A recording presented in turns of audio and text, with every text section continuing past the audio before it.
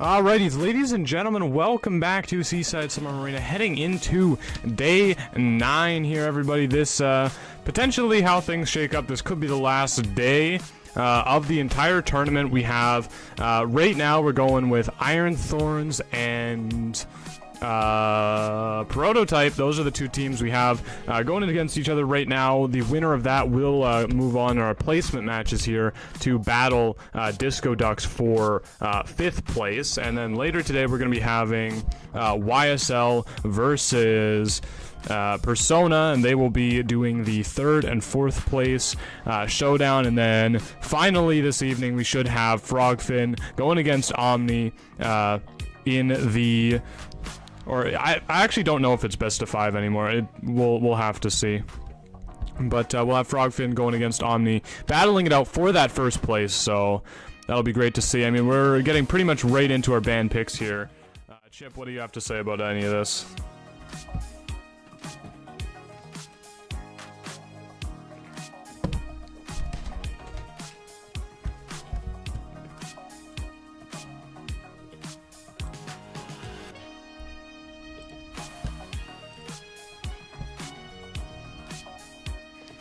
Yeah, we are gonna have a fantastic time here. I cannot wait. I mean, this is the last day of everything, you know. All the whole tournament has culminated into this point. This is the moment that we have been waiting for, so I'm just excited. Right out the gate, we can see that IT, who appears to be playing on the Survivor side here, is going to be picking Explorer like right away, which is pretty interesting. Perfumer Professor bands from Fafa IDV, like very... Do you think Goatman?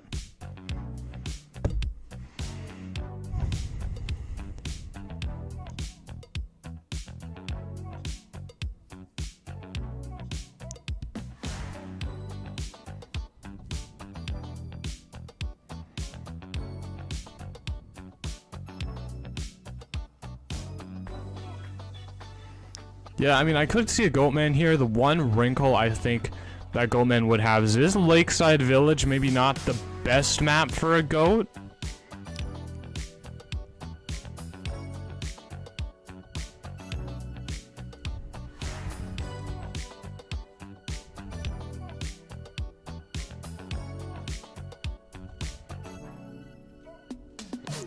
Yeah, well, I mean, we'll have to see.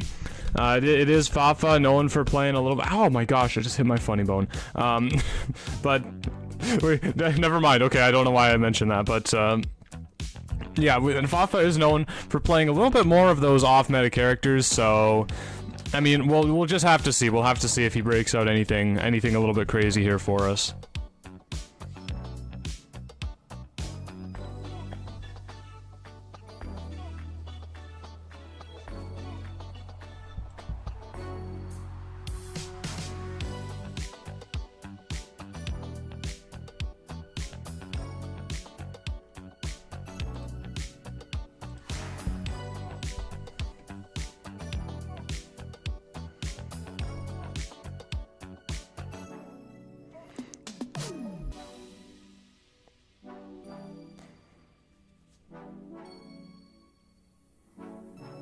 Yeah, potentially going for those struggle-free strategies. We are going to see the Goatman coming out from Fafa once again.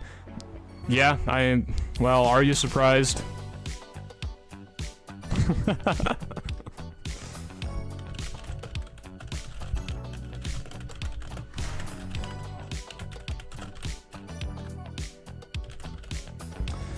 Yeah, I mean, really, Goatman is basically just the de facto first round hunter.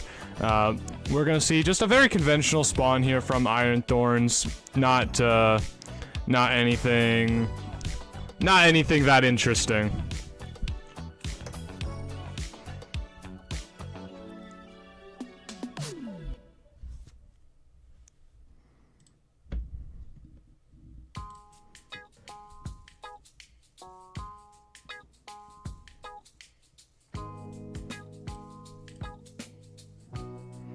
The usual indeed. I just realized, Chip, you know how we were doing those pre-stream checks about audio?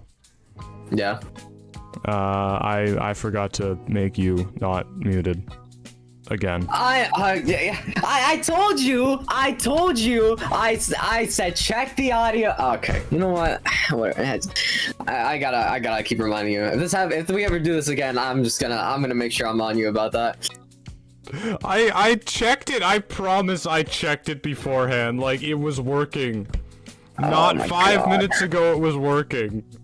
Jesus Christ. Alright, well, we have that problem fixed, ladies and gentlemen. Hi, you guys can hear me now. Yo7 is no longer talking the voices in his head, and I'm no longer muted. Yeah, hi. It's me, yet again. I didn't get fired. So, let's commentate. I just can't believe this. I can't believe I've done this again. Both times to you, Chip. Yeah, at this point, I don't know what else to tell you. Oh, gosh. Oh, okay, well, you know what? We're here now. We managed to notice it before the match, so we're gonna be able to see Fafa's fantastic Goatman gameplay without any interruptions. Actually, going for the big boat here, which is pretty crazy, trying to take the mechanic out of the game very early. I remember I was trying to play Goatman on Lakeside. I confused myself a lot with my cage. I ended up going to spots and I was just like, oh yeah, there's like a drop down here. I should have considered that. A little bit more of a difficult map, or a difficult area if you're trying to, you know, do a lot of mind games and trying to use your cages to properly cut off survivors and whatnot. But then again, I'm not Fafa. So let's see how a mechanic is gonna survive here. You know, gonna have to mind game this pallet good amount. She does have her mechanic doll to be able to get a body block on this cage if need be. We're seeing Blink gonna be up here in 10 seconds. Let's see if she will be able to last 10 seconds. Wasting a cage there, actually. Mechanic gonna be buying a lot of time. Oh no, she already dropped her doll. Mechanic doll gonna be on a Cypher. Gonna be taking that chip hit there because why not? Might as well. If you don't have the resentment up, you might as well take the free hits when you can get them. And Blink exactly, and that's exactly why we do it, to be able to get that mechanic down now with Blink. I mean, we were talking up the boat area pretty big there, but you know that area actually not proving quite as much of a challenge for Pafa, strangely, than this shore area here. Now, locked onto the Gravekeeper, going to be knocked him out of the shovel. Just not a lot of resentment to work with here for the Goatman, and I think that's really the main problem that he's kind of dealing with at the moment. Yep, gonna be getting hit on the Gravekeeper here. The Tide Turner gonna be utilized to its full effect here. Mechanic trying to get as much distance as possible. We'll be seeing that knee-jerk reflex and the broken windows come into play. Trying to get that backdash into that window hit, but unfortunately this hitbox just a little too small to be able to get that hit. Does have a flywheel still on hand. Is she gonna use it? Not gonna be using it. Instead, just trying to run all the way over here into this really bad corner. Yeah. Just try to, you know, just waste as much more time as she possibly can. Goatman gonna be swapping over to the teleport. Yeah, that teleport already on hand. Definitely. I mean, this is looking like fairly a draw situation. I mean, we almost have seen this happen as much as we've been talking up the Goatman as of late. That has just almost been, you know, this thing now. The Goatman, all he can really achieve in this first round is a draw. The survivors just playing around him very nicely, and we can see this here. That, I mean, mechanic is going to be sitting in the chair now. Really great cage from Fafa, actually. But yeah, you know, the Cypher progress is just too much. Yeah, the mechanic doll. You know, just having 4 people up at the same time, essentially, even though you're chasing one. Is going to be so beneficial here. You know, the Explorer has 35% of a page, and is digging for more. Looks like he's going to be getting that 50%. So, Cypher progress looking pretty great for them right now. Gravekeeper does not have any items on hand, but, you know, this chase is going to take a little bit longer as Goatman no longer has Blink, but he does have the teleport to be able to try to get that map pressure going in that endgame. Yeah, I mean, and a great discipline on this palleted area here. Gravekeeper going to be left with pretty much nothing to work with except for the area around him, actually making it work, but Goatman not actually needing to use a cage to down him, and he will be falling onto the ground here. Explorer, that Cypher is basically primed because he has 49% of a page. Yep. Let's see what the Goatman's gonna do here. If he's gonna try to stop this from happening. Explorer missing a calibration there. A little oopsie from trying to prime it.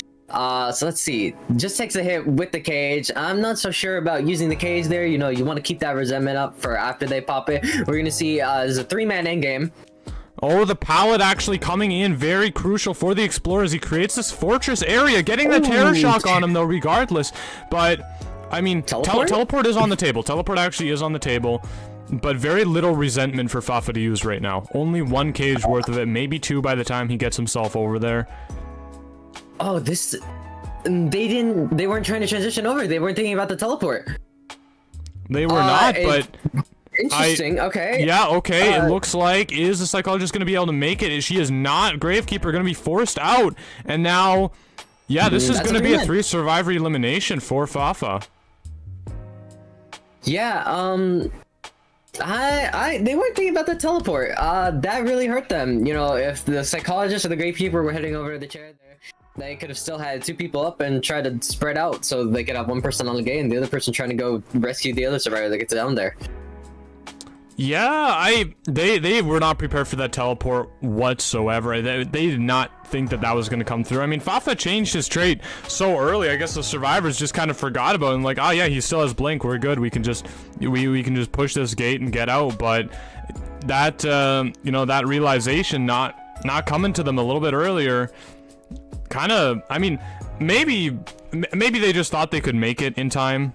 Potentially, like, that could be also the thing. Like, maybe they just thought they could make it because it was like 95. Yeah, it was very close, and we did see that Fafa did accidentally backstep in the cage and end up on the other side for a second on accident. But yeah, I don't know. I don't think you try to greed that in that scenario, especially against a Goatman who, even if you do manage to open that gate, he could still cage you off from being able to go out. Yeah, I mean, if you are gonna go for a greed play, Chip, I guess you go for it in round 1. You know, when there's not really stakes, or there's not a pitfall to fall into yet. But I mean, yeah, I mean, a really great gameplay from Fafa IDV though. I mean, doing great with the Goatman. I think Goatman for Fafa honestly has been a bit of a weak point in this tournament for the most part, I have to say. You know, the Goatman doesn't seem to be the biggest comfortable pick for him, you know, and he still is bringing it out, achieving fairly good results with it, especially now the Goatman is, I mean, just countered so frequently in round 1 by everything the survivors are doing.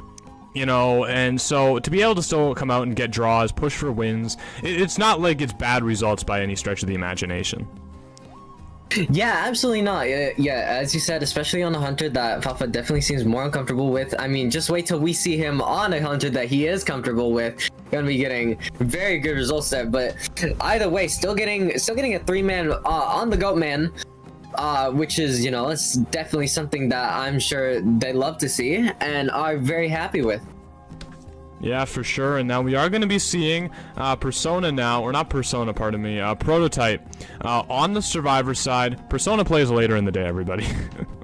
But yeah, we are going to see Prototype now on the Survivor side. Iron Thorns Hunter Soul here, gonna have to get a 3 survivor elimination just to break even. Has a window, has some opportunity here, a pathway to win this first round. They do have that ability to potentially get a 4 survivor elimination and get that first round win, although I mean, Prototype survivors are going to make that a very uphill battle, and it would be extremely difficult to even win against them. So, I mean, but if anybody can do it, it will be Soul. So we'll have to see. We'll have to see what happens. Yeah, especially on Lakeside, you know, definitely a difficult map for hunters. It is so open, and it takes so much time to try to traverse, especially if you're a hunter without that mobility to be able to cut that distance. You know, shorten it, and have less time wasted going between ciphers or going between survivors. Yeah, definitely.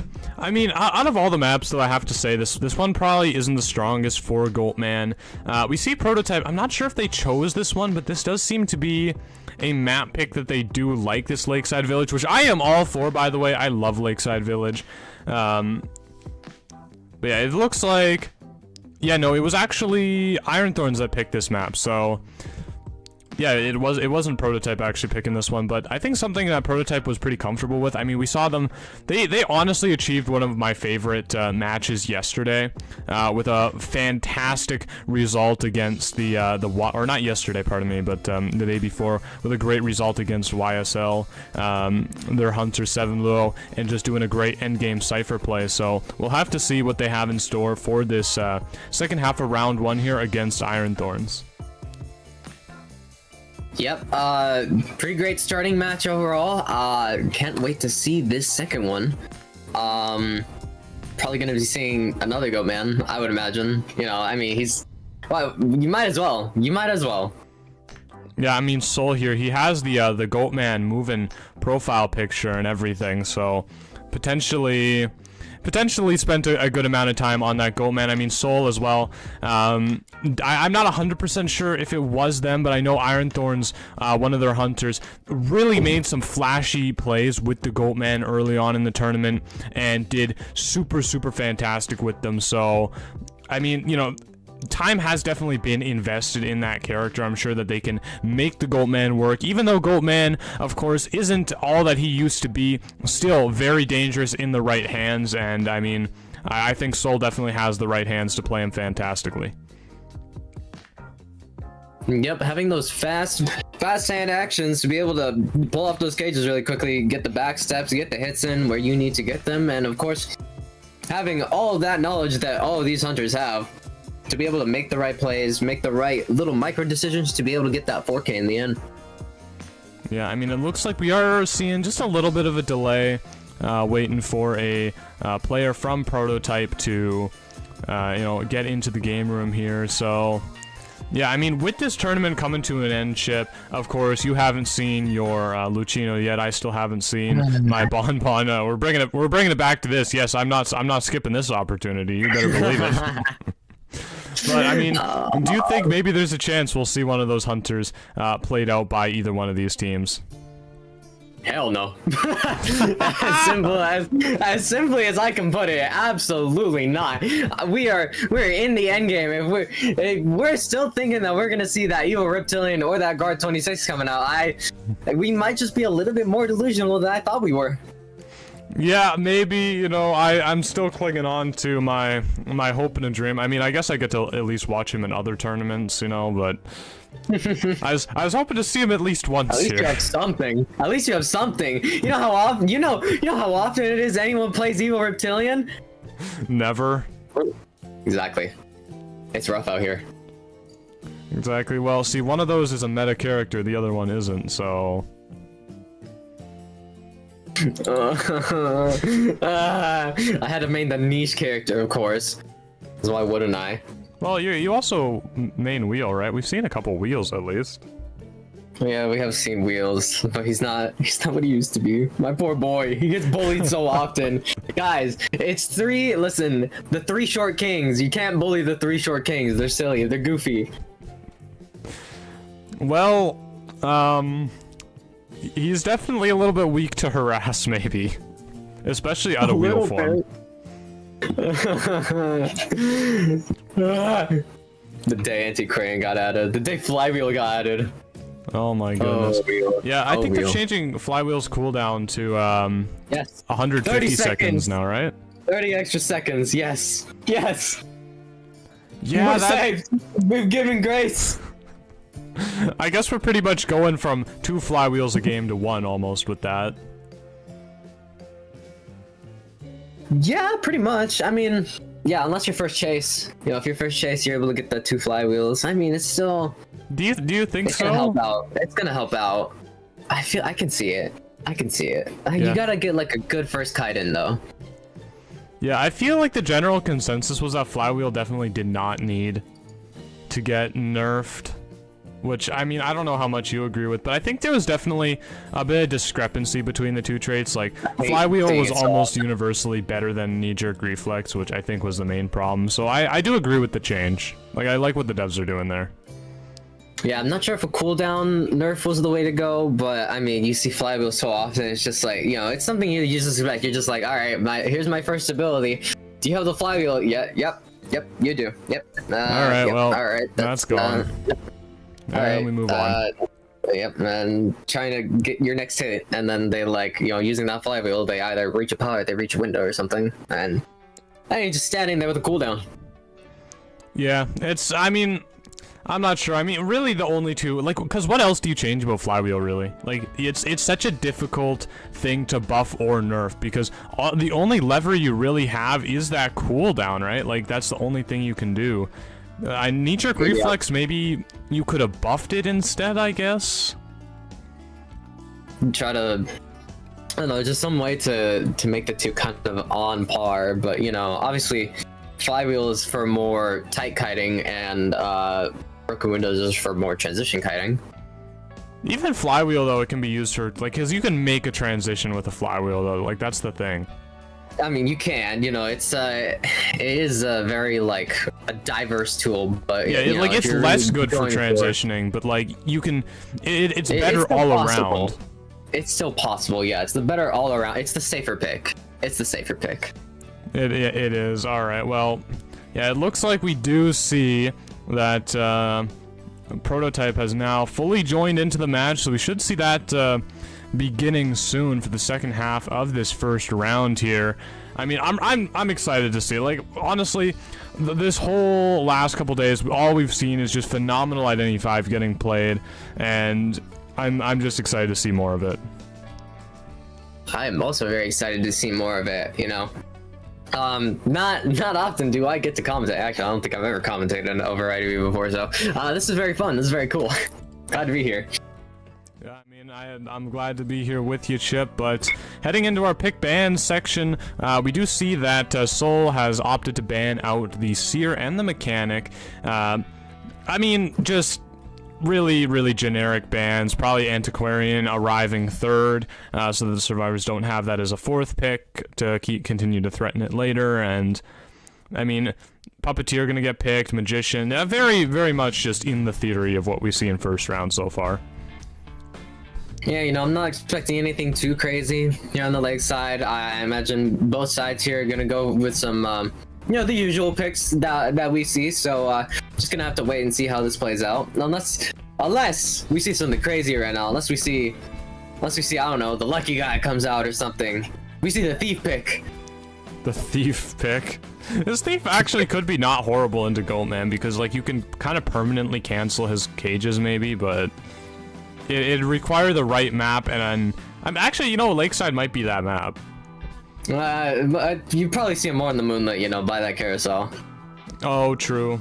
Actually, true. I have great memories with that carousel. Let me tell you. Oh my gosh, that is, actually, I played a game on Chinatown the other day against a novelist, and all the novelist did the entire time was walk around the tree in the center, like out of the range of my bombs, and charge his book, and then would switch with me and go the other way.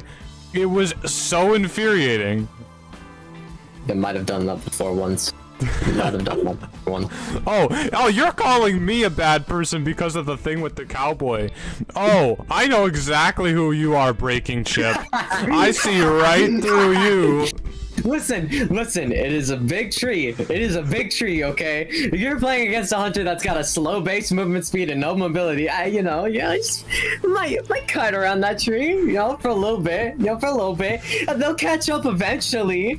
It's not the worst thing. It's not the worst thing. I don't know what you're talking about. Throw tomatoes at him, everybody. Tomatoes in the chat for Chip.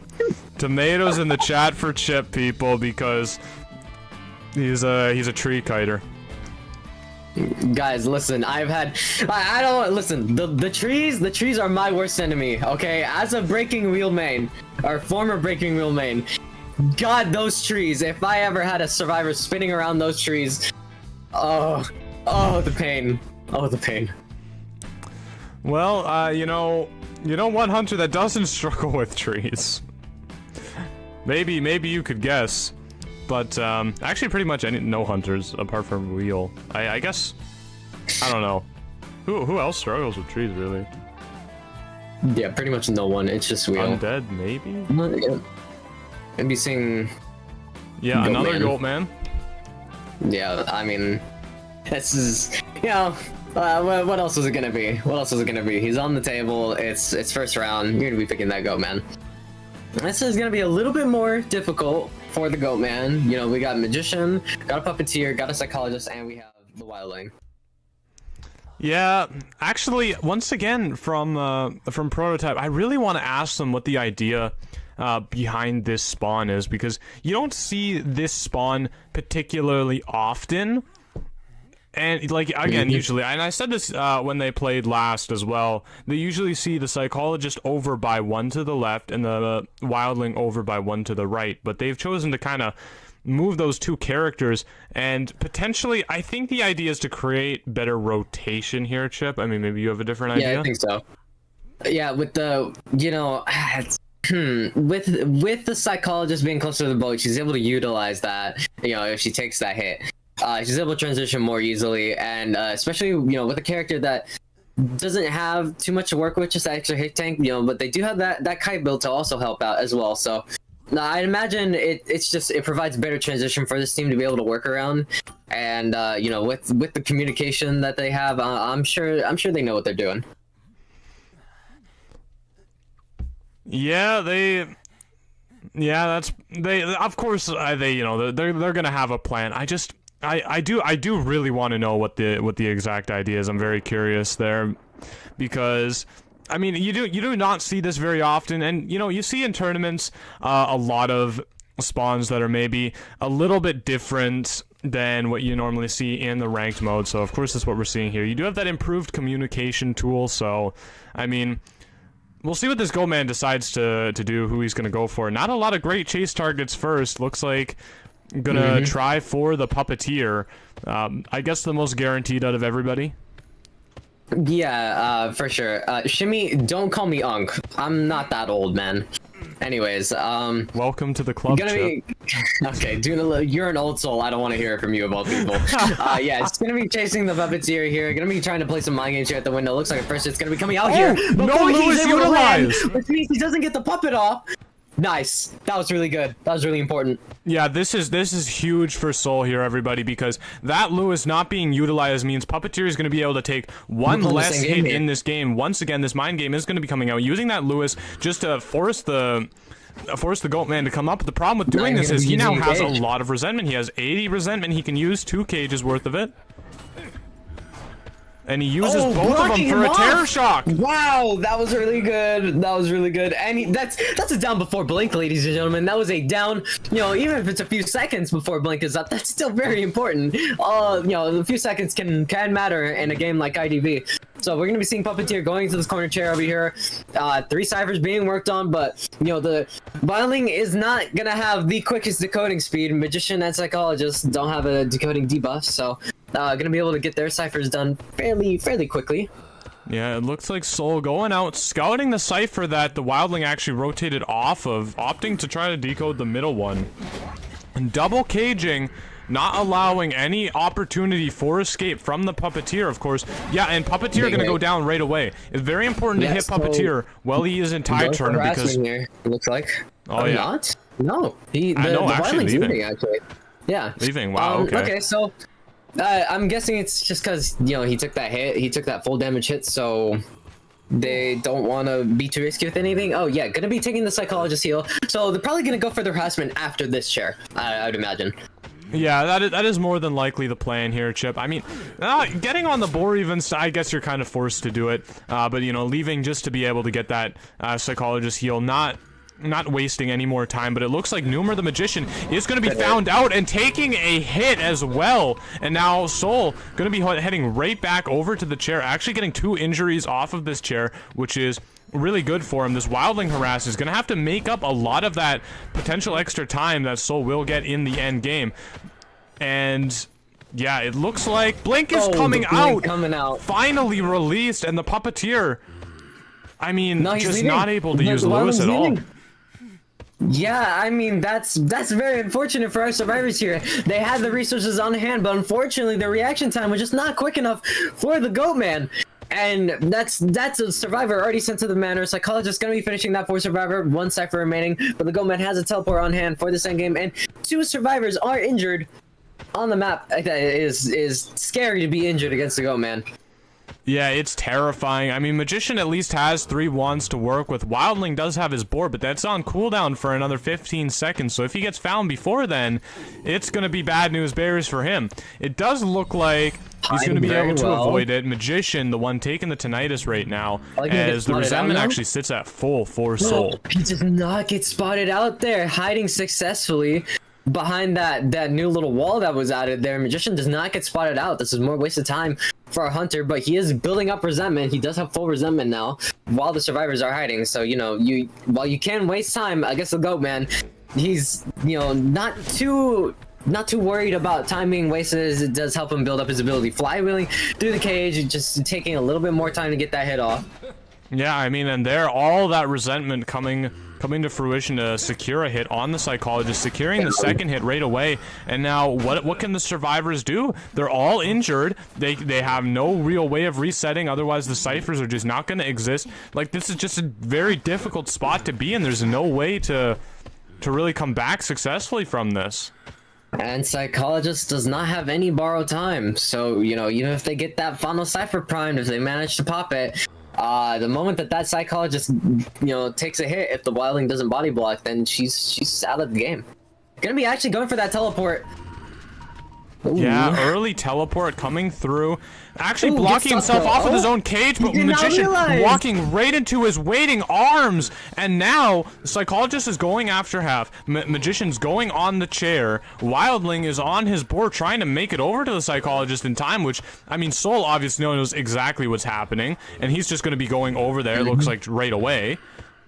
What do you do as the survivors here? I don't even know. It's very unfortunate that that Magician did not realize that the goat man was getting fat shamed by that spot there and was not able to go through, unfortunately teleporting right into his arms. Goat man told him, "Come here, baby girl," and he listened. Now we're just gonna see that both of the survivors trying to survive and hide out for their lives right now, not even trying to reset, just trying to survive. That's all you can do against the goat man. Gonna be going back over here to this Magician. Does he get the self-heal off? Does not able to get the self-heal off. Just gonna try to be wasting a little more time by dropping down. Yeah, I mean, lots of cages on the side of the goat man just to prevent this inevitable struggle out that the Magician is going to be getting. Yeah, it looks like the cage actually did not mount to anything. Magician now coming back into the goat man once more. What's going on? Okay. A little bit of an interesting interaction we had there between our Magician and our goat man. But it seems that our two survivors are now resetting with the time that the Magician has been wasting. So you know, a bit of a better spot for them to be in. Yeah, I mean, this is definitely okay. This has gone from very difficult to doable for the survivors because they at least have some health to work with now. Like, if nothing else, health is a resource in this game, and at least they are given something. Although Psyche found very early, forced to get off the board. The more times Wildling sits on the board, the less time he can spend on it each time. And yeah, not being able to ride it for very long anymore, being hit, taking away that health resource. Oh no.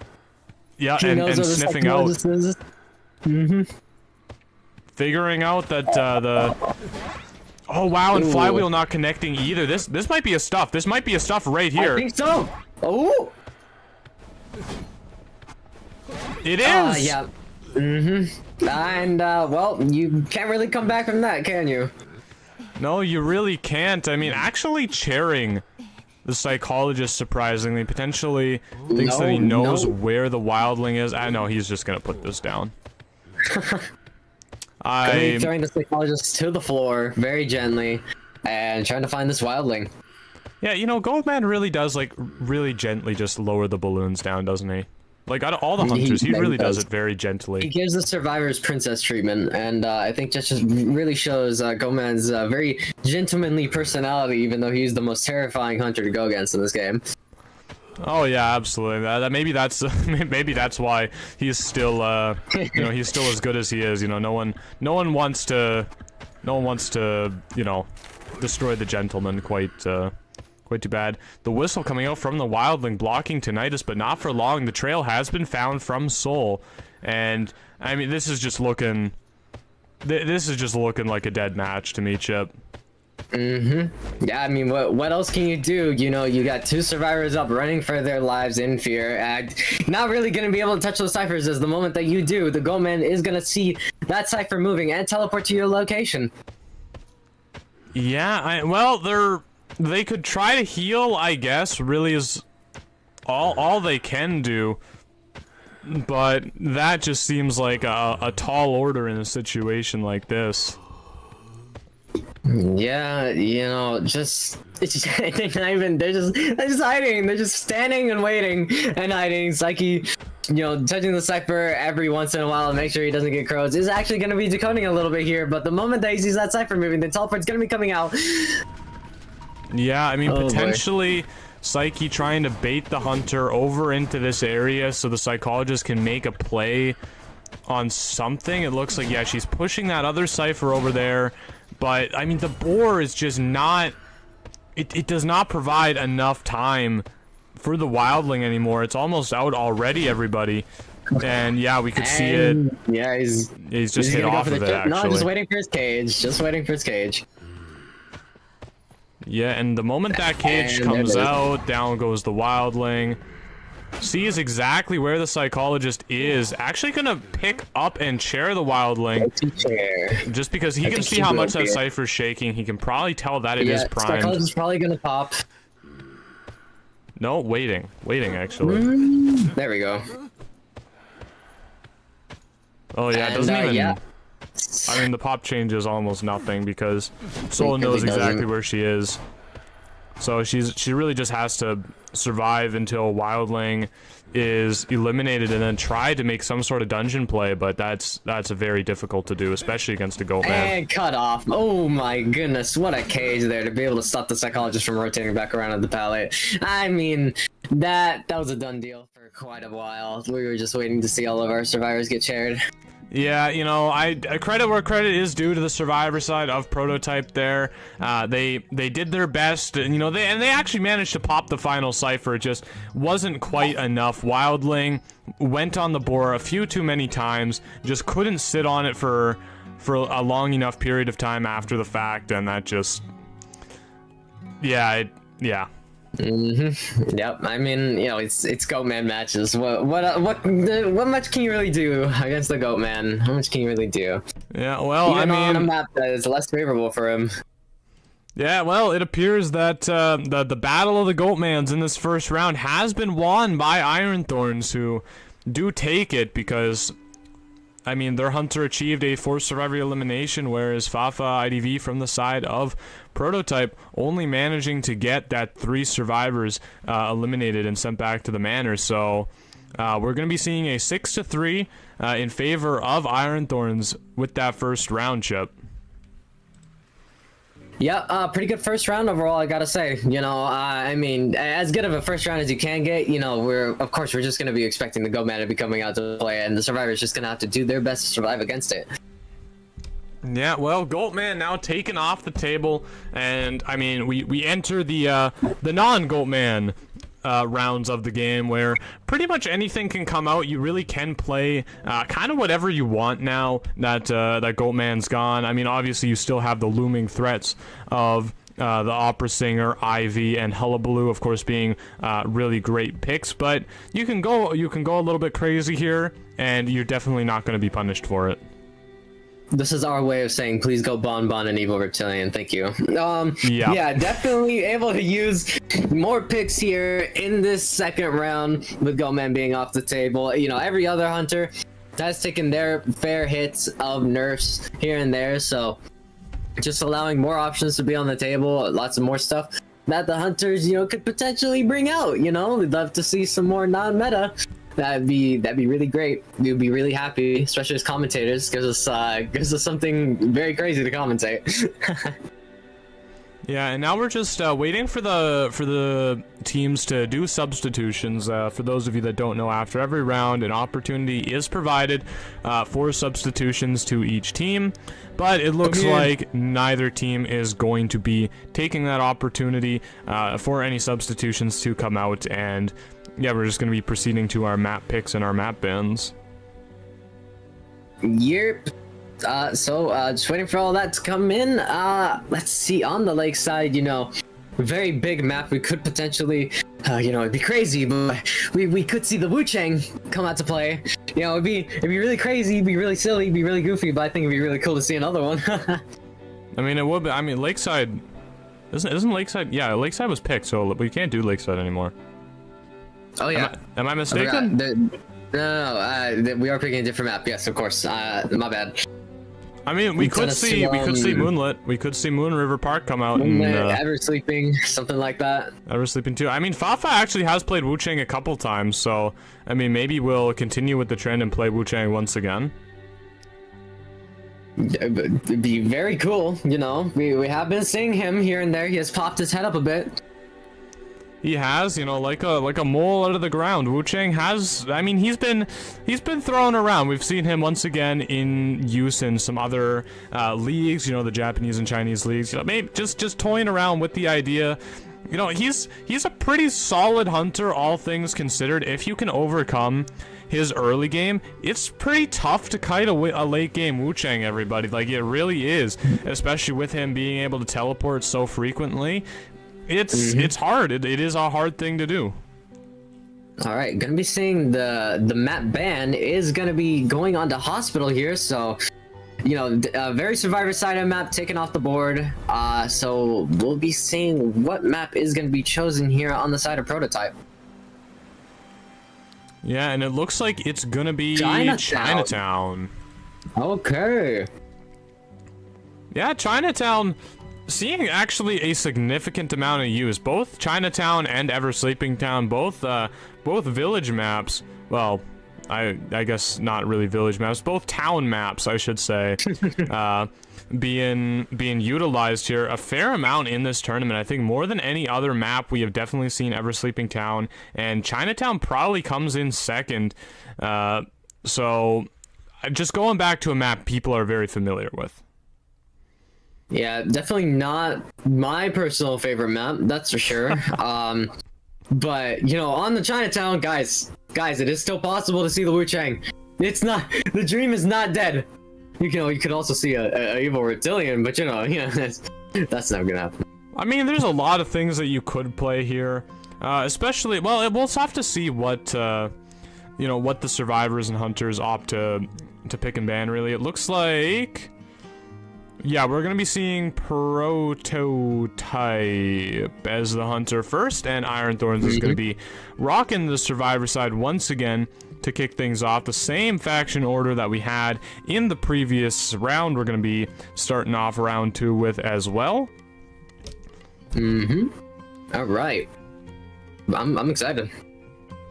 Yeah, I'm ready for it. We'll see. I guess I gotta say I gotta have my fingers crossed for the Wu-Chang, but of course, you know, these teams are gonna play whatever is the thing that is most likely for them to win. So we could potentially see an Opera Singer come out, Opera Singer being a very highly used pick on this map. I mean, there's a lot of things you could go, like you could go Breaking Wheel. We've seen Fafa play Anne here. Wax Artist is a thing. Maybe not Wax. More of a tie hunter, but I mean, Breaking Wheel exists. We've seen Clerks come out here. We've seen Hullabaloo come out here. We've seen really a touch of everything on this map. And with that good bit of everything, we can only hope that some hunters reach deeper into that pool of characters and you know, pick another thing to add onto that list of those niche hunters that are being played on the Chinatown. Yeah, I mean, I gotta say, I mean, Wu-Chang obviously would be great, but I kind of want to see Fafa play Peddler, because he picked a Peddler in the Arms Factory and achieved a forced survivor elimination with it. I kind of want to see it again. Yeah, I do remember that. Yeah, that was terrifying. That would be pretty cool to see. You know, Peddler fell off quite a bit, as I mean, most of these hunters fell off quite a bit. So, I don't think Peddler really had anything to fall off of. Like, she was never really that great. People did not perceive Peddler very well. Yeah, the main thing that everyone was terrified of was that that hitbox. Yeah, it looks like an Archer band, so potentially looks like. Yeah, looks a lot like an opera. Respect band coming out right away on the Disciple of Fafa. So, yeah, not gonna have that available to him. We'll see. We'll see what he chooses in its stead. Meteorologist gonna be coming out to play here. Solid survivor. Solid survivor indeed. I mean, you know, we haven't seen a whole ton of Meteor recently. Like, there was a portion of this tournament where we were seeing Meteorologist every single match. Like, she was coming out first. Every survivor team wanted to play Meteorologist, but I mean, we've kind of exited that era, if you will, and now Meteorologist being a bit of a rare commodity once again. Ooh, so gonna be picking the Gardener here on the Chinatown. I mean, you know, we did see there was that one match where Gardener was doing very well on the Ever Sleeping Town. I believe that was against the Wu Chang. So she was able to get some good value there. Let's see if she's able to bring some more value to the table here in this matchup. Gonna be seeing the Knight getting banned. Yeah, Knight being the last thing. I mean, this just... I mean, you have to expect Opera Singer if you're Iron Thorns right now. Like, this looks such like Opera Singer bands, but, you know, of course, you can't just go only into the Opera Singer because... You have that last little voice in the back of your head being like, well, maybe they're just baiting Opera Singer with all of these bands that look very suspiciously like an Opera Singer and actually planning to play something else. Fafa DM'd me just now. They are going to be playing Evil Reptilian, guys. This is real. This is real. Oh, wow. That's crazy, Chip. That's insane. Okay, gonna be seeing what Fafa actually chooses here after our survivors pick our talents. Seeing the max struggle coming out on the Gardener. I'm sure we're gonna be seeing more struggle on the other survivors here. You know, if that's something that they're gonna be going for, if they're gonna be breaking it features. is the Peddler. Okay, all right, Peddler coming out to play on the Chinatown. I am excited. I mean, hello, Peddler. I said that I wanted to see it, and I suppose ask and you shall receive. Unless it's anything but bonbon, then you shall not receive. But I received the Peddler, and I mean, yeah, I'm really excited to see this again. We have seen, honestly, every single time Peddler has been chosen, she's achieved great results. So we'll see what Fafa can do with this character once again. Yep. Be seeing if she can put out those results yet again, of course, on the Chinatown. Probably, actually, I don't know anything about Peddler. I don't know if this is like a good map for her or anything, so we're just gonna be seeing how Fafa does.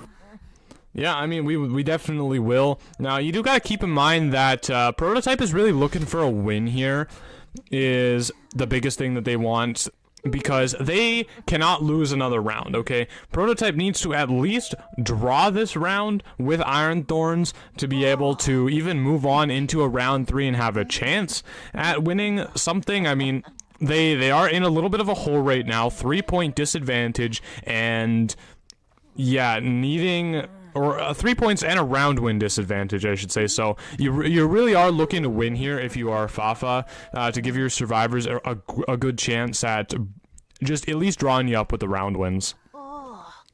Yeah, and let's see if Fafa will be able to do that.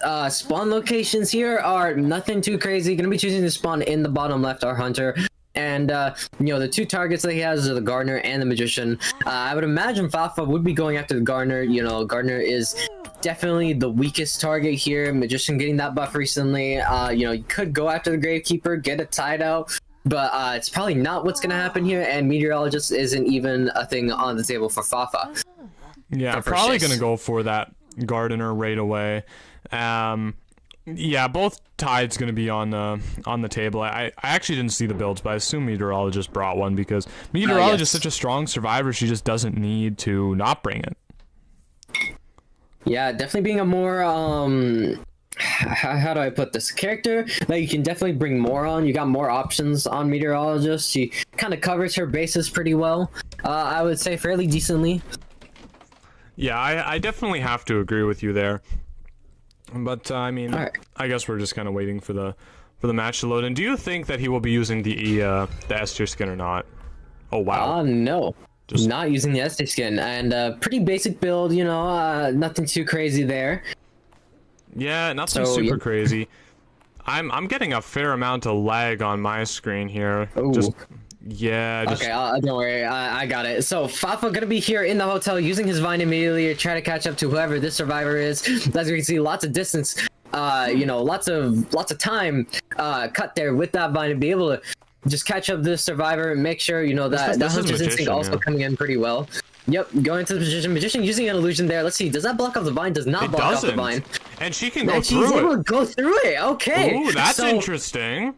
We're playing a little bit of a mind game, actually dropping down here. Let's see, this magician expected. Magician kind of not expecting that. Let's see, does he get hit by the vine here?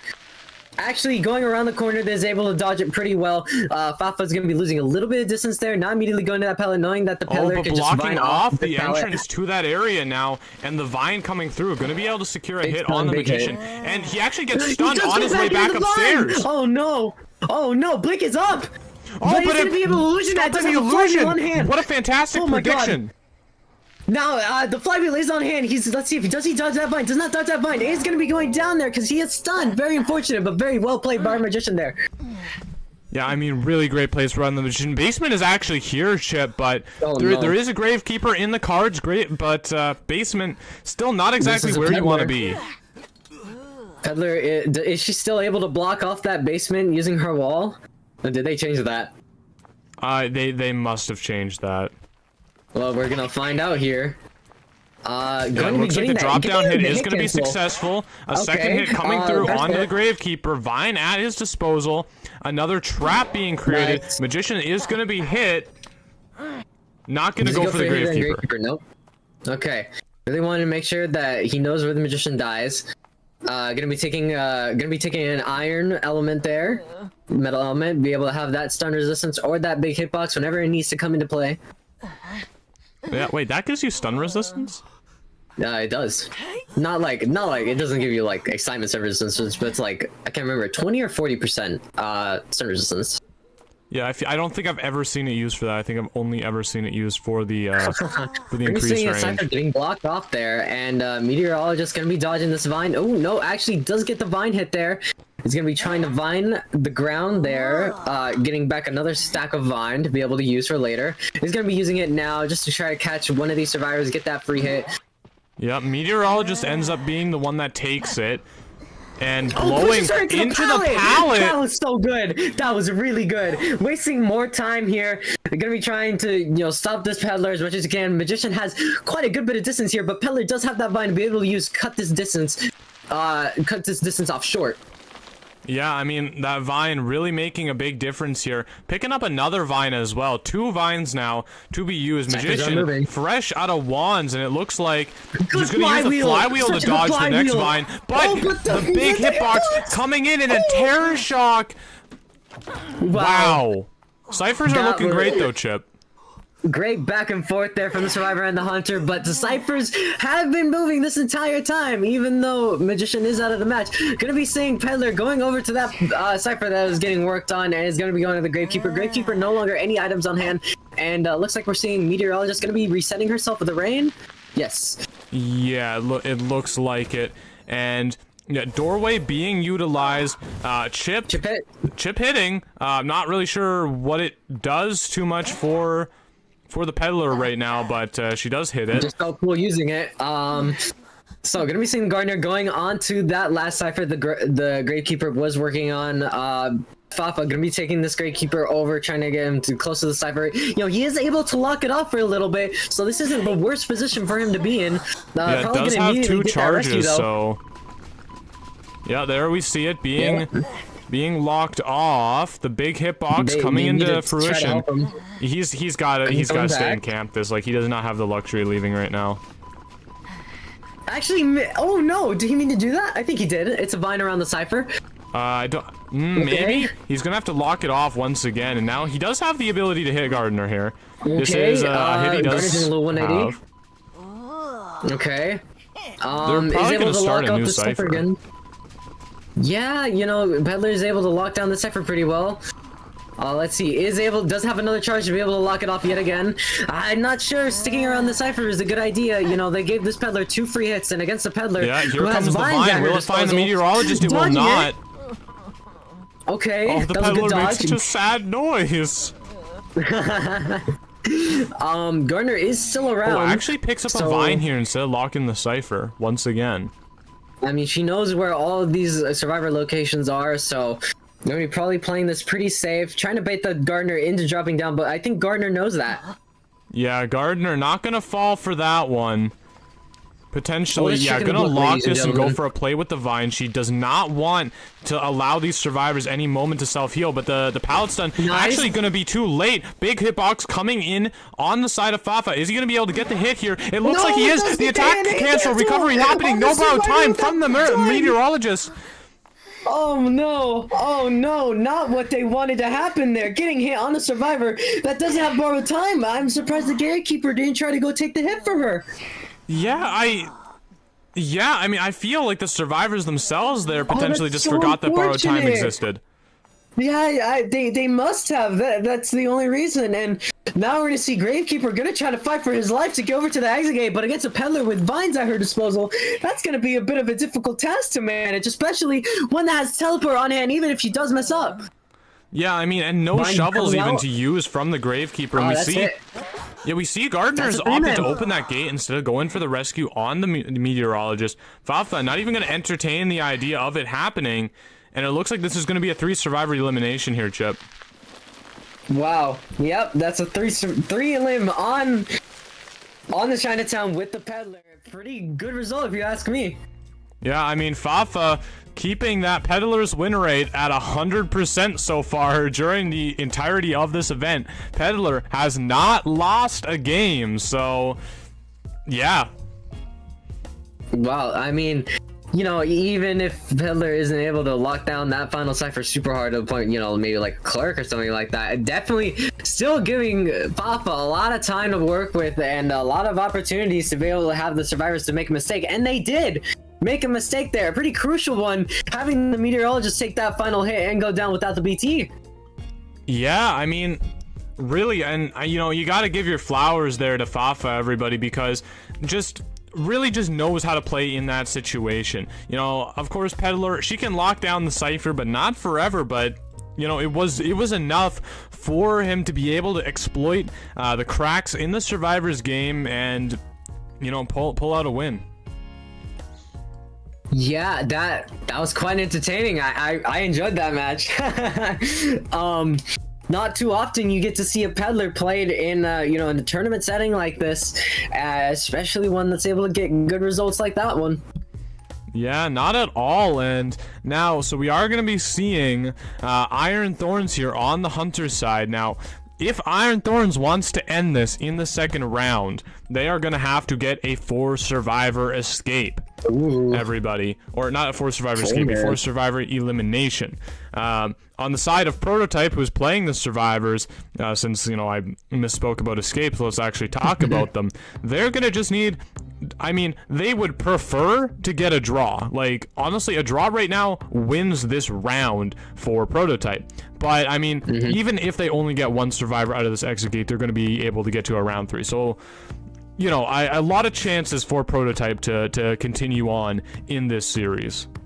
Yeah, you got a few options here. If you're the survivor team, you know, you can play it safe, or you go full risky gamble play where you just throw everything, you know, all your cards, all your poker chips on the table to see what you're able to pull off. Not that it would be necessary, but you know, they could do it just for our entertainment. You know, got a good amount of people watching.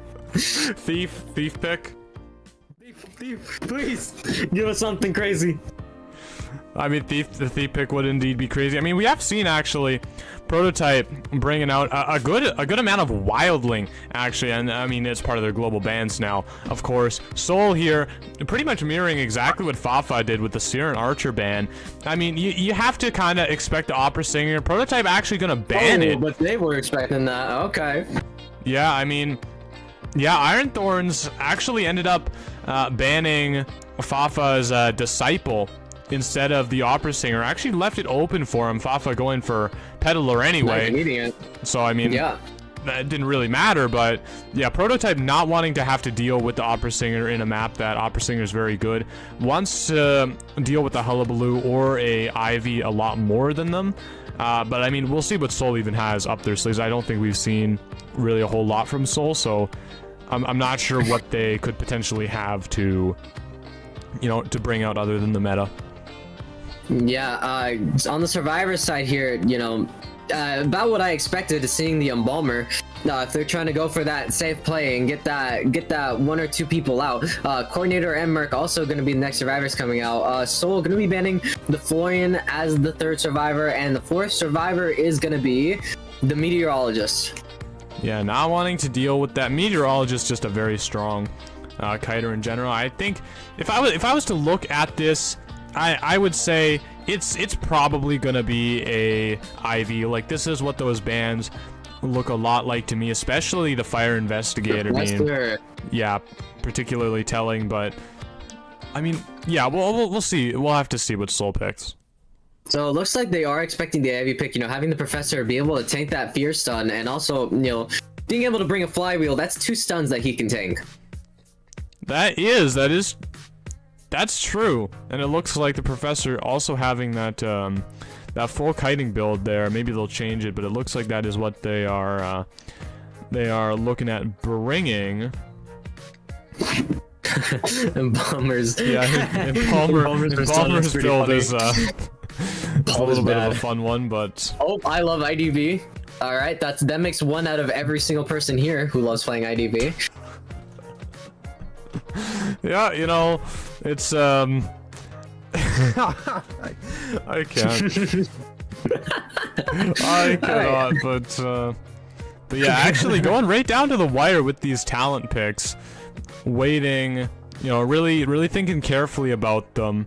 I am really curious to see what Soul does have to play, because we haven't really seen anything from them really. So yeah, and it's gonna be a wheel.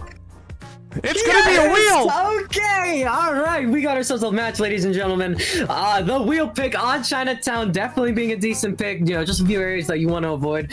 But, you know, this is a pretty good team comp to go into the wheel. You know, even if Embalmer coffins, you're such a speedy hunter. You know, Coordinators harass while out of wheel form can be a bit tricky to deal with.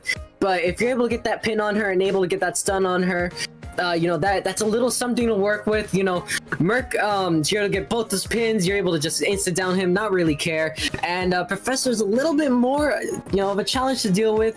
Even if you have that spike in him and are trying to get that trap stun, he is able to tank those traps and is able to get rid of those stuns. So pretty decent character, and he is able to tank that chip hit if he does have a single pin in. Yeah, I mean, it looks like Embalmer are going to be running with that full kiting build. Everybody else bringing borrowed time into the match. Double flywheel from the Coordinator and the Professor, with Mercenary being the only tide turner available to them. I mean, okay, if you're Prototype right now, I think you're happy. And the reason why I think you're happy is because you can escape like 3 survivor, 4 survivor against a wheel.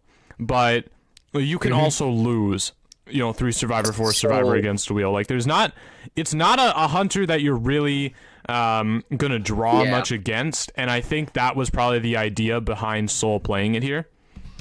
Definitely a gamble pick. Yeah, absolutely. I would have to agree with you on wheel not exactly being a tie character. Matches usually end up going one way or the other. You either get a 4-man, 3-man, or they get 4 or 3 survivors out. And so they'll be banking on the fact that he is able to get a really good start, really good chases, really fast downs, and really good map pressure to be able to get this 4-man here. Yeah, I mean, definitely kind of an all or nothing pick here from Soul. If it works, I mean, they end it right here. Yeah, like the set ends, it's done. Iron Thorns is going to be moving on. But if Prototype is able to you know, maybe turn the tides in their favor a little bit, they're going to be moving on. And because of wheel, they're probably going to be getting that 3 or 4 survivors out, and they're actually going to be making up some of that 3-point point difference as well as getting a round win. So risky, but shutting Prototype out early before they have a chance to come back is definitely a good idea in my opinion. Yeah, you know, risky, but sometimes risky is what you gotta go with. If you're betting all your money on black and you get black, well, you just won. I mean, you know, you just won your chance back. That's really all they need. Gonna be seeing the beautiful accessory here and the Nutcracker skin from the logic path. Gonna be bringing the Insolence Trump card build on the wheel. You know, it's about what you expect to see on the wheel. Gonna be going on to this Professor first. Is able to get that first pin on the Professor. Looks like he is going to go for the 2-pin strategy here, not getting out of the wheel form for just one. Nice! And does He's grab it. Dash and get that second pin. Oh, that accessory's so beautiful. I haven't seen it after when it first initially got released. Is dodging that trap. Gonna be baiting out the shields there, but does unfortunately miss that trap. That could have been a down if he hadn't misplaced that. Very unfortunate, but he did. But the trap connects anyway, and down goes the Professor. Not realizing the trap's hitbox is a bit bigger than it actually looks. He's gonna be able to get that down before blink. Oh my god, he has the grab in this? I haven't even seen this accessory. Oh god, I'm gonna be geeking so bad. Alright, gonna be placing this chair, gonna be getting this Professor chaired right next to the cipher that they were working on. This is a pretty great start, and what you want to see as you're playing the wheel, you know, also having that wanted order on the coordinator unable to come for this rescue. If it is her that's gonna be able to go in for the rescue, gonna be seeing looks like the Merc here is close to be able to get this rescue. Just gonna be looking around to see where the survivor coming into rescue is able to get that pretty freely. Does get a pin on him, so it's a little bit of slowdown. Gonna be trying to get that second pin on him. Leaves to go back for the on double Professor. down, but yeah, not He does have a opting to be go able to for dodge a it. snap here. Does he bait the snap? Let's see. Oh, baits with the emo! Oh my god, that was so cool! Okay, baits out the flywheel using that emo to, you know, just a little swing of the hand is what they were looking for. And unfortunately, they got it, but just the wrong swing of the hand, got the emo instead of the cooldown. Yeah, and this is looking like great momentum for the wheel. Mercenary coming in, trying to get the second rescue off. Doing a great job at avoiding all these pins so far. Gonna take one of them from the extended spikes. Getting the rescue off as well. Actually, you know, but Wheel is such a strong tunnel character, so it's gonna be quite difficult for this Professor to be able to survive. He will be going down here, as he has no flywheel on hand. I'm really surprised the Mercenary actually rescued without forcing the wheel to come out of wheel form, you know, there, Chip. Yeah, I am a little surprised about that too, but I suppose, you know, the Professor was dead. Not even gonna try to waste a little bit more time. Just gonna immediately transition away and get into a safer spot. You know, Merc does have 2 pins in, so he is in range to go down. If he gets that 3rd pin in him, then he immediately goes down. Yeah, it's gonna look like he is gonna get tagged with that 3rd pin. Elbow pad gonna be coming out. The last one there.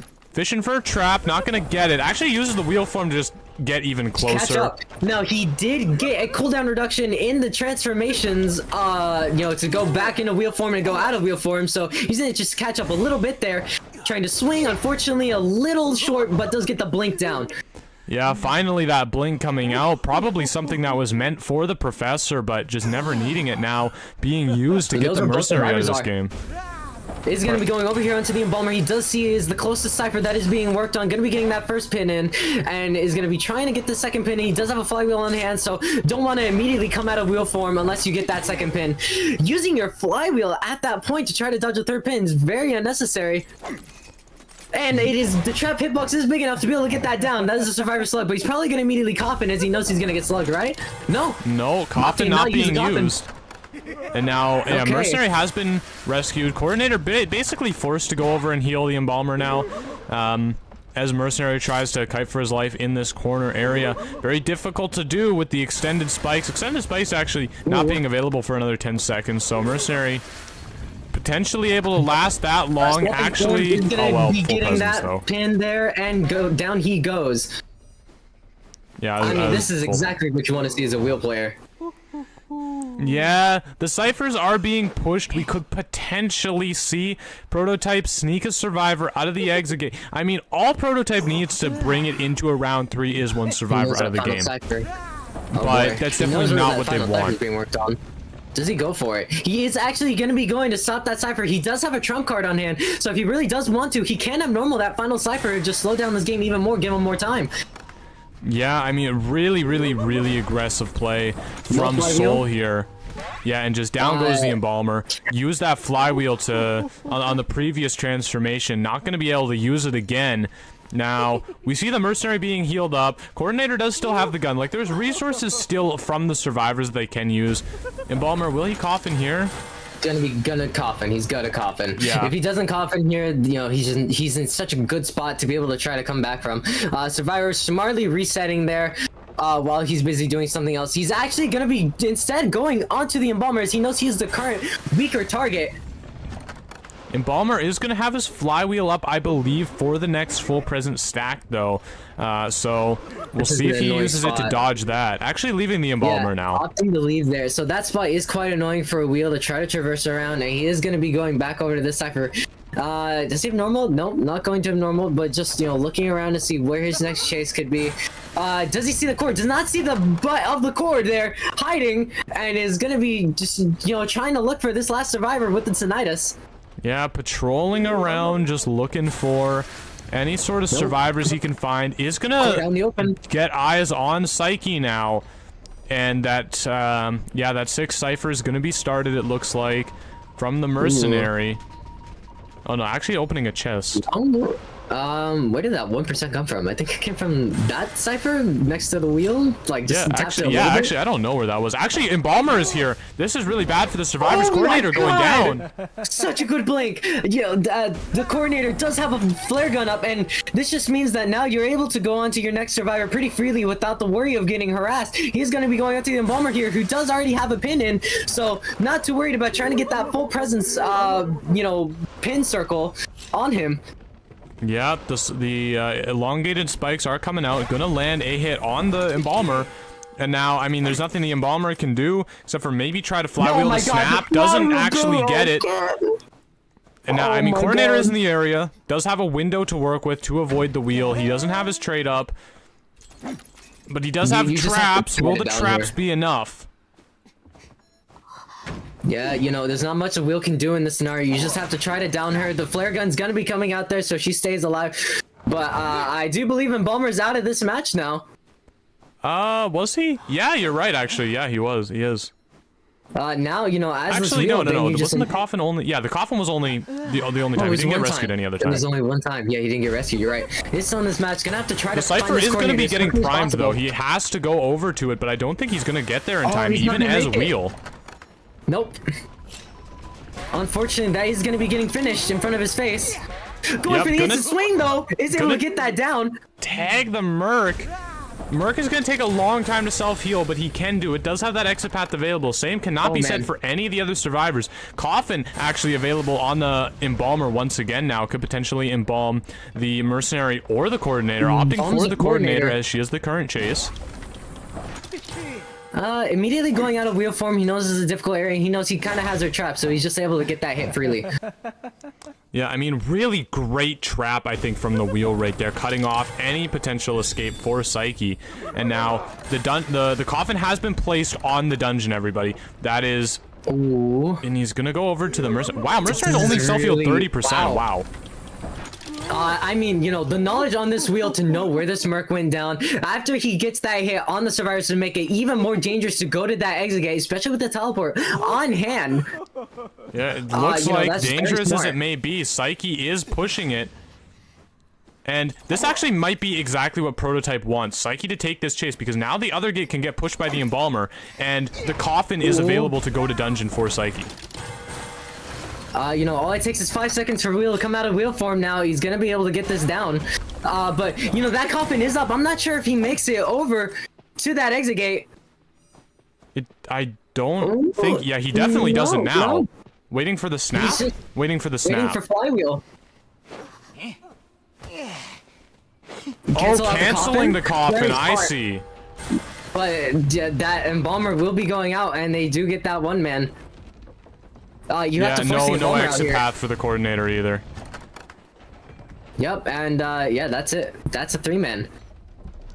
Yeah, 3 survivor elimination from the breaking wheel. I really thought it was going to be a coffin play there, Chip. I was really confused why he was waiting to get to snap the survivor, but that's exactly why, so he can immediately pick up and cancel the Embalmer's coffin, so that yeah, so that that wasn't available to the survivors. And I mean, really great endgame play there. Really great knowledge of the game. I'm so happy. I'm so happy. Wheel getting picked and getting a good result does make me happy, but was it enough, Yo7? Was it enough? Well, it's enough to bring us to a round 3. I don't think that was the result that that Prototype was really looking for, but we are going to see a round 3 between these two teams. Of course, Iron Thorns still leading that round, being a draw between the two teams. So Iron Thorns leading in round points and 3 match points as well. So I mean, definitely a hill that Prototype is going to have to climb, and they have to do it in this 3rd round now. There is no more, there's no more second chances. Yeah, I mean, going into a round 3 here, I'm very excited to see. Oh man, I'm livid about seeing that wheel. I'm so happy about that performance. I'm great. I'm doing great. Yeah, I mean, like we said, draw is not very common against a wheel, and Soul proving it to us, even in a drawn position, still managing to snag a win against really I was not expecting it to be a win, but managed to get it. I mean, again, I have to give my flowers as well to Prototype. Did very, very well to even get themselves in that position, because the wheel had a very dominating start, but Prototype bringing things back in the late game and flipping the advantages to themselves and managing to get one survivor out the gate. Yeah, I'm still a bit speechless from seeing that wheel. Yes, finally. It makes me so happy. It makes me so happy. You know, you see wheel doesn't get a lot of love. Wheel doesn't get picked a lot, especially now in the current meta. And seeing him get picked in a tournament setting and get that 3-man, yes, that does make my former wheel main self shed a small tear. Me when Bonbon still hasn't seen the light of day. Bonbon unfortunately still in the basement and it is stuck down there. Yeah, I'm starting to think something happened to Bonbon in the basement, because no one's bringing him out. Like, I haven't heard from him in a while.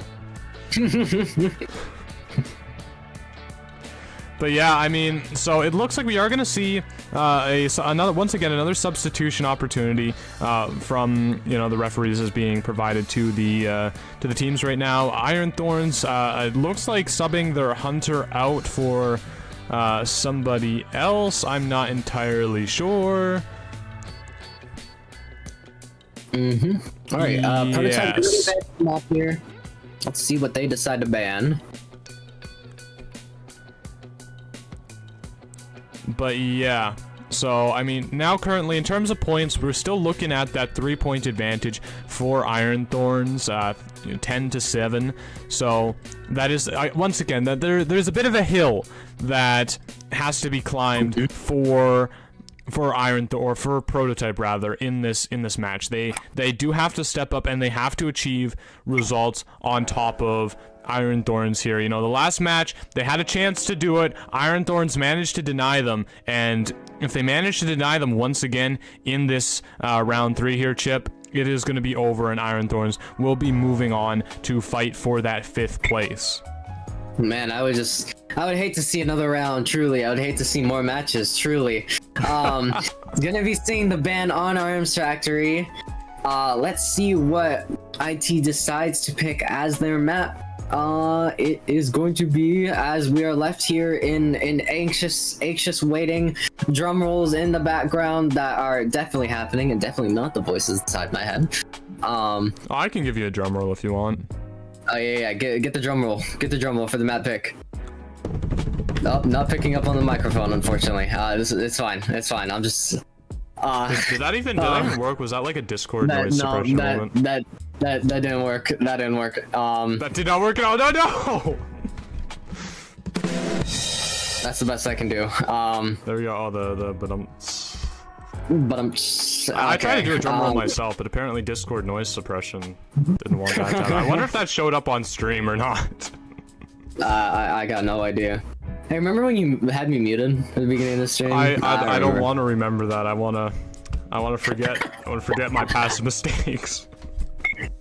I can't believe it. I've never done that before. Like, it was fine for everybody except for you, Chip. Somehow you were the person that I forgot for both times. I'm just the unlucky one. We are going to be seeing the Red Church getting the map play. All right. I'm not exactly a fan of Red Church, personally. Is that because you're a wheel main? Well, I just the survivors got too many things to work with, man. I just don't like. There's something about it. Something about it. I actually really like Red Church, to tell you the truth. I find it really easy to hit bombs in this map. Yes, I'm sure you do. I'm sure you do. What does that mean? You sound like you don't believe me just at all. No, I do believe you. I'm just saying, like, oh yeah, I'm sure it's just so easy for you, and I'm over here just like, oh yes, they're breaking infinite window over there. Oh yeah, transitioning into main. Oh yeah, using that window and pallet to get another transition speed boost up. Going over to the graveyard. Oh yep, transitioning over to the window palette, and then going to the other palette and transitioning over to the other window and palette. 2 windows there. I'm going insane. I don't know, something about this map. I just don't like it. It doesn't sit right with me. All right, well, I mean, of course, it is personal preference. We are going to see, once again, the faction order is going to be prototype on the hunter side first. I mean, they've done this for the last 3 times. Neither team really opting to change it, like it this way, so that's what they're going to continue doing, I guess. Yep, this is the way, as we are seeing here between our team deciding to go with the same thing. So, we are gonna not have the, no more wheel, sadly, unfortunately. He was already picked, but on the Red Church, it is a smaller map. I feel like you're able to control ciphers a lot easier on Red Church. Definitely don't have as bad of RNG as you would have on the bigger maps, and able to see, a few other hunters get play here. I'd love to see a Violetta, if that's a possibility. She did get that small buff as of recently, so that would be very cool to see. Fafa is known for his spider, and I mean, Red Church being her best map, so I mean, maybe that is the idea. It was chosen by Iron Thorns, not Prototype, so I mean, maybe it wasn't the plan for Prototype, but I mean, it is still something Fafa has access to. I mean, maybe Iron Thorns will just ban it. We'll have to see. Yeah, we will have to see indeed. Red Church being would you say it's a good map for survivors or hunters? I think it can go either way depending on what you're playing. Yeah, I think it really depends on the hunter. Like for me, okay, if I'm playing Bon, I like this map because there's choke points. There's like choke points where I can be very sure where the survivor's going, and I can hit like good trick shot bombs. But if I'm playing like Bloody Queen, I don't like it so much because there's a lot of things for me to run into. So it really depends on your hunter, I think, this map. Gonna be seeing this year, Anti-Crane getting banned, the usual, of course. Oh, they are gonna be opting to ban the Violetta and Disciple on the Red Church. Well, that sucks for me, doesn't it? Yeah. Look at these respect bans, though. When was the last time you saw a team banning Soul Weaver and Disciple in a tournament, Chip? That's a trick question because it's never happened. Never. Yeah, I mean, oh man, I would have loved to see a Violetta here. Gonna be going the first pick with the Florian, of course, on the Red Church. With those choke points, the Florian is able to utilize those pretty well, just like a Bon would be able to. Being able to block off those doorways, allow your survivors to be able to transition a lot easier, is definitely a strength that Florian has going for him. Yeah, very good. There was one match I saw in here where the fire investigator was playing with the frog skin, puts the ball right in front of, like, this is in the tournament too, and like, of course, the survivors transition into the center building, into the church there, and puts the ball right behind the survivor, so it just blows up right in the hunter's face, and he's just left there with despair as the big, bloated frog is just staring at you right in your soul while you break it. Oh no. I'm gonna be seeing the Novelist taking the 3rd ban and the Acrobat taking that 4th ban. Solid bans, definitely. Novelist, especially on this map, lots of pallets for him to be able to use. If he's just standing there, I mean, what can you really do? You're gonna be getting your face swapped, and then you're gonna be taking that extra 20% pallet stun that he's definitely gonna be bringing. So yep. Yeah, not a fun time. Not a fun time. An entomologist really doubling down on the synergy going into the church here. Like, 2 characters that just work great with choke points. Yeah, for sure. And also Melly being able to, you know, oil up those windows with that trait that she has, get that 10% vault increase, true. you know, which can come in handy from time to time. And especially if you're a slower vaulter, you know, we don't have a slower vaulter on this team, but either way, just having a bit of faster vaults there can be helpful from time to time, especially if you're trying to win mind games at like a really bad pallet in the middle or something.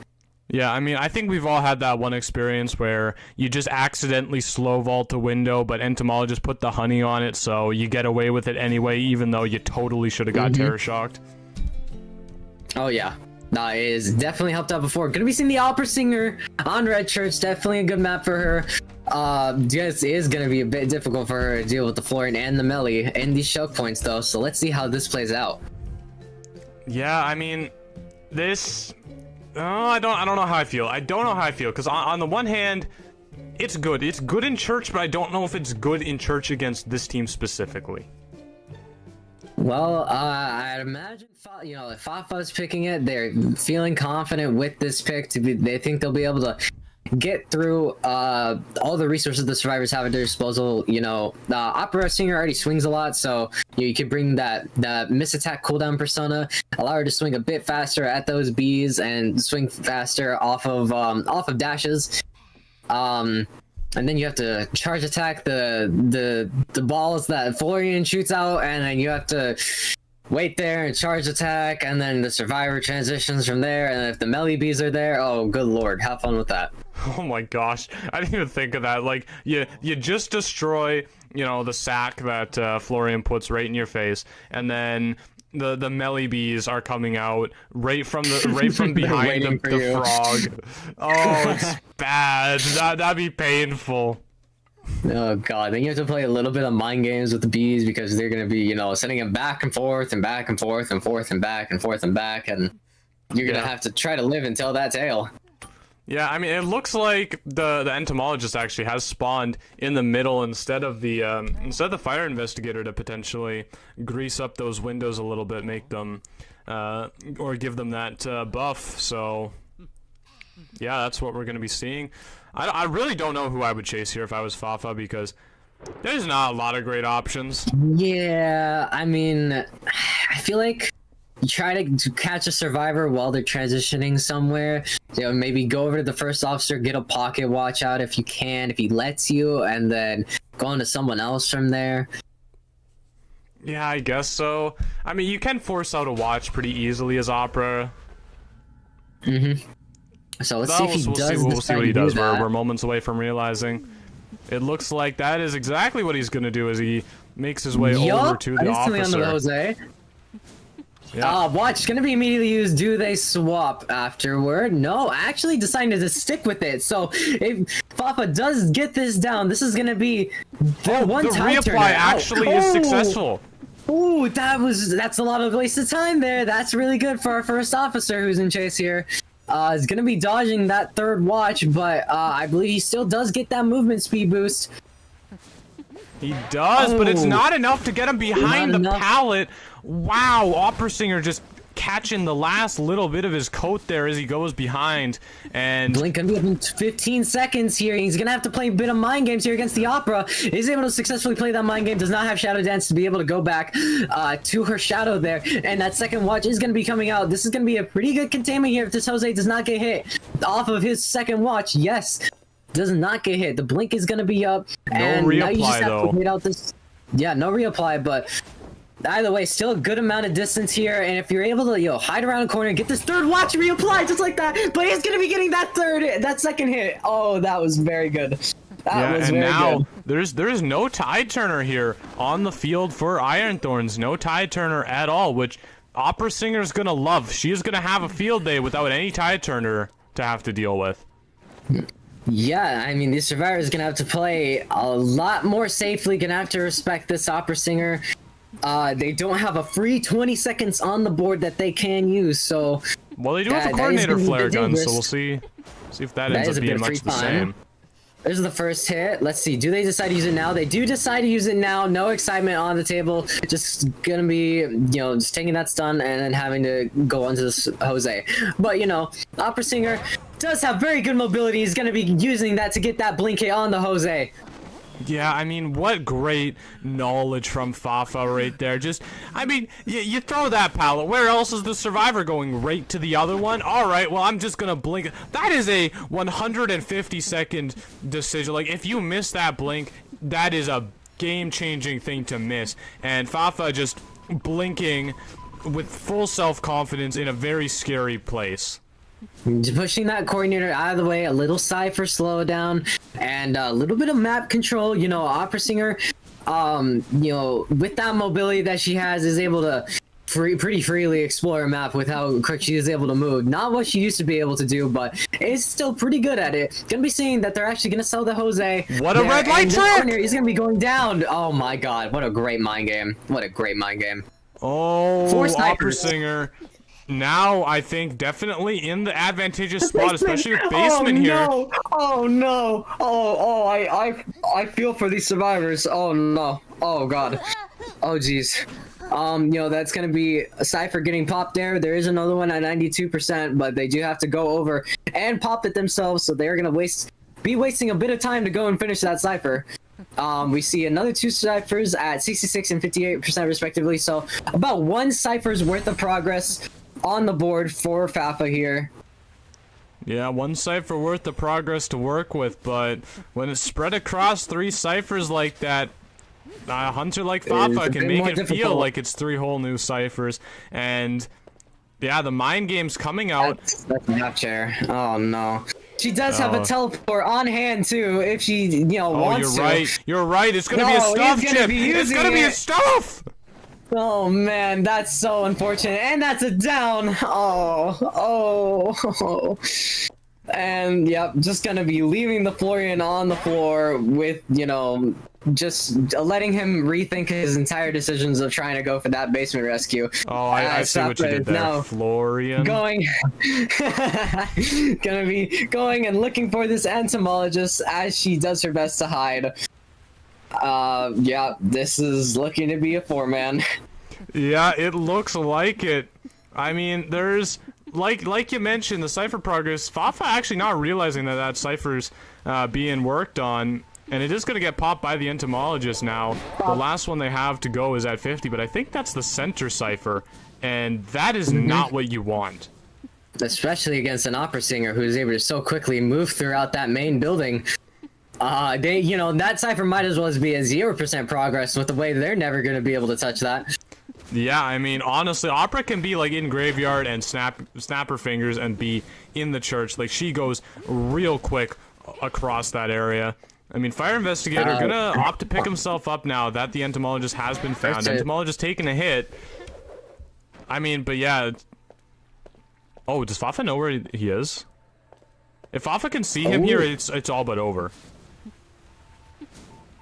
I think he's realized. He might have gotten the notification at the window. Yeah, and he sees the trail now. Yep. He sees the trail, and now, yeah, Fire Investigator is gonna get tunneled out, everybody, and he has to pray that this Ento can get back to that Cypher in time. That's not gonna happen. And yep.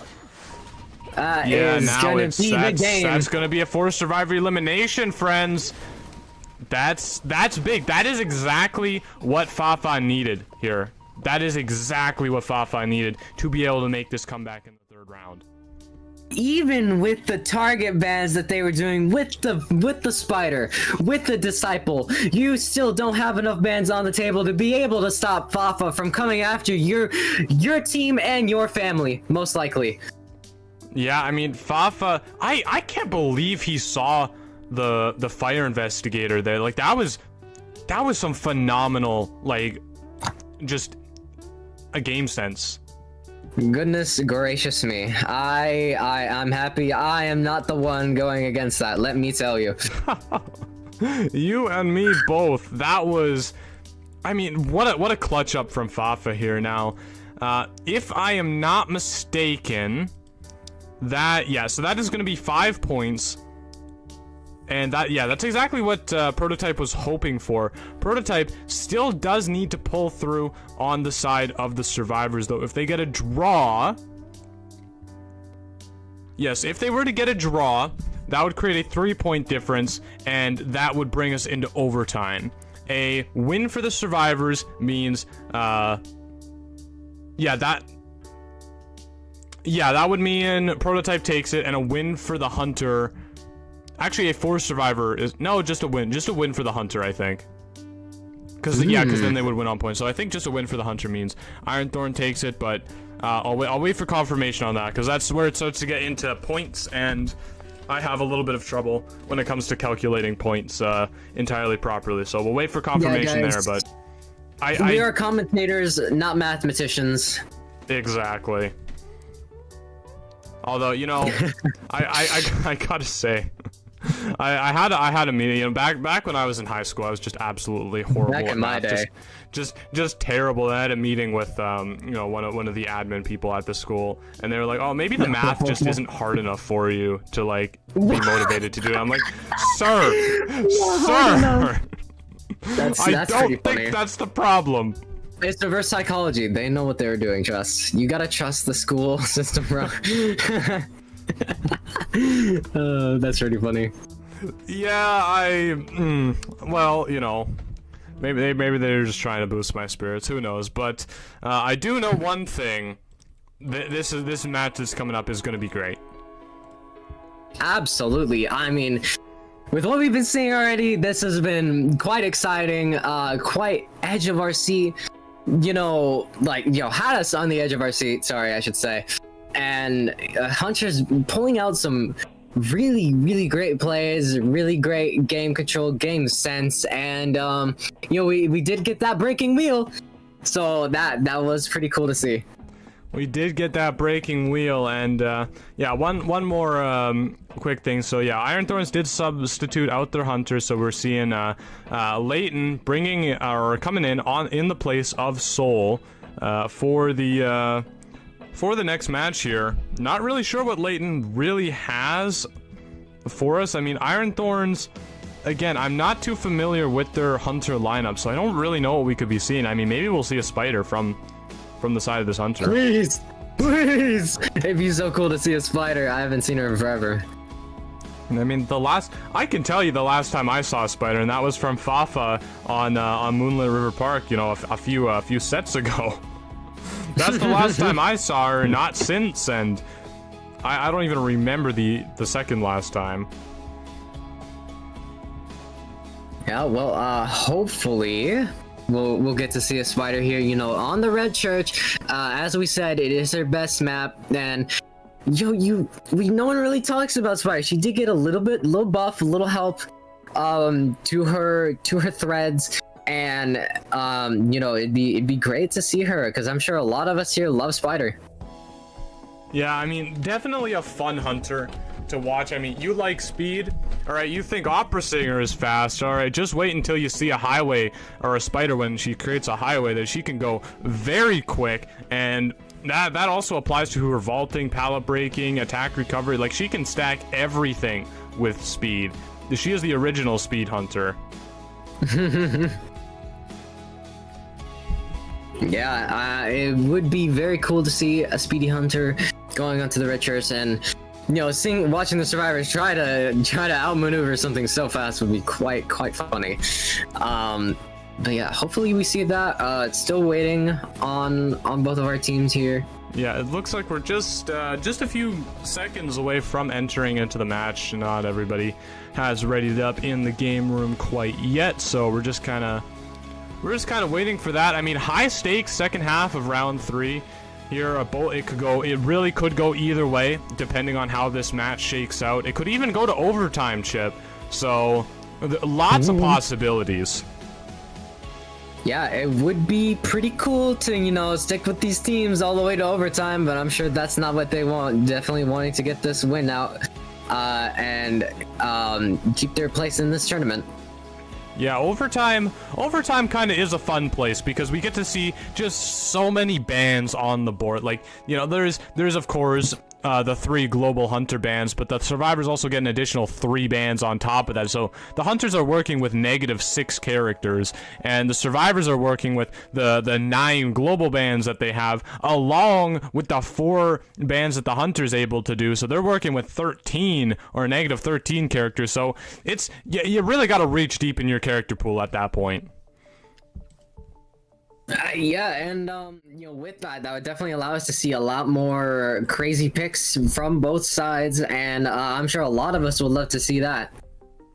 Yeah, Fire Investigator right out of the gate being banned from Layton, not wanting to deal with that, leaving potentially an Antiquarian open. Antiquarian could exist here, and that could be a pain, especially if he's trying to go for an Opera in this round. Yeah, so we'll be seeing what they decide to ban. Looks like they're going to be going with the Hullabaloo and the Opera Singer. Yup, confirming that in. Okay, so that is the Hullabaloo and the Opera Singer off the table in the Red Church. Two solid picks for Red Church, no longer able to be played. So, yeah, we'll see what they're going to expect or what lane is going to be playing. Yeah, I mean, we have a very, very safe comp being played so far. I mean, we have First Officer Psychologist. I kind of want to see a Lucky Guy. I think Lucky Guy actually would be okay here. This is one of his best maps, lots of chests in a lot of places. He does have Veterans bonus to lean on, and he can adapt himself to any team comp and against any hunter. So if you're not sure what Layton is playing, Lucky Guy here, actually not a bad idea, but Antiquarian may be a better idea because it's still open and Prototype is not going to say no to that invitation. Yeah, gonna be seeing the Acrobat and the Priestess getting those final bans. Yeah, that's about what you'd expect. I feel like Priestess able to have really good portals up to be able to help her Survivor teammates transition very well, and those small stuns do matter from time to time. Even if you do bring that the Desperate Fight or the Addiction, still can be very annoying. Gonna be seeing the Professor coming out here. Yeah, nothing too crazy. Yeah, look, just a very safe, like pretty much a little bit of this, a little bit of that in this team comp, something for everything.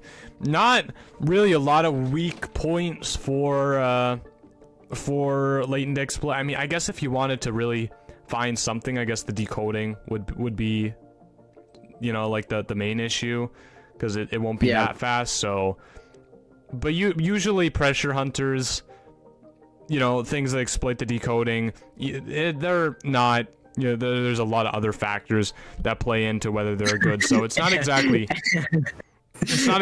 weakness that exists too much. Yeah, Antiquarian having the I hate IDV persona build, the complete opposite of what we saw in the last round with Embalmer's persona. First Officer having his Resu build. I wonder what that's all about. Psychologist bringing Eli build. Not sure if that's an Eli per se, but I'm sure it works.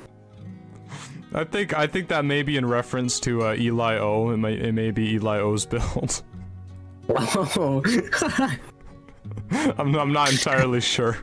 I really love that Antiquarian, has definitely adapted. All it took was one match. It pushed her over the edge, and now I love IDV has turned into I hate IDV. It's gonna be a smiley face. Woo! Please lock it in. Yes! Oh, yes! boy! Okay! So, going the Smiley pick, that does counter the Professor, and Smiley, he traverses around the map a lot, does like getting those injuries, so if you do get that first injury on the Psychologist, and then she's forced to have to use that tank heal on someone else, if he starts getting more and more injuries, that with his rocket parts especially, that healing speed is definitely gonna be tallying up, and it's gonna hurt. Smiley Face also able to mind game out some of those Antiquarian flutes. 3 flywheels on the board here, though, to be able to flywheel into Smiley rockets, if that, as another thing that they can do. But Smiley Face got buffed recently. Even if you do flywheel that rocket, he's not going to be losing those rocket parts, able to put them back on, and it's still going to be just as dangerous, just a little bit of extra waste of time.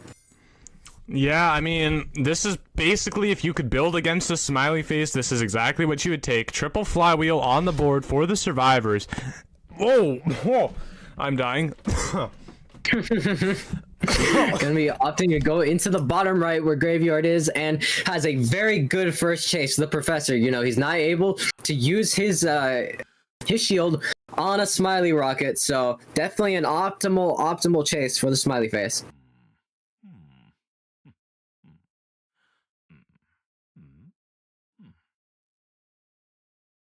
Yo7 is currently dying. Very, very unfortunate. We might need a new commentator. Guys, I'm joking, don't worry. But, yeah, so...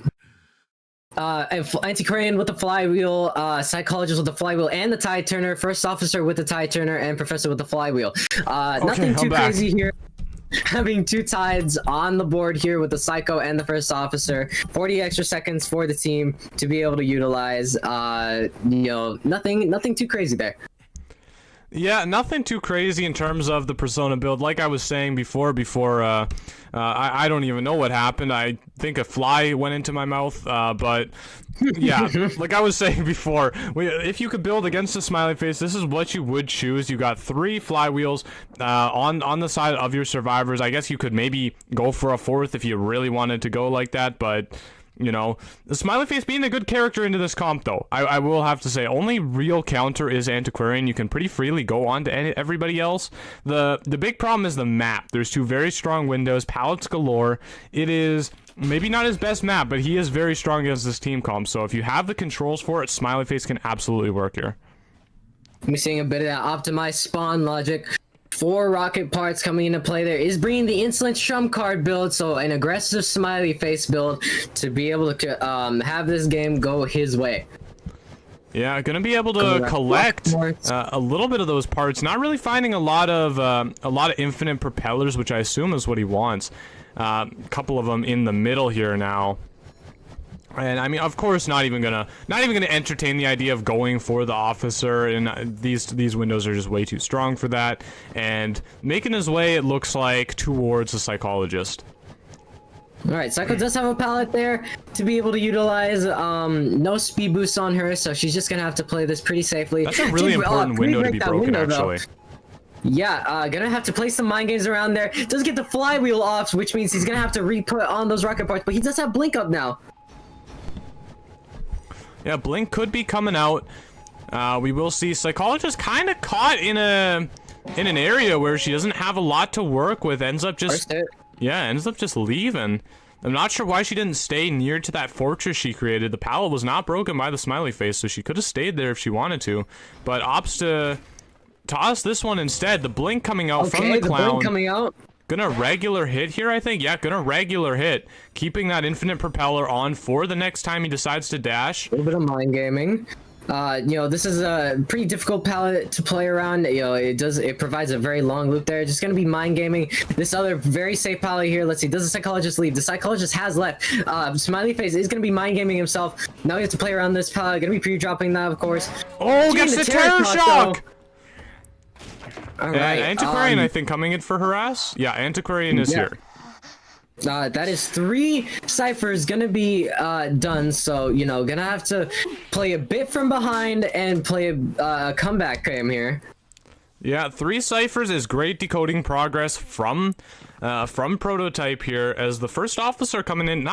First officer, maybe not the best against Clown, but still not a lot you can do against him when he's trying to rescue, because you don't want to lose that rocket dash, and he can play around the chair almost better than anyone else. And there, exactly that happens. Rocket dash has been wasted now. And a chair hit to boot, and now the psychologist is able to get away. First officer not even taking damage. Yeah, that is really not what you want to happen if you're this smiley face. I mean, that was pretty greedy to be going for those hits there and trying to go for that terror shock. But you know, with risk comes reward, but unfortunately, no reward is going to be had out of those risks that he was taking. And that is a no damage rescue. These survivors in pretty great positions, and those 2 final ciphers both at half. Yeah, the good news for the smiley face here, he does have a lot of parts still. He picked up a lot of parts in the early game. 3 modified drills, 3 propellers, 2 wind wings. Probably not going to run out of those for the rest of the game. Honestly, he will more than likely be okay. Body block though. Oh, the flywheel! Oh my god! Wow, it's crucial. That was crucial. That was a crucial flywheel. Now they get those ciphers done, and they probably just pop. Nope, they can't pop anymore. First officer gonna be being put on a chair here. Yeah, I mean, he's gonna go for this psychologist. Now the problem is psychologist the only character that does not have borrowed time here. So, I mean, the real question is she has or she has Tie Turner instead. So the clown may not know that, may assume borrowed time does still exist for her, and they pop anyway. All right, so. Yeah, you know, with that pop, they're just gonna be pushing gates now, and you just have to try to get that down, swap over to a teleport, try to chair her as fast as you possibly can, and, you know, teleport over there. Yeah, even if you teleport, it's not enough time. This gate is already done.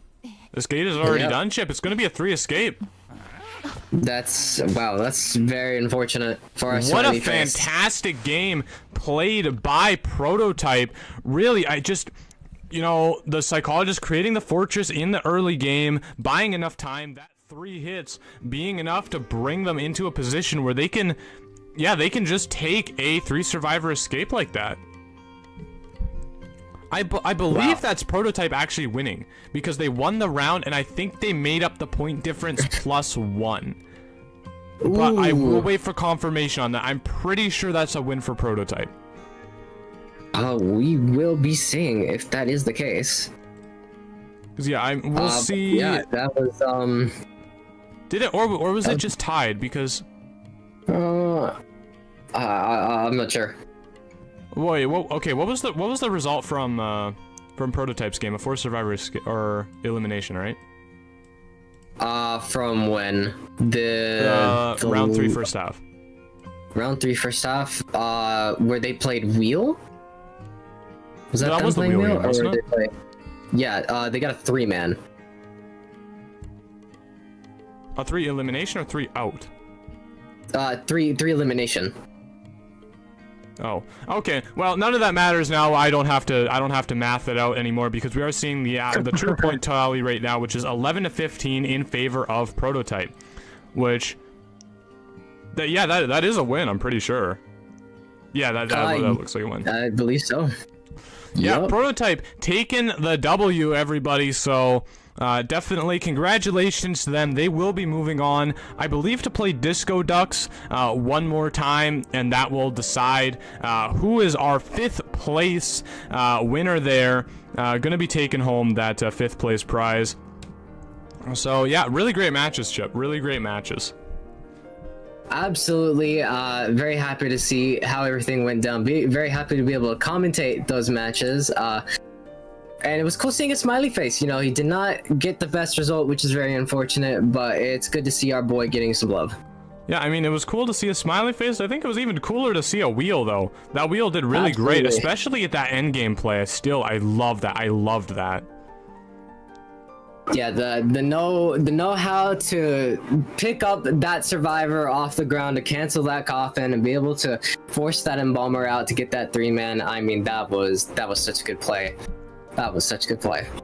Yeah, well, it was a good play, I think, from all directions. Prototype really pulling through in the 3rd round when it counted, and just achieved great results from the Hunter and the Survivor. Both sides played amazing, you know, and yeah, I mean, just really phenomenal Identify being played all around. But yeah, we will be heading into a short intermission here. Do you have anything to say beforehand, Chip?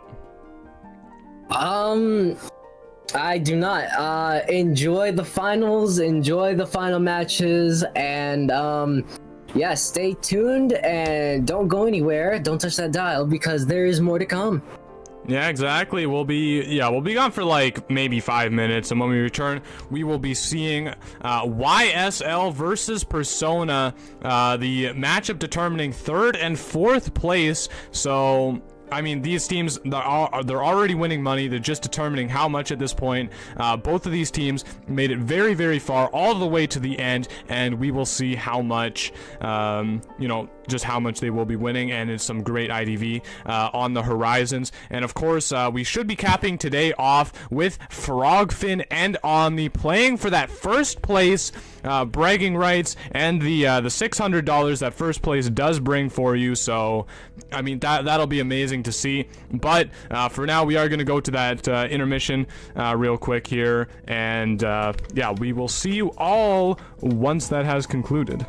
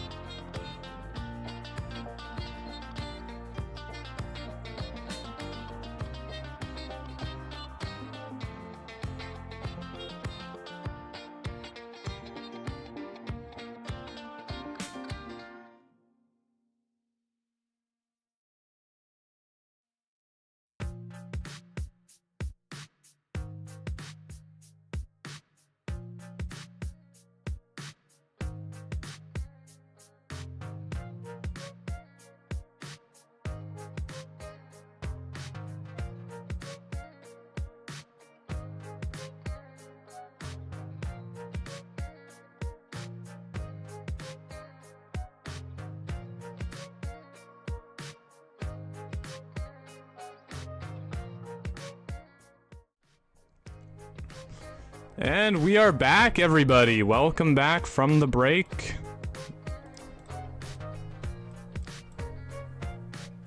Yeah, we're gonna be, yeah, it looks, okay, so it looks like we're gonna be going with YSL and Persona.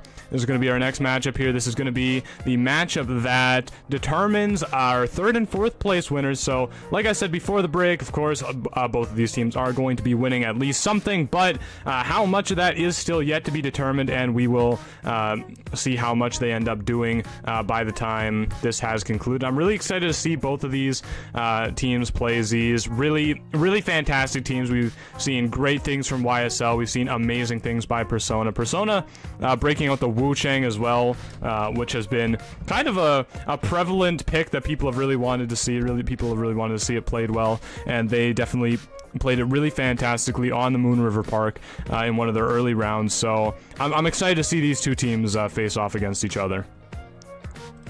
Yeah, exactly. I mean, this is the last set that we have before the finals between Frogfin and Omni, I believe.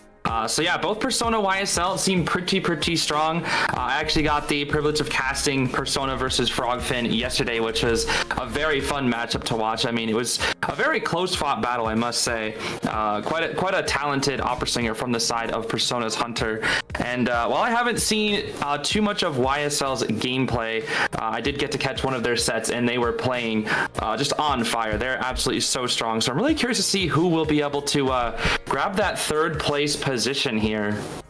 Yeah, it will be really interesting to see both of these teams. I think particularly on the Hunter side, although definitely not to, you know, take away from the survivors, but particularly on the Hunter side, I've really enjoyed watching both of these teams go to work. You know, the Hunter for Persona, like I mentioned before, bringing out that Wu Chang, has a very scary opera singer in tow as well, and just been playing to perfection. And also the Hunter for YSL bringing out a Bloody Queen and getting a forced survivor elimination with it, which is just, I mean, it's just why I still can't believe it happened.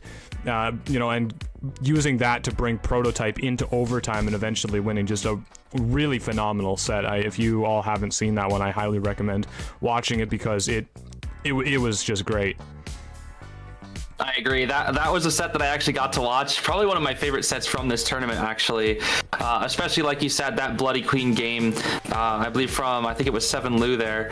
And it was crazy how close it was, and the fact that Bloody Queen needed the 4 elimination as well. It was like all the stakes were on, and they were just barely able to get it. I mean, those are the types of games that I love most in IDV, just the ones that are so close, so hard fought. They just make for some of the best, most memorable games, especially when you know, you get into an overtime situation where each team is just going back and forth, trading blows, and just no one wants to give up that win. And, you know, sometimes in overtime it'll go to time, but I don't believe it went to time last time. I think YSL did come out in terms of results in that overtime, beating out Prototype there. So, again, hard fought battle, but both these teams, they had to fight to make it their way here. And while they might not be able to get that first place, they should be able to have a really fair fight going at this 3rd place position here, which I know a lot of people are very excited for here. Yeah, absolutely. And I mean, you know, 3rd place, of course, is not like it's a small prize for 3rd place at all. Like, you know, these teams are still fighting for $400 will go to whoever takes 3rd place, and of course the loser will still get 300 big ones as well. So there's still money to be won for sure in this matchup. It's not like, you know, it's not like they're fighting over table scraps here. So it's, you know, it's nice to be able to kind of have that where you know, even though a team is eliminated, they're still able to come back on another day and, you know, give us another really great showing.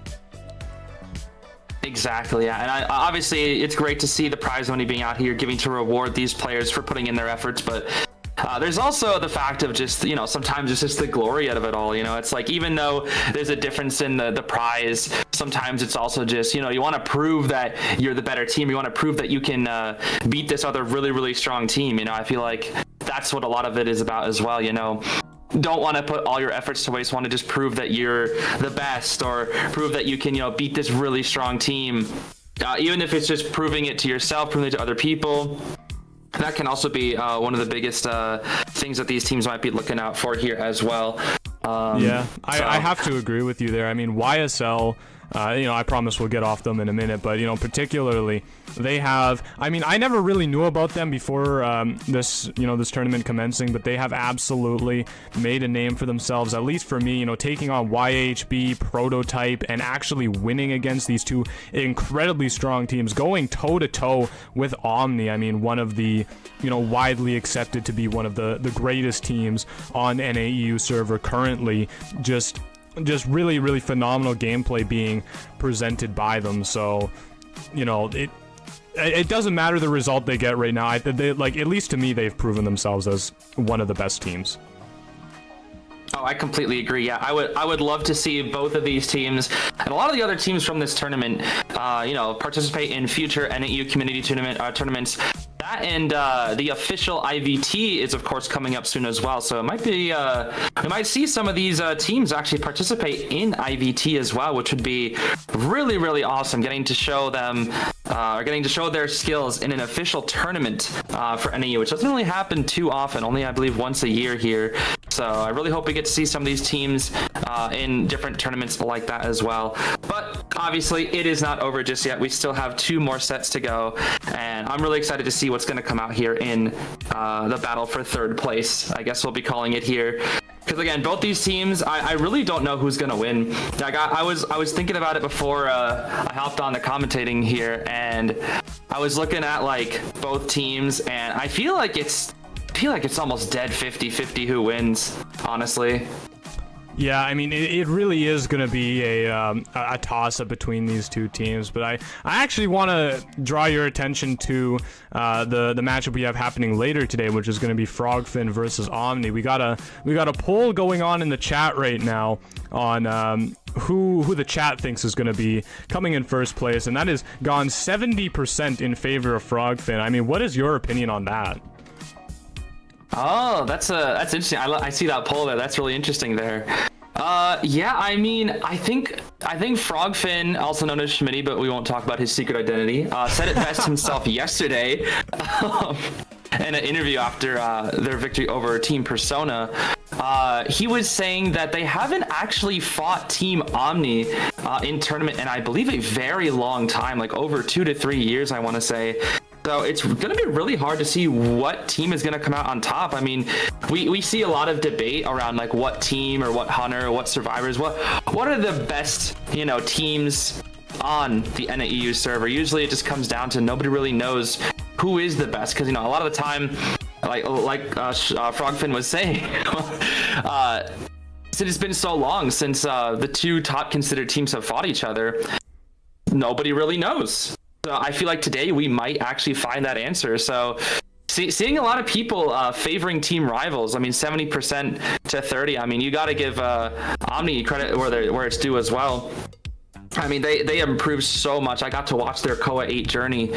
I got to see them improve so much. I mean, rivals obviously improved so much as well, but I feel like the rate of improvement that Omni made going into KOA 8 group stage was far more than Rivals, but I feel like Rivals had a better starting position when it came to their gameplay in the actual qualifiers for the NAEU KOA 8 there. So yeah, I mean, it's going to be tough. I mean, if maybe Team Frogfin had a better early start, but if Omni's rate of improvement catches up to them, it's going to come down to those like really small in-game interactions. I mean, it could really go either way.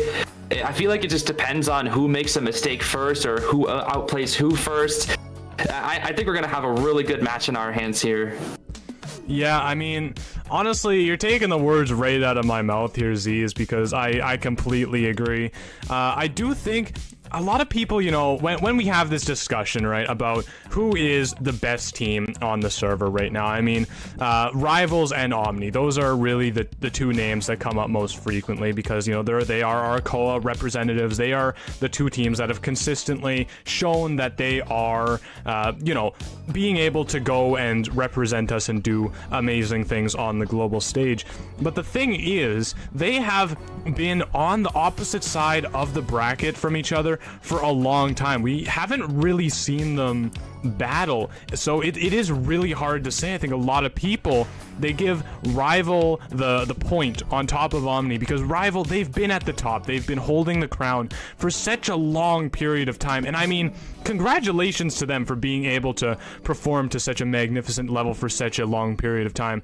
But the thing is, you know, Omni being a bit more of a newer team, they have proven themselves, you know, in my opinion at least, time and time again. They've done amazing things. They just haven't been at it for as long as Rival, and I think that is a big reason why people, you know, do generally tend to give Rival that little bit of an edge on top of them. But I mean, here today we will be proving which one of these teams, you know, really has what it takes. Obviously, it's not a definitive solution, but it will be very, very interesting to watch them face each other in a tournament setting for the first time in a very long time.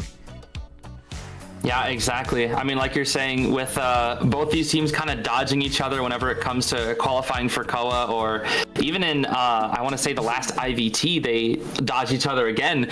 They just never really seem like they're fighting each other too often, which I feel like is just really interesting. So maybe we'll see that again, maybe in IVT, or maybe next year, and for KOA we'll have to see these two teams fight it out. But for today, we're actually going to be able to see them go at it again for first time in a long time here. And like you said, I mean, the Rivals has been around for so long. I mean, in the previously known as B4U, they have been, I think at least for Frogfin, his secret identity himself, has been competing all the way back since KOA 2 on a team called AO, I want to say. So I mean, we just finished KOA 8 and you were participating in KOA 2. I mean, that's a lot of years of experience that you got under your belt there, right? Oh, absolutely. That's just insane. It is really kind of funny though how they just, every time it feels like they're on the opposite side of the bracket as Omni is. Even in this tournament, they were on the opposite side of the bracket. The thing about this tournament is there's only one winner, so they have to meet each other eventually, but like just the coincidences are just really striking. Right, it's just somehow these teams always manage to just keep dodging each other, even though I don't even think it's intentionally seeded that way. It just usually, I guess it's just a coincidence, I don't know, but they are fated to go up against each other here today, and I guess people will finally get that answer of who they think the best NAU team might be. Now, of course, one set does not determine who the better team is, like objectively. Obviously, there are still arguments to be made. You know, we see plenty of sets of in IJL, IVL, KOA, where a team will go up against another team, they'll win, team A will win, and then, you know, the next day team B will win. Because like that's just sometimes how it goes. You know, sometimes it just depends on how the players are playing in that day. Maybe it could just be a crucial mistake being made, and then, you know, one of the factions being able to capitalize off said mistake. I mean, there's so many things that goes into a game like Identity 5, and I feel like judging a team, like when they're so high skilled at such like an equal level, it's really hard to determine who can come out on top. But again, it should be a really fun watch, considering, like I was saying earlier, with the rate of improvement that Omni has been showing us lately. So again, when it comes to that rate of improvement, I think it's really interesting to think about that the closer you are to the top, the slower you get better, and the farther you are from the top, the faster you get better, because there's, you know, a lot more references and materials out there to help grow and increase your skills there. But once you start getting to the top of the mountain, I mean, you got to start covering new ground that nobody's ever done before. So maybe if that's the case where Rivals is, if they're at the top of that mountain, they're going to have to create new ground there, while Omni is able to you know, see their footholds and start chasing after them real fast. So again, it really comes down to if that rate of improvement has caught up, or if Rivals maybe just you know, might not expect what Omni is capable of. So I don't know. It looks like a lot of people are betting it on Rivals, but I think Omni has a very strong chance. Yeah, I mean, I think you brought up a really interesting point there, actually, which is the fact that, you know, once you reach the top, you know, once you climb the mountain and make it all the way up there, you know, you don't have a lot of precedent or things to go off anymore. You know, all of the theory and things that were crafted by people before you, like, you don't have any of that. You have to be the trailblazers. You have to be making things up and being creative and doing it on your own, which is significantly more difficult, you know, especially in a game like this that is constantly evolving, constantly changing. You know, you really have to always be ahead of the curve, and I mean, Rival really does deserve a lot of credit for, you know, being there as long as they have. Exactly. Yeah, I think you brought up another great point with how the game is always constantly evolving. Something that is really interesting to bring up is we got all those new buffs and nerfs and persona web adjustments coming up soon, and it's gonna make rank very different, but it's also gonna affect tourneys quite a bit as well. I mean, so many different characters who we might not have even seen as meta or a threat might actually be creeping their way up to, like, maybe the top of the tiers. I know people are talking about a potential Hermit. Like, Hermit could potentially be very, very strong upcoming with these new persona web adjustments. So, I mean, with the meta constantly evolving, it's hard to be consistent and be able to keep up with all these players. Like, for example, I know sorry, Zeez. I'm so sorry to interrupt you, but I do. Okay, so we are seeing a little bit of a issue here with the matchup between YSL and Persona. So it looks like YSL has not been able to field a team. If I'm getting it correctly, it's hard to exactly know because there's a lot of things that's happening. So we're just seeing now on the live show Persona survivors going up against the Hunter from Prototype who just played, and then we'll see if things smooth out from there. I'm not exactly sure. That's just what we're being told to pipe through right now. So that's what we're seeing here. Fafa IDV going up against the survivors of Persona, and we'll hopefully have more updates for you all after this match finishes in this currently kind of bizarre situation. I see. Okay, so a bit of a exhibition match or something, then I'm guessing. Yeah, it seems like it, and the team's definitely acting like it, as we see Mind's Eye batter Aeroplanist Cowboy as the composition from Persona on Darkwoods of all things. So yeah, that is quite interesting, I must say. While banning out Antiquarian, Entomologist, Thief, and Magician. How interesting.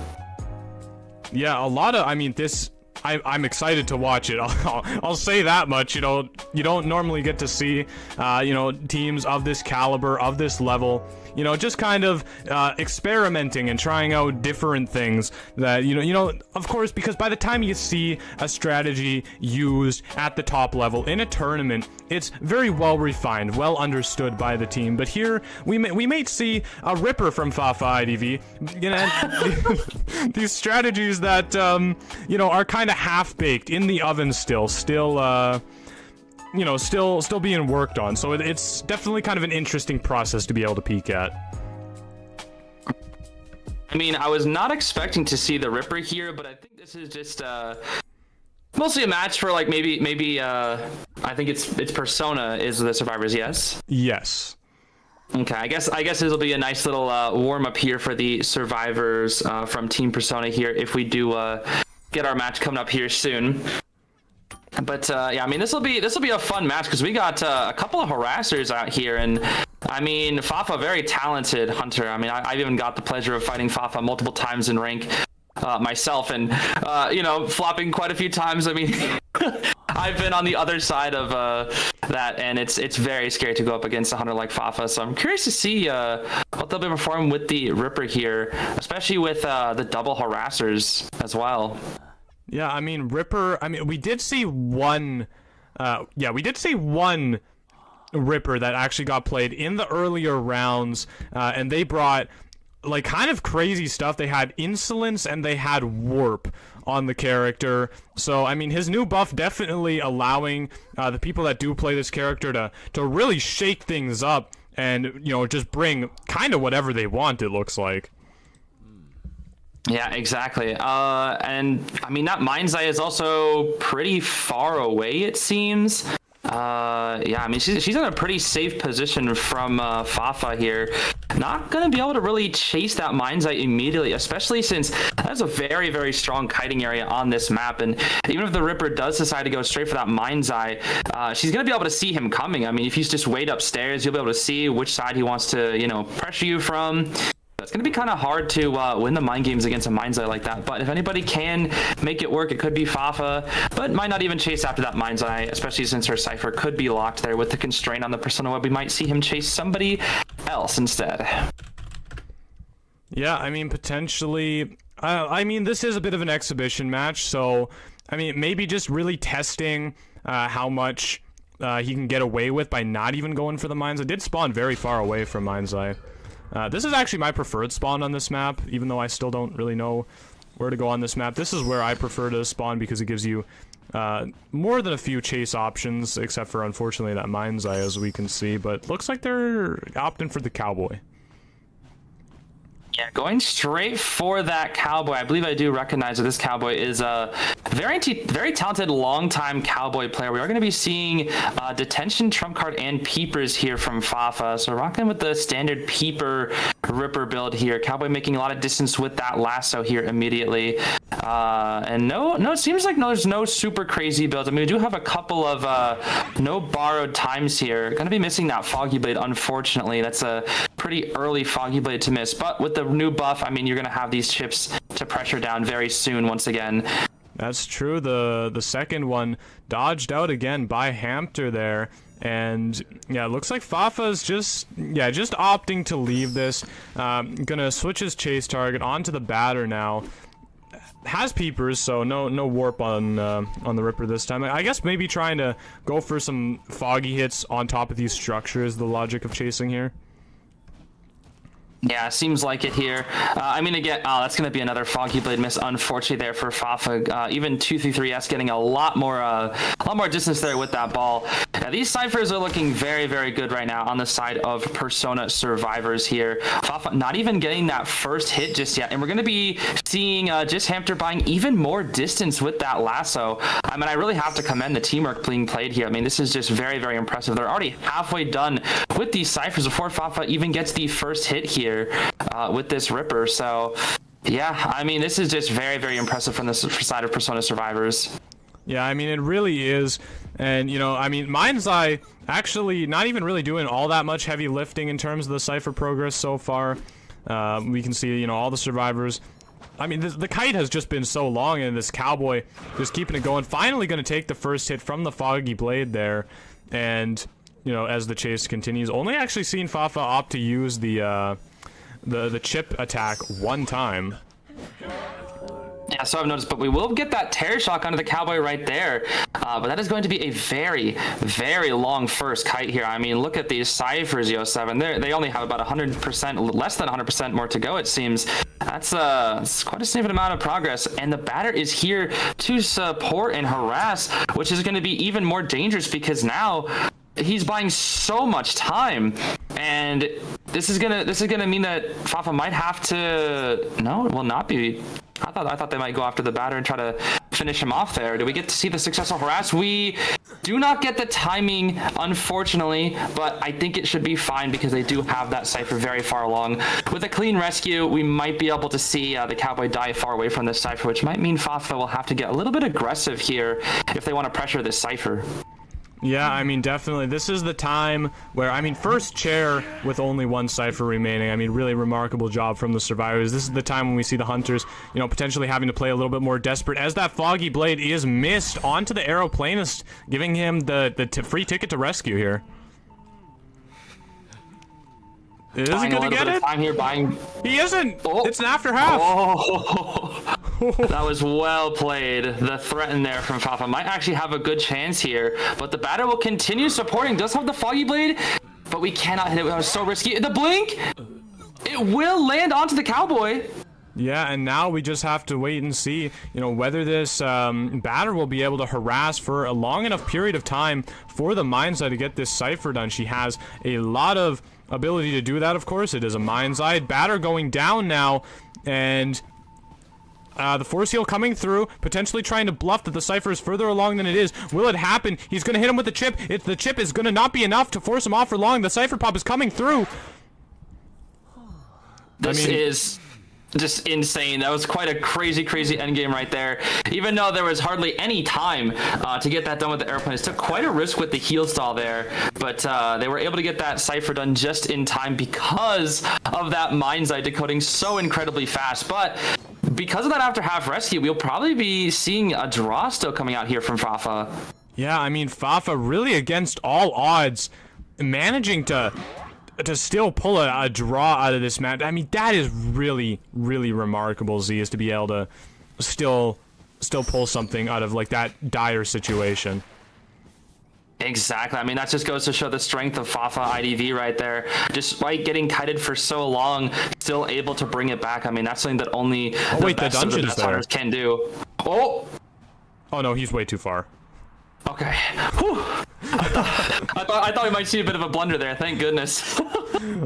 Oh, it looks like he's. Oh no! Playing with your food. And it's gonna I see. be a chair. Oh, that's funny. Oh dear, man, that's. Is that Fafa IDV or is that me playing rank? I'm not sure. Oh, that was a good match. I'm seeing the chat enjoying it as well. That's awesome to see. Yeah, that was actually a really fun match to watch. I mean, really good from the Persona survivors. I really hope that's a good warm up for their match. Do we have any new info on our battle for third place at all at the moment? We do. Unfortunately, it is not good news, as it looks like. So YSL, they just weren't able to field a proper team within 30 minutes of making it, and so that is gonna result in a disqualification. I am not entirely sure what that is gonna mean for the prize pool, because I know there are a few stipulations in the rules that state that the prize can be, like, you know, if the staff deems it necessary, that the prize can be removed from one team, and it will just be distributed between, you know, the top 6, and that team will be removed, so it'll work kind of like that. Or if they will just be getting whatever the 4th place prize is. I'm still waiting for that determination, but as of now, they have been disqualified, so that is going to result in Persona winning at least the 3rd place.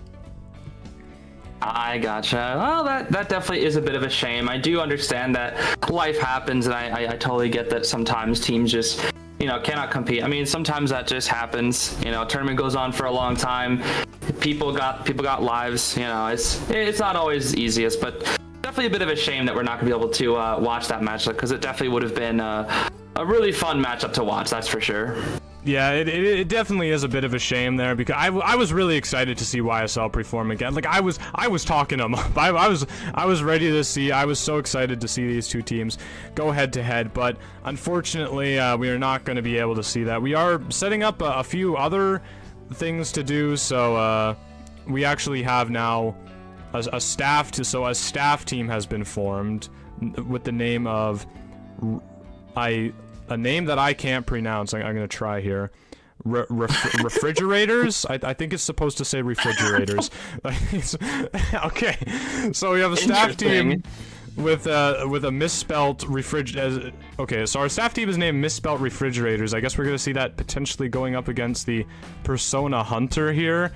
We'll have to wait and see for that, but we will at least have something to watch here, Zeez. Well, that's good. I'm glad I didn't show up for nothing. That's good. Team Refrigerators, though, that is definitely something, huh? Yeah, I don't know how I feel about the staff team naming themselves misspelt, by the way, Refrigerators. So there must be a story behind that. There has to be. There really is. I mean, gosh, I want to know what the story. I'm gonna go ask the staff afterwards, like what the thought process was there, because I'm curious, what compels you to name your team Refrigerators? Exactly. Yeah, that's what I need to know right now. I'm kind of curious. Do we know what staff members will be participating? Not quite yet. I think we're probably just gonna have to wait to get into the match to see, because I mean we do have a fair amount of staff helping us run things. You know, please show some love in the chat for the staff members, because they've helped you know, keep the ship above water throughout the entirety of the tournament. So you know, give them some love in the chat, please, because you know they're of course they're not here getting the privilege to commentate like myself, like Zeez here, and you know they're putting in a lot of work, and they do deserve it for sure. I mean, I've got to participate in several tournaments myself, and you know, even got to commentate for some tournaments in the past, and I'm just so impressed when you know, a good staff team comes together, makes a tournament just run so well. And I know I've said it privately before, but I think Yo7 and the rest of the staff team are doing an absolutely great job, and I think that's also just shown from the viewers out here. I mean, I've been seeing a lot of positive feedback from the viewers, being really excited for these matches here. So I'm really happy that this tournament has been a success, I guess I should say. Yeah, a success in a lot of ways. You know, I think it has done a great job at kind of merging potentially a bit more of a casual audience with, you know, a very competitive tournament. And you know, that's a great thing to see, because all of us here on the staff team as well, and you know, many of the competitive players as well, and content creators and all of that, want to see the competitive side of this game for this server really grow and blossom. And you know, tournaments like this are a really great opportunity to do that. So yeah, of course, we just gotta give our love to the staff team and everybody working on these things, and you know, just you know, make sure to show positivity to everybody, I guess, at the end of the day. That exactly is what I want to hear. Looks like we will be readying up here for this match. I actually do recognize a couple of these names here. Shout outs to Kamina, who ran the Just Casual Have Fun tournament a while back. I do see that they will be playing in this match here as Cayman Dawn. But I mean, what are you expecting to see here? I mean, were you expecting to see your own staff fight it out here in a tournament? I mean, what's going through your head right now, Yo7? I mean, I'll be honest with you, Zeez. Oh man, I'm gonna get hated for this, but I'm expecting to see a forced survivor elimination happening from the Persona Hunter. I have to be honest with you. I'm not sure what map we're gonna be playing on here. They may just leave it as random. But yeah, this was not how I expected today to start out. I'll tell you that much. That's for sure. Yeah, it looks like we actually will be leaving the map pick up to fate here. It looks like what will it be? That is the big question here. I guess we'll have to find out. It is Sacred Heart Hospital. Okay, actually, you know what? I know you said forced survivor elimination, but with Sacred Heart Hospital, I mean, maybe there's a chance for at least one or two. Who can say?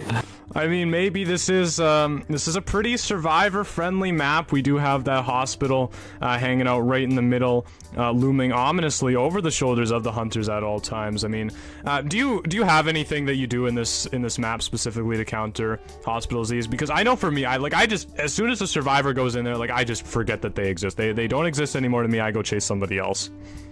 I am the exact same way. I either just say, like, screw it, we ball, or, like, I just go to somewhere else, because hospital is just, it's a nightmare. I mean, I do know that there are some hunters that have tricks. I do know that they're, like, some people predict the routes, but I am not one of those hunters, that's for sure.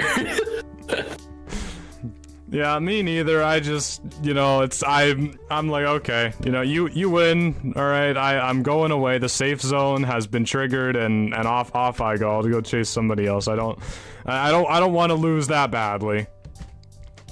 Exactly. It looks like the hunter will not be choosing to ban anything. I mean, I guess that we're just kind of you know, given a better chance here to the staff, letting them pick whatever they want here. Starting things off with a Knight and Meteorologist pick. I mean, those are two pretty strong survivors in the current meta. So yeah, maybe they will have a chance to get a few people out here. Yeah, potentially. We'll have to see.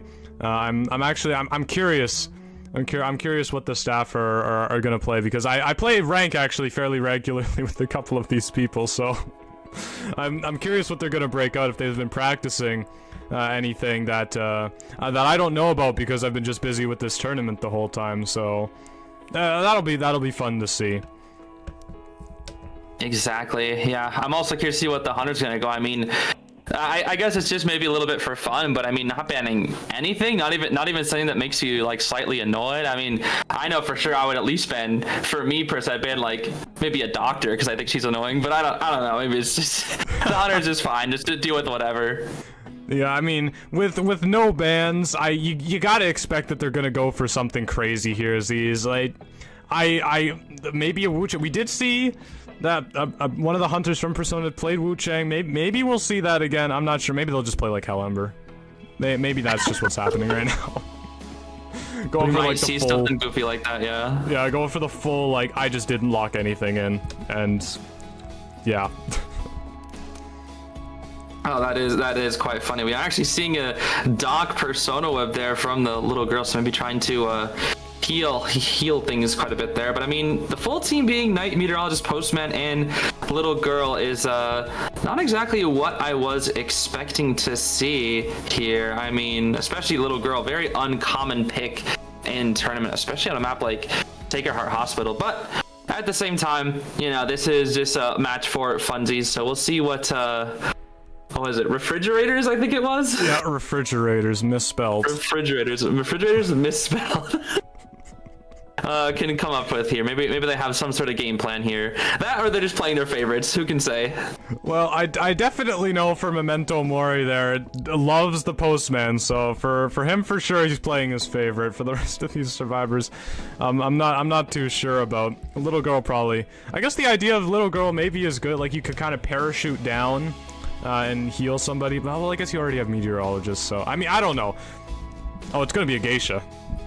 A geisha? Okay, I was not expecting to see a geisha, but I mean, considering the survivors, this is probably a pretty good matchup for her, I would say. I mean, I feel like Knight could be a little bit tricky, Meteorologist could be a little tricky, but I feel like geisha won't struggle too hard with that Postman or Little Girl, but I mean, we'll just have to see. Again, even just looking at the tier difference, it's going to be pretty tough. I mean, having a very experienced hunter that was able to make it this far in a tournament going up against, you know, the staff who has probably seen a lot of competitive play, but maybe not have reached those same heights might be a little difficult. Yeah, for sure. You know, I actually saw some people in the chat, like multiple people saying Geisha incoming before this, and I'm just thinking, oh, you know, it's YouTube chat. I'm not sure if I necessarily believe it, but I guess they were right, and we aren't going to see the Geisha come out. Second time Geisha's been picked, actually, so I'm really excited to see it. Underrated hunter. Exactly. Yeah, I think we might just have some Eli Clarks in chat or something, some seers out there, because they just seemed like they knew it was coming for some reason. I don't know how they knew that, but we are actually going to be seeing a flywheel borrowed out here from the Postman and Meteorologist, a tied knee-jerk on the Little Girl with a tied borrowed time on the Knight, but it looks like a Refrigerators has no idea where to spawn. We're seeing them jump all around the hospital there. Yeah, opting to pretty much max things out when it comes to the good spawns on this map. I mean, we got Hospital, we got Shack, you know, the strong kiting area in the middle here, and then Knight on the left-hand side, maybe in the worst place with only really the things that statue to work with, because like you can't go the other way because you're gonna run into all your team. Yeah, exactly. I mean, these spawns are definitely not doing them any favors whatsoever, but maybe they have some sort of game plan. Either that, or they're just they're just saying screw it, we ball, and we'll just see whatever happens in this match here. So yeah, I mean, at least putting the Postman in Hospital is a good idea. He can give out those letters from a pretty safe area. Little Girl, who's considered to be a weaker target for hunters, you know, she is in a relatively safe spot. Even that Meteorologist is pretty safe, but it's just, yeah, chasing the Knight most likely into Ruins, which will also chase the Meteor onto one of her other teammates, might disrupt that Cypher Rush quite a bit here. Well, I guess the Little Girl maybe could just teleport to Postman and rotate that way. Maybe that's the gameplay. This is just secretly that's OP. True. This is secretly OP, everybody. The little girl strategy on hospital. I mean, you do have a good point there with the teleport. That is something that we might be seeing out here, but at least for me, I mean, I'm always somebody who tends to root for the underdog, so I think I'll be rooting for the survivors in this match here. I kind of want to see them, you know, maybe get 1 or 2 survivors out the gate here, as hard as it will be against this, you know, very, very strong and experienced hunter. Yeah, I mean, I gotta agree with you. What kind of person would I be if I didn't root for my own staff team? But we're gonna see the Geisha actually go for the postman right away, right into hospital, not scared of it at all. Yeah, that is quite a surprise. Not many hunters willingly chase inside hospital, but I mean, really good dog there early from the postman. Memento Mori here. Will we see? We will not be able to get that vault there in time. Did actually pick up the farewell letter there, so probably really wanted to get that vault for the speed boost, but oh no! Oh no! Not being disciplined on the pallet really there, and kind of running straight through it into the waiting arms of the Geisha. It was gonna be not breaking the pallet before taking the postman away, so that's a potential resource for the survivors to use in the future. We are actually behind the cipher right now, Zeez. I've just noticed. Yeah, I have noticed that there as well. It does seem like this hunter is messing around quite a bit here with their camera and whatnot, having quite a lot of fun here in this, dare I say, exhibition match here, and really seems to have it out for that box in this wall here. Yeah, I mean, gosh, it's a hide and seek. I'm not sure if the Geisha thinks we're in that mode or not, because you can get up there and hide and seek, can't you? I actually don't know. It has been a while. I haven't played hide and seek in a while. Probably though, you can jump. I feel like you probably can. Yeah, I haven't played hide and seek since just casual have fun. It's been a while, also I'm not sure, but yeah, we see the postman coming in once again, giving. Oh no, that was the attack. Was that the letter dog or the attack dog? I think that was the letter dog, right? Yeah, because they have. I believe that was the letter, because there's the attack dog. Oh, what the heck? I've never seen that before. The slow dash because of the wig? That's interesting. I've never actually seen that interaction. That's pretty funny. Yeah, wait. We do still see a flywheel, though. Yeah, look, that's much faster that time, see? Like, what the heck? Oh, flywheel is on the board, but can't use it to counter blink, really, and... Oh, wait a minute. The little girl? Oh, no! Oh, no! Oh, no! That's third side turner as well. Yeah, she doesn't seem to care. She's doing a little jig. The good news for the little girl is she has expended a page, which means she can recharge a new one. She was sitting at full, so she is making use of that cooldown time now. That is something right there, and it seems like this Geisha still has it out for these walls here. Not the biggest fan of any of these objects on Sacred Heart Hospital, but then again, what is any hunter fan of these objects on Sacred Heart Hospital? We'll be going for the rescue now with this meteorologist here. Geisha really doesn't want it to happen, though. She's saying, no, no, no, don't get that rescue. But meteorologists will be getting it anyways. Yeah, it's gonna happen, and we can see the wind bottle coming from the meteorologist, although I'm not sure how much that's gonna do against a Geisha, but it turns out enough, as Postman does manage to vault the pallet and get away up into the safe areas of the hospital. So once more, as the dog... Oh, wait a minute, is he... Oh no, he's he seems to be in a bit of a predicament here. Just a little bit. I don't even know if an escape button will help him out of this one here. Not even going to be able to get that flywheel out here, but look at the ciphers. I mean, I know this has definitely been a very goofy match, but these ciphers aren't that bad, all things considered. Yeah, I mean, honestly, not too much. It looks like the Geisha is actually going to allow the postman to get a pallet stun on her here. Feeling maybe a little bit of sympathy, and yeah, 3 ciphers. Oh no, 4 ciphers actually. Happening on the side of the she recovered from that so fast. Oh, that's that desperate fight right there. Actually, this Geisha has 3 stacks of rage. No, 3 stacks of rage. Wow. She'll not feel that in the morning at all. She is fine. Recovers from that practically instantly. Yeah, I mean, well, you know, I guess if you're playing Geisha, the hunter notorious for eating pallets, you gotta bring rage. Exactly, yeah. Well, the little girl has gone down here. The knight is in the vicinity, while meteorologists will be continuing to decode the cipher. Will this be a basement? Or It looks like it will be. Walking all the way down the stairs. The Cypher's actually creeping up, just getting past 50% now. Knight, of course, still has a chip damage he can utilize as well to get the rescue off without a hitch, so... Could be good for the survivors. Is true. Potentially, however, we do see this patroller coming out here, which could be pretty tricky to deal with for this night, and at the same time, there is also no... Oh, wow! Oh, that was... no! I really believed for a second. I thought that was going to be such a great play. Oh, I mean, I'm right there with you. That was such an incredible play. Baiting out both of the helmet usages there. That was just incredible, actually. I've never actually seen a Geisha do something like that before. And then trying to line up for a drop-down hit into base. I know this is a rather goofy match, but that was an incredible, insightful play, I must say. Yeah, I mean, that was a really cool attempt. Honestly, I may actually steal that as a fun idea for a video, playing Geisha with Patroller. Go for the drop-down hit with the Patroller bite. Right, I mean, that's just not really what I was expecting to see, but it actually almost nearly worked out there. I mean, if it did work out there, that actually would have been quite the clip, I must say. We do see that this Meteoros is quite scared to work on the gate, though. Nope, she looks like she will be going back to the gate, while the Knight will be moving in toward a potential rescue here once more. The helmet usage will happen, but it looks like the Geisha reads right through that. Yeah, and it looks like the meteorologist might be able to actually make it out, eat it an egg. Potentially, I mean, definitely with the opportunity to escape, but we'll see if they try to go for a four-man or no-man play and try to save this Knight.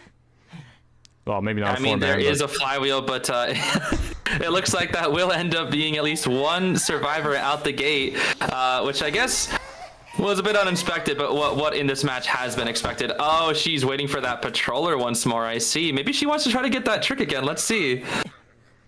Yeah, we'll see if she can land it.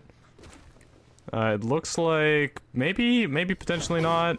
Just dashing over the pallet. Knight actually cancels a patroller bite there, I think. So that's good for him. But the next one is gonna land, and well, much unlike that attack, in fact. Yeah.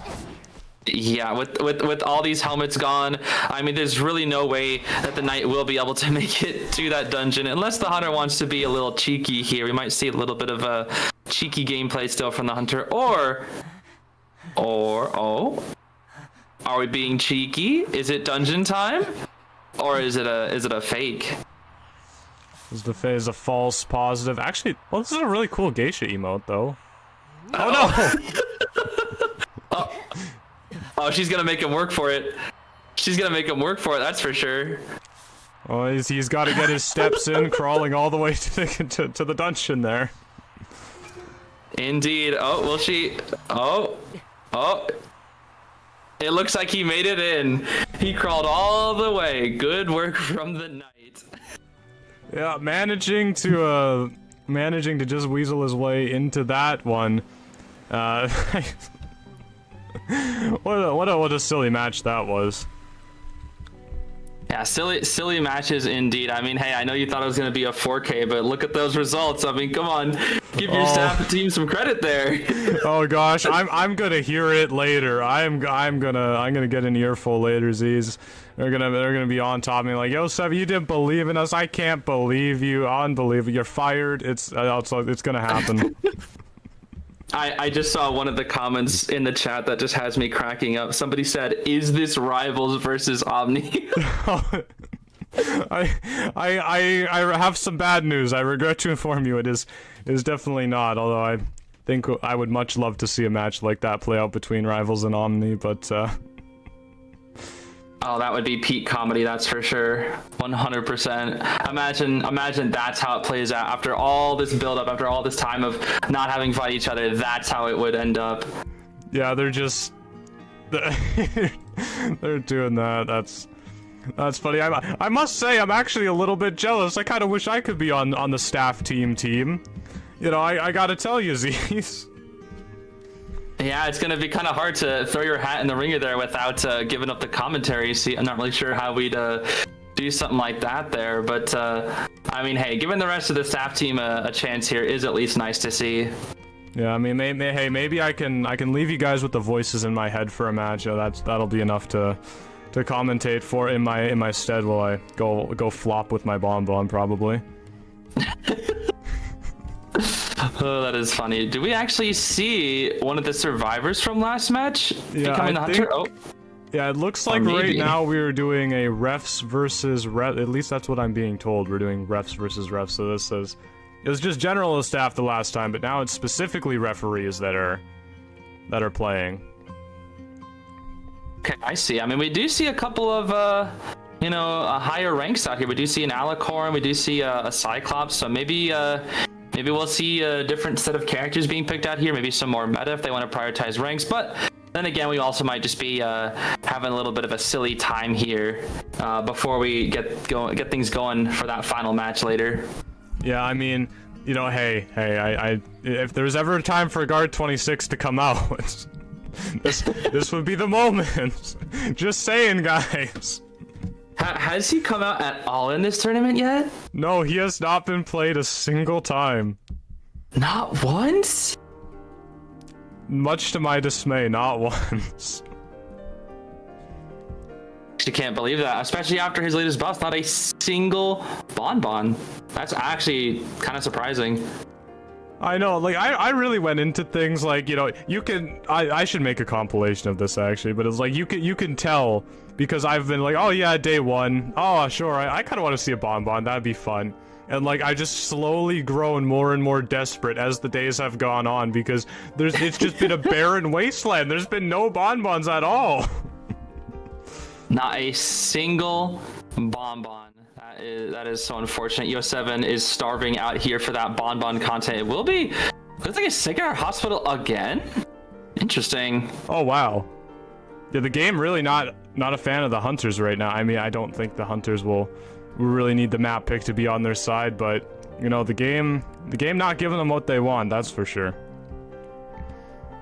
I mean, it's interesting that this time the hunter is actually choosing to ban out something here at least, which is nice to see. We're going to be seeing another postman pick here actually, along with a mechanic this time. Yeah, a postman mechanic. This, I mean, potentially going for some sort of glass cannon build here from the survivors, really trying to maximize as much decoding as they can and not, you know, not give the hunter an opportunity to maybe catch more than one of them before the ciphers are done. I mean, on a map like Sacred Heart Hospital, I really don't think it's bad to ever go for those glass cannon type teams. You know, those double, even sometimes triple decoders really aren't like that bad. I mean, I've seen it being played in tournament a couple times with multiple decoders. We're going to be seeing the toy merchant pick here. I mean, this is going to be a fun pick because we really don't get to see Annie come out in tournaments that often either. Interesting that they decided to not ban anything for their third pick, but then remembered, oh yeah, I don't want to deal with batter, and then banned out the batter fourth. Yeah, I mean, fair play to them. I don't want to deal with batter either. Okay, that he can take a seat on the bench, at least in my games. We're gonna see the first officer being actually. This is actually a good team comp. Like, you know, jokes aside, this is a good team comp. Like, this is something I would see in, well, perhaps not the postman, but yeah, like this is a genuinely good team comp. I think I would see in like tournaments or something. Yeah, I mean, I completely agree. The toy merchant is definitely a bit of a niche pick, but she is played, you know, sometimes, especially on her very, very strong maps. But again, not very common, but a strong niche character, that is for sure. I'm a little curious to see what the hunter will pick into this, whether they're going to actually try to go for a solid win here, or if we're going to try to have a little bit more goofy fun times here. It's going to be quite an interesting thing happening out here. Yeah, I mean, potentially a little bit of both, you know, as we sit here and wait for the survivors to kind of choose their talents. As I really don't know. I haven't done, of course, any research into what these players have up their sleeves just at all. So, I mean, I will assume we probably won't see the meta. That's the one assumption that I will throw it onto the table. think I'm with you there. That's for sure. We actually are seeing a tarot build being used from that toy merchant. Quite surprising that we're bringing these tarot builds out here in a tentacle tourney match. It's a little interesting to see, but we're actually going to be seeing the hunter pick here. Will it actually be the meta, or will it actually be a more fun, maybe more personal or specialized pick here? We do have a few more seconds to see. It will actually be a breaking wheel. The breaking wheel in this map's kind of crazy. Yeah. There's a lot of windows, but it's crazy that I've actually seen it work sometimes in rank. But really? It's not consistent at all. It's typically, if somebody messes up, he can do well, but it's really not the best. I mean, if it comes to an official tournament, the chance of you seeing a breaking wheel on this map are... I don't think he's ever been played on this map, to be honest with you. And maybe back when he was in his prime, but I really don't think he's ever been played on this map in tournament in the past 2 to 3 years at least. Yeah, I guess back in his prime, people just would not pick this map because, you know, he would be weak here, and you don't want that because, like, you know, obviously the other team's gonna have a breaking wheel, but you want to also have a breaking wheel because your hunter is also practiced on the breaking wheel. So I think both teams just did not want this map anything to do with it. Exactly, yeah. I mean, maybe if they had like a crazy dream, which they'd prioritize that, but yeah, for that breaking wheel, you definitely want those more open maps, that's for sure. We actually are going to be seeing the first officer spawn out in the weakest corner of hospital. It's very rare that you actually see people spawn out over there, but maybe it was a bit of a bait trying to get the wheel to spawn in that top left. But whenever I see somebody spawn over to the bottom right, I tend to want to chase them, but I just realized that the toy merchant does not have a single final trait, I believe.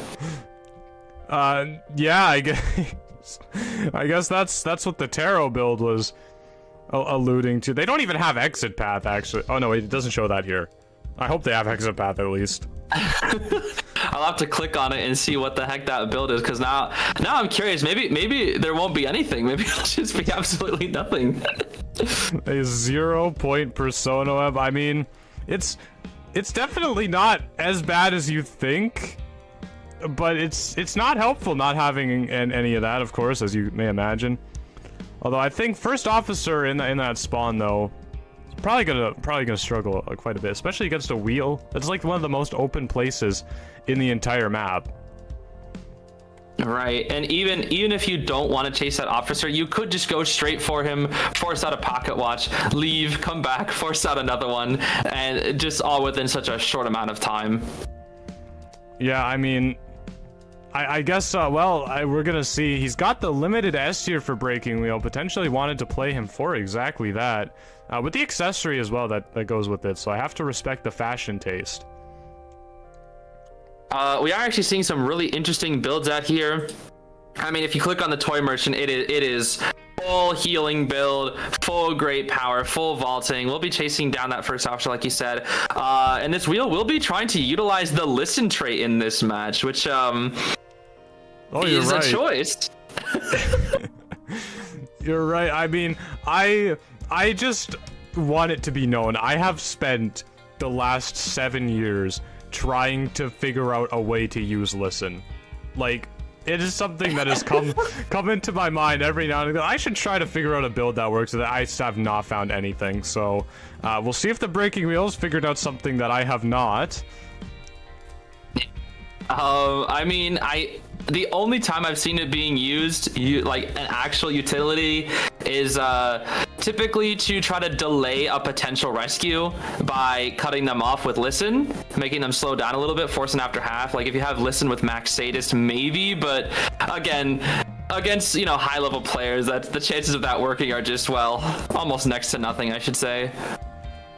Yeah, I have to agree on that. It looks like they are gonna get the rescue off on this first officer though. The postman coming in with it, gonna be able to get it before half, so first officer gonna be staying in the match a little longer.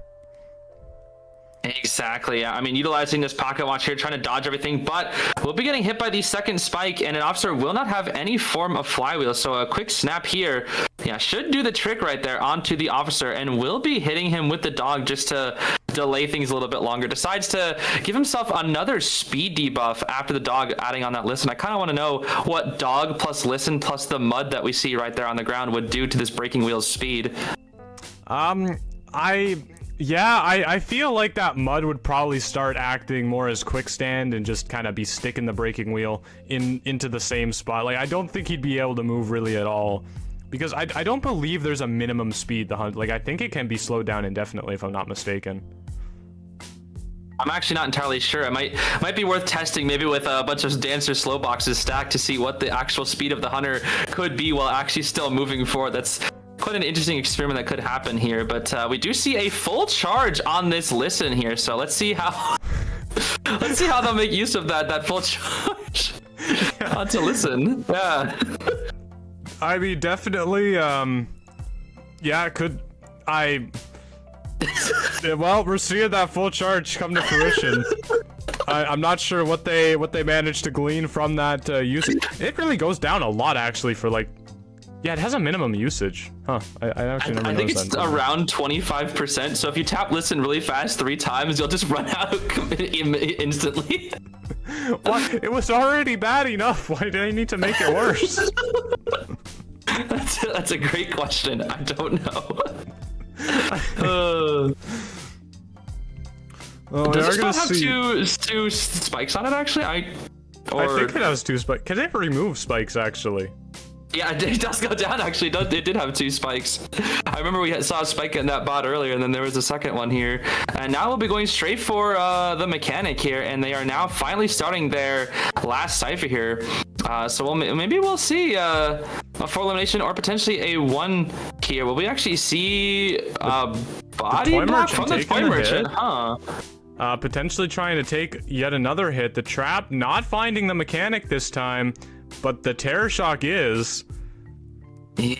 I find it interesting that the toy merchant also has that decoding letter as well. Not really going to be able to utilize that much here. I wonder if listen will come out here to get this down.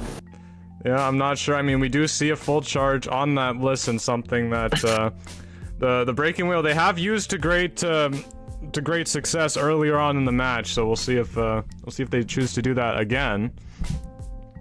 Exactly, and now we're gonna chair this mechanic out here. Ciphers are actually not looking too bad here, but with one person down that only has self-heal and the postman need to finish up the last 2 ciphers, it might be a little bit tricky here. And can use that listen to find him out. Did they actually spot out the postman with the listen? It looks like this wheel did. Maybe. Unless, the self-heal. That's why they went back. The self-heal from the toy merchant. I was about to say, I mean, this may be the first official utilization of listen in a tournament. I think potentially ever. It's very rare when you see something like this come out. I think the only other few times I've seen it are in IVT South Korea qualifiers from last year, where a Fool's Gold brought listen on this map. But I believe he only needed a 1 elimination. And then I want to say 2 hunters actually brought it out in KOA 8 qualifiers in the NAU region. I want to say one of them was actually Pit Stoppers, who we will be seeing later today. Oh wow, I did not know that. I just thought that listen was kind of something that that's on your character when you first buy them, and then like you take it off and never really think about it ever again. But I guess not for those hunters. They managed to. They're using it. They're out here using listen against all odds. Yep, I believe it was on a trump card Ivy as well. They swapped to that late game listen, mostly for the memes, but you know. Oh wow, teleporting into that trap, huh? Yeah, that was I think a max hitbox trap right there. Although it looks like the postman is going to be going into the basement, but the ciphers are done. Not going to do a lot for the toy merchant because she doesn't have borrowed time or anything else, but they're done. Well, there is one catapult, so that might be something, but we'll just have to see if the breaking wheel might have a little bit of mercy for Annie here, or oh, she will be taking the catapult, flying all the way inside hospital. Let's see how long she lasts. Oh, it does not look like she will sneak into any holes inside here. Does again have that full listen charge to utilize here.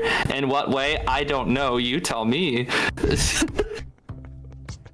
Yeah, I'm not sure. I think the machinations of listen here are just beyond my understanding.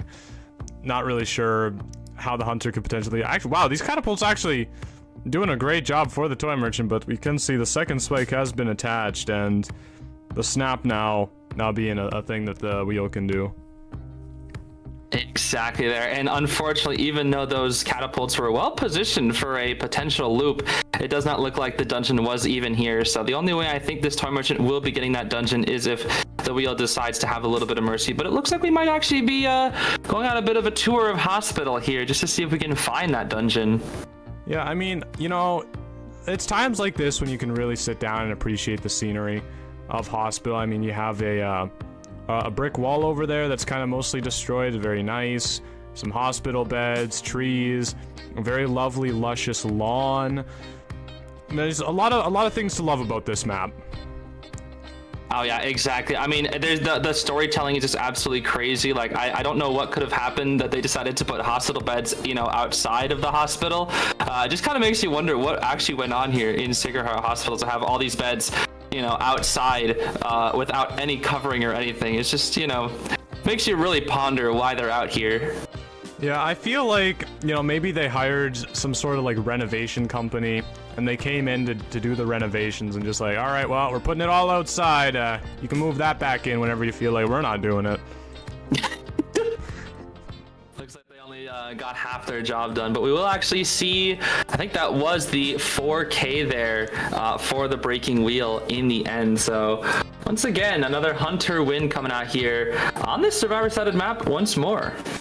Yeah, I mean, honestly, from what I've been seeing in this tournament so far, I mean, Sacred Heart Hospital, survivor-sided no longer. The hunters all finding really great success in this map, particularly in these last few matches, really doing very well here. So, yeah, I'm not sure. I think, okay, we will see another match. I'm not sure what this one will be entailing. I haven't been told. And then we'll probably, I think, go to intermission. I gotta tell you, I'm not entirely sure what's going on anymore, Zeez.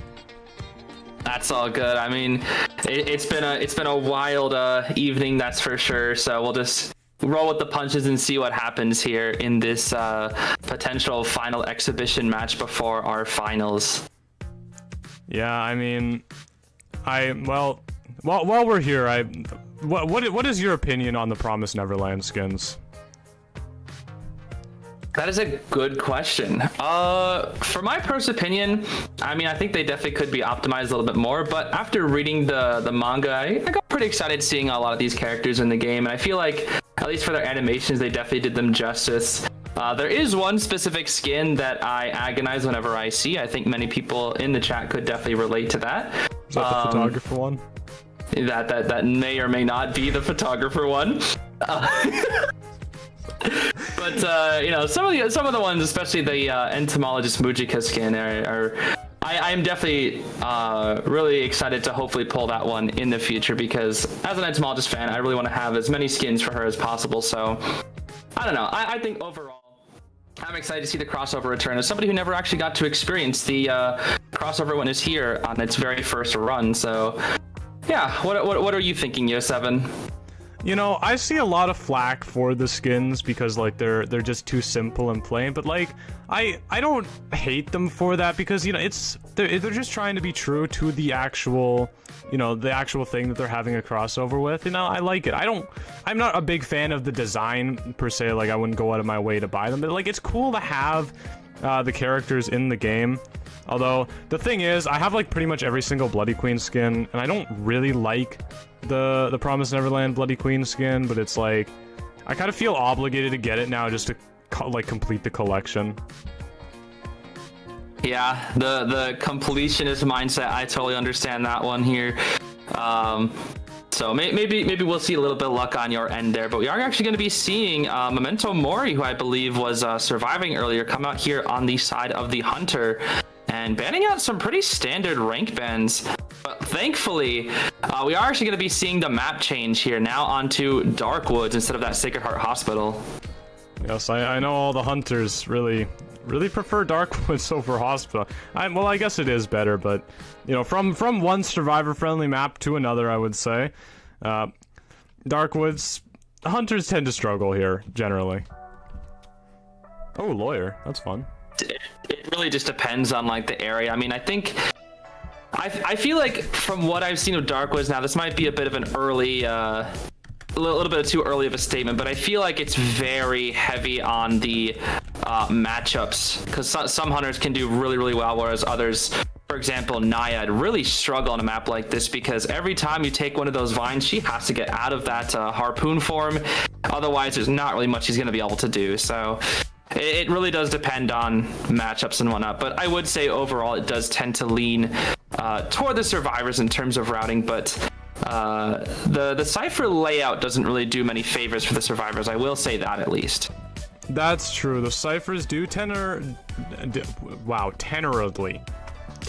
generally put together. New word. All right, happening now. Put it in the dictionary, everybody. But yeah, they tend to be very kind of squished into the middle and in the open areas. Like, you do have a lot of strong structures on this map, but it's not really where you're trying to push the objectives. So there is kind of that that caveat to having them, is that, you know, you're gonna have to rotate into them. That takes time, and the Hunter could potentially cut you off or get hits. Exactly, yeah. Looking from the side of refrigerators, I guess they're all refrigerators out here. I guess the survivors, then I should say. There is no rescuer, even though they banned out. Yes! Finally! It only took till the last day of the tournament. Yep. You know, I'm sure this one match is gonna make those other 9 days all worth it. Honestly, I'm so excited. Finally, I'm gonna probably be a very strong critic of the Guard 26 gameplay, but I'm gonna enjoy being able to see it.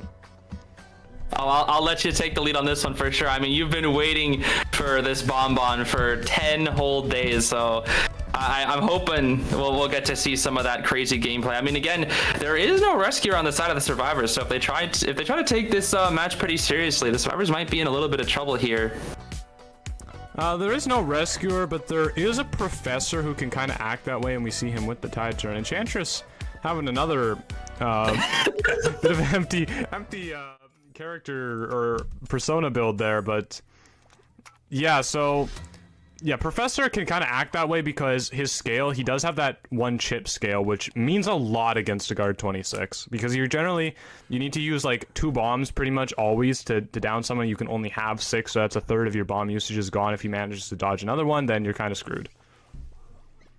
Right. I mean, yeah, the Professor definitely does have a pretty good matchup, especially for a potential rescue. I mean, he does have that Tide Turner to utilize and knee jerk if he does take the kite. But yeah, I mean, like you said, seeing that Enchantress out here with the only borrowed time build. I mean, we saw in the last match only self heal with the toy merchant last time. So looks like Kamina is really going for some wacky builds out here. But if you know, as a bonbon connoisseur, who is the ideal first chase here? Who would you think? Well, it's definitely not Enchantress. I'll tell you that much. Probably, I mean, if it was me, I would go for the Professor, because that one chip damage is going to mean less in chase than it is in terms of rescue. Plus, I don't really want to chase Lawyer in that area because he can make distance against me, which I really don't want. And I don't want to chase the Acrobat because, again, he can make distance against me, which I really don't want. Like, the whole thing with Guard is you want to stay close to the survivors. If they have any way of making distance from you, it's bad. That does check out, and yeah, I would completely agree here. I mean, especially since that Professor does have that Tide Tinner, but then again, I don't know if this bonbon knows what the survivor builds are. I don't think there's any really. They have Monokuma. They have like the best skin. And with the accessory too as well, rocking the full set here. Wow, okay, now I'm just jealous. I got to now I'm just jealous. Oh, that's funny. And yeah, going to be chasing that professor here, like you said. So looks like you know, the Bonbon mindset seems to stick together. We'll get that early chip. We will get that early chip very early on. Wow. Professor does still have the knee jerk to make that distance that is so important for this Bonbon, and will not be scaling the basic hit here. That's actually going to be a pretty significant amount of damage onto this Professor, despite it not being very, very long. That's actually a really good start here for Momentum Mori the Bonbon. Yeah, control bomb available once or now, and not gonna actually give the Professor an opportunity to get into the lock. We're gonna get him out of that right away. I actually didn't realize this until now, but I guess you get presents for removing the scale. Oh yeah, it looks like you do. Interesting. Yeah, Huh. I didn't realize that, but I guess you do because he doesn't have insolence. Yeah, that does make sense now that it mentions. I feel like I've seen that on Gamekeeper before, but it's a little interesting when it comes to Gamekeeper because it takes sometimes he doesn't have the damage, whereas sometimes he does. So it's with the chip at least a little interesting. Does actually manage to get the rescue though. Yeah, getting that rescue off scot-free. Bonbon actually opting to do like an early attack hit instead of using the bombs to try to take them down. Getting Enchantress before she manages to stun, so that's important. That's really good for them. And yeah, just gonna share to maximize the camping time. Yeah, exactly. I mean, the Professor cannot come in even though he has that tide turn, so it's gonna have to be that lawyer. Well, maybe not with Wanted, or it probably will have to be the Acrobat if they do choose to rescue here. Might try to pressure down the Cypher here with a time bomb. No, looks like we'll just be playing very aggressively here, actually. Not gonna even utilize the camp. What a surprise. Yeah, I mean, you know what? There's an old saying, if it's not broke, don't fix it. And having great success with the chase so far, potentially less now because that control bomb's gonna miss from the Enchantress 3-stack. But hey, you know, if you're having a good time with the chase, why not? I mean, that's kind of tough. Having that time bomb coming out, almost gonna get down on the Professor, but timing the 3-stack Enchantress stun right when he threw that out. I mean, that was just really unfortunate here for this Bomba. But we'll be chairing the Enchantress here once more, while the lawyer looks like he did a little bit of a dance there. Cyphers are still. This is definitely still winnable for this Bonbon here. It does have plenty of bombs to work with to try to get this Acrobat down here. Yeah, I mean, this is definitely. I mean, this could go either way. I mean, more than likely it will be a draw, but I mean, I just want to watch the Bonbon win. I won't even pretend like I'm not biased. I mean, it's going to be pretty hard with a rescue like that. I mean, that was just incredible. That was an absolutely incredible rescue from the Acrobat. Perfectly timed Professor scale here. Though I don't know how much longer the Enchantress will be able to last. With that time bomb coming out, it will, without a flywheel or knee jerk to work with, it's going to be a lot harder for her to kite that out. But that will be the first elimination, sending the Enchantress back to the manor there. And we'll be swapping to the teleport to continue this chase. Yeah, it looks like it. I mean, Acrobat only needing one bomb chip to go down. It looks like it is going to happen. And all of a sudden, this position that could go either way is definitely looking in favor of the Bonbon right now. Exactly. I mean, Laura's the only person who can now come in for the rescue. Professor is one chip away from going down. So it's going to be... It's looking really good for this Bonbon here. I mean, with the Bonbon finally coming out and probably picking up a win, I gotta know how you're feeling right now. I'm just, you know what? If Bonbon can't be played more than once during this tournament, I'm just happy he's gonna have a 100% win rate. Like that's gonna be my leverage. That's a good point, yeah. That's gonna be my leverage. You know, did you see Bomba? He's got a 100% win rate right now in the tournament. You know, like I just saying. Oh man, that is a very good point to make there. And yeah, the Cyphers, I mean, 50 and 50, they need about 100% more progress, but we'll be hitting that button to accelerate the lawyer's death time here. But nobody can rescue. I mean, we got a half-health Acrobat, a Professor one chip away from death. I mean, there's nothing they're going to be able to do. I mean, with those bombs on the lawyer, I mean, it's just going to be even harder since he'll be able to leave the chair even sooner. But we'll be choosing to get aggressive here once more. Wow. Yeah, really trying to put the kibosh on the decoding in as many ways as possible. Chasing this Acrobat now. I mean, Acrobat could really kite a long time here because can he actually jump off the railings? I feel like he should be able to, but I don't know. I don't think he can. I don't think any character can, actually. He can jump from there, but he cannot jump off the railings. I think the only person who can do that, I want to say, is Aeroplanist, but I'm not 100% certain. Yeah, I mean, there's just like invisible walls, I'm pretty sure. Oh, I see. Yeah, because I know he has some really cool spots on Moonlit, so I was not entirely sure if the same things would apply. We see the lawyer going into the basement. Was that a blink, or am I just insane? I think you might actually be losing a few marbles here because the hunter does actually have teleport. You're right. Oh gosh, you're right. Okay. But I think they're gonna finish up that last cipher though, which means they actually might be able to manage to get one person out the gate here. Yeah, it looks like it. Bonbon gonna take a swing on the rope swing there, just for funsies, and before going off to finish off at least one more of these survivors, hopefully. Yeah, we'll be heading to that exit gate there. Professor is working on it. If he gets this time bomb snipe, I mean, he might be able to put an end to it right here. Let's see. No, the Professor will be getting off the gate immediately. And if we get one more chip onto the Professor, that will actually be the 3K that he will want to have that 100% win rate in this tournament. Yeah, I mean that'll be great leverage for anyone potentially playing him in the match tonight. All right, Omni, Frogfin, you know, Sprinter, Pit Stoppers. If you're listening, Bonbon, 100% win rate right now. That's all I'm gonna say. Exactly. Might want to keep that up there. Acrobat will be waiting on top of the dungeon and will likely be getting out there. So even though it's not a 4K, he still does have that coveted 100% win rate now in the tournament. Yeah, well, you know what?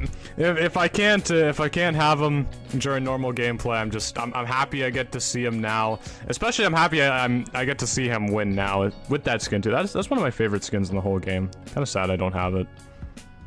Yeah, the Monokuma skin is a really good one. Yeah, I mean, do you have a favorite skin? I assume it's something for entomologist. It's kind of hard to pick, but I'm always a little biased toward Kongho since I think it was one of the very first ones that I pulled when I started getting into the game. So I would probably say Kongho, the red one for entomologist. I mean, that is a really good one. Honestly, I mean, yeah, okay. Well, I was expecting that question to have maybe a little bit more depth, but you know me. I like to talk about skins. I like to explore the fashion aspect of Identify very much. Oh, I could go on and on. I wanted to spare you from the rambling there. But it looks like we will be seeing one more match here, it seems. Another exhibition match. Yeah, I think we'll be going for 2 more until 6 o'clock. Then we'll be hitting an intermission until 7, and that's when we will be getting the grand finale between Rivals and, Frogfin and Omni. So. God, I've done that multiple times now. That's not even like a planned thing. I mean, it keeps the bit going. That's what we like to see.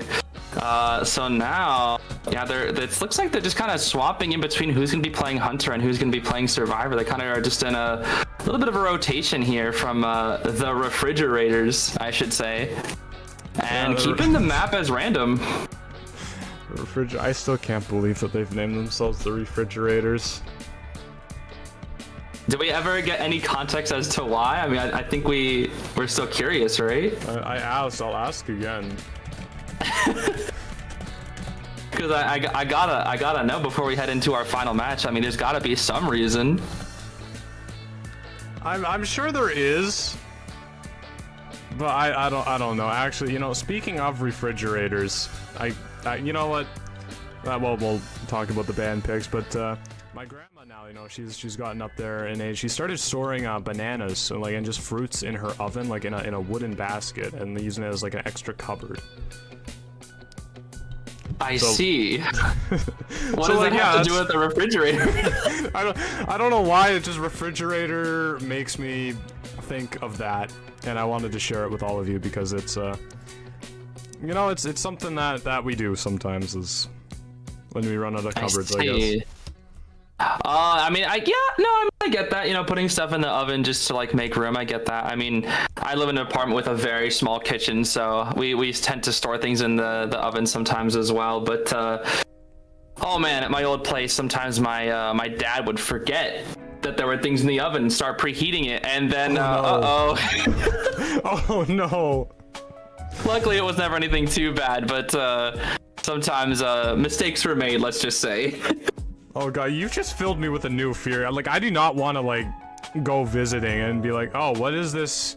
What is this terrible smell that I'm smelling right now that is kind of oddly similar to fruit, but also burning? Yeah, the important thing is to remember that, yes, there are things in the oven. Just remember that before you preheat it, before the next time you use it. Oh no. Okay, well, thank you for the new fear, Zeez. I appreciate it. And it looks like we do have confirmation for so refrigerators. Oh, I see. So the abbreviation of refrigerators is refs. That's why they went for that. I see. I get that. That checks out. Yeah, that checks out. That makes a lot of sense, actually. You know what? I'm on board with it. I like that. That's a little creative right there. We actually are going to be seeing mechanic out here once again. Seer with the refrigerat. And then these build names are, wow, these build names are definitely something, that's for sure. And I wonder if that thief is gonna actually have a persona this time. I mean, Kamina has not brought a full persona, or two final traits I should say, in a while, so I don't know, maybe this time that'll be similar.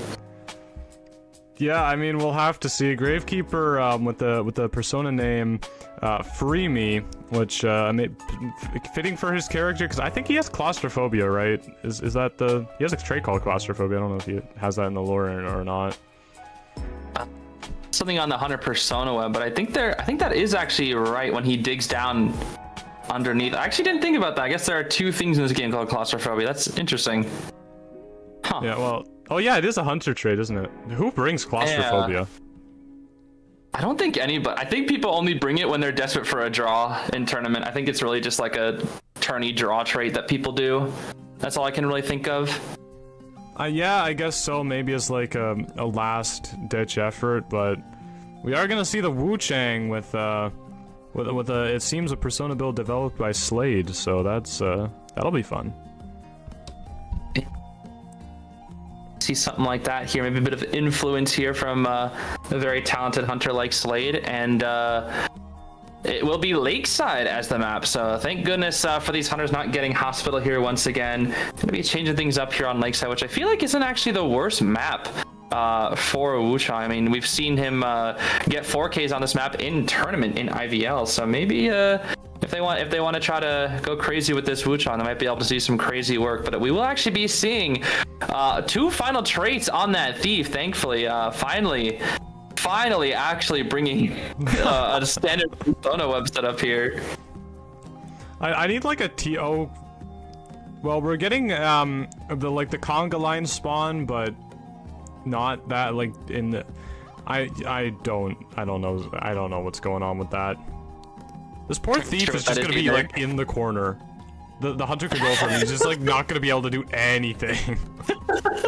I guess they all just want a nice view of the ocean or something, while the seer is just, I'm not about that life. I'll chill at home in the shack here. I don't know. There's got to be something going on there, some sort of reason. But I mean, Wuchang just gonna spawn right in between. Most everybody's pretty good spawn here, but yeah, I don't know what that thief's gonna do if he gets chased. Yeah, I'm not sure either. I mean, you know, sometimes we do a lot for that oceanfront view, you know, pay a lot extra to get that oceanfront property, and then you walk in the house and realize it's not great, it's not fantastic, it's gonna not be the best thing in the world. So that might be what happened with the thief there. I'm not too sure. Think of the taxes. I mean, thief, you might have to steal even more money to start paying for that. But then again, he probably just won't pay his taxes. Thief would not pay his taxes, right? Like he there's no way. Oh no, absolutely. Well, you know, see, the thing is, I feel like the IRS is almost scarier than like the police. You know, like you could steal all you want, but like the moment you commit tax fraud, like they're coming in to break your kneecaps.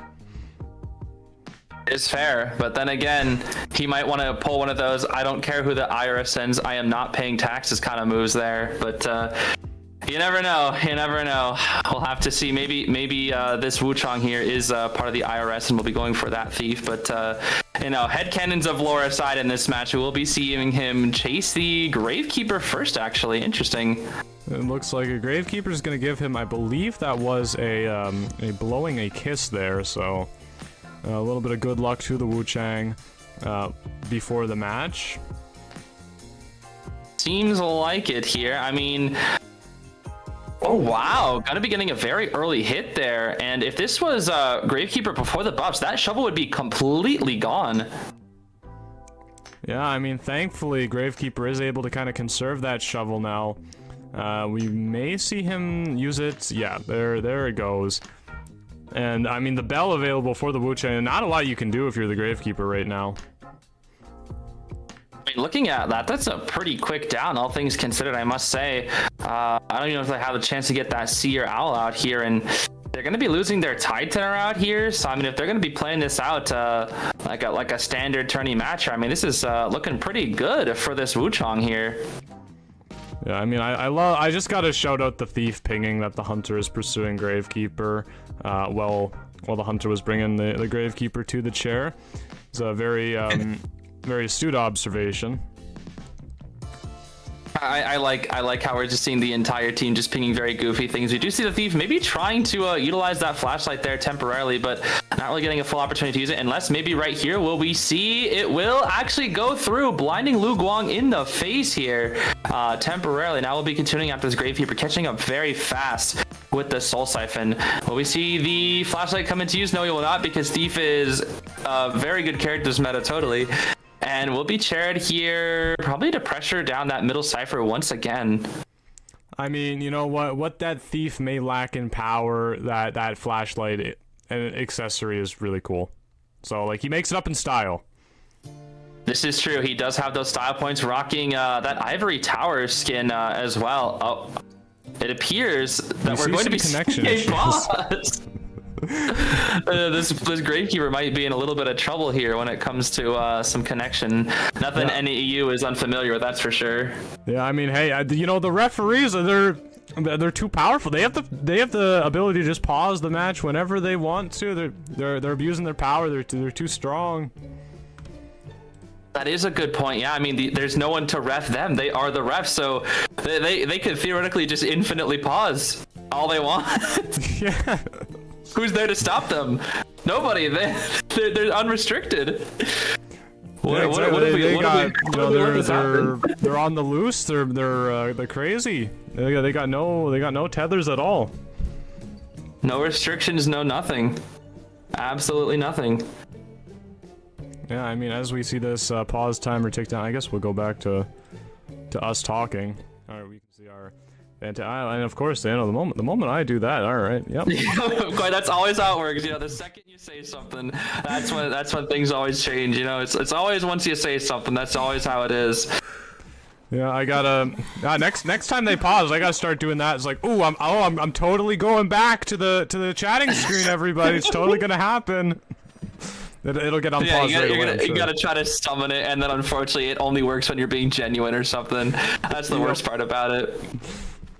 Oh yeah, you know, the universe, it doesn't tend to be all that friendly to you, but it looks like the Wuchang, and similarly to the universe, is not being very friendly to the thief, as we see him being taken to the rocket chair.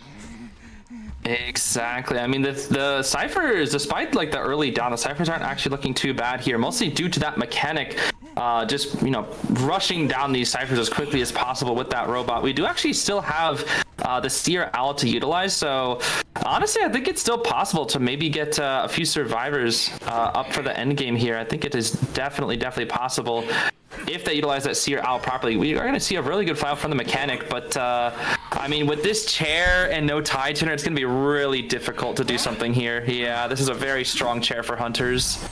Yeah, I mean, they do have that Seer Owl usable, but they were spectating the mechanic and didn't, you know, they got the cooldown on that, so that's not even going to be a factor that exists for the Wu-Chang, and yeah, there goes the Thief once again. Exactly, yeah. It looks like we do see the Thief is pinging use the owl to the Seer. Looks like they really wanted them to use that owl there, funnily enough. And, oh, will we see the mechanic spot be able to finish the Cypher in time? 98 on that Cypher. Almost able to finish it with that bot. So very close. Yeah, but giving away a free rescue in return for it. Not all in all a bad trade for the survivors, although Thief is not able to be saved, unfortunately, still. I mean, they still have that owl to utilize, but again, this will likely be a 4 elimination here. I like how the Seer can ping I use the owl. The new ping system really is just like creates a bunch of liars now. I mean, the owl hasn't been used and he's pinging, he's using the owl. I mean, what's going on here? Yeah, I mean, that owl, it does look suspiciously healthy to me, and I don't think we've seen the hunter hit it at all yet. Exactly, suspiciously unused indeed. That will be the down onto the mechanic. No self-heal to utilize. We'll be going straight back for that Seer, who looks like, you know, just didn't want to damage that little bird buddy of his, so might be saving it for the next match there. Who can really say? You know, honestly, respect. Honestly, respect for that. Indeed, yeah. Protecting your little bird buddies, even though the greedy Thief might be pinging use the owl, he wanted to save his bird buddy. You know, maybe a bit of a white lie there, saying I already used the owl, didn't want to let his teammates know that he was still holding on to his buddy there. Yeah, but with that, yeah, it looks like, so we're gonna be heading to a short intermission here. Well, actually not that short of an intermission. We're gonna be intermissioning for like an hour, and then we will return with our finale once again, which is gonna be Frogfin versus Omni in the grand finale. So, I mean, do you have anything that you want to say before we head out, Zeez? I just want to say good luck to both teams. Unfortunately, I will not be able to watch it live since I'll be, you know, checking out some IJL matches. But I'll have to definitely watch once I finish that up. I'm gonna definitely come back here and watch and see how the finals went, because it is going to be a really fun time. So I wish the best, you know, closing out the tournament to you and the team there, Yo7. I really hope, you know, Frogfin and Omni have a really good match. Yeah, thank you so much for joining us for this tournament, Zeez. Really appreciate you having taken the time to come out here and, you know, do some commentary for the tournament. You've done some fantastic sets and everyone's really enjoyed it. So yeah, I just gotta thank you for that. But with that being said, we are gonna head out onto that short intermission here. Well, I keep saying short intermission. I'm so sorry, everybody. It's not a short intermission, but we are gonna see that intermission now. Make sure to come back, set your clocks, ring your alarms, mark your calendar. Well, your calendar doesn't show hours, but you know, it can be just arrive in an hour, and we'll have that fantastic matchup waiting and ready for all of you.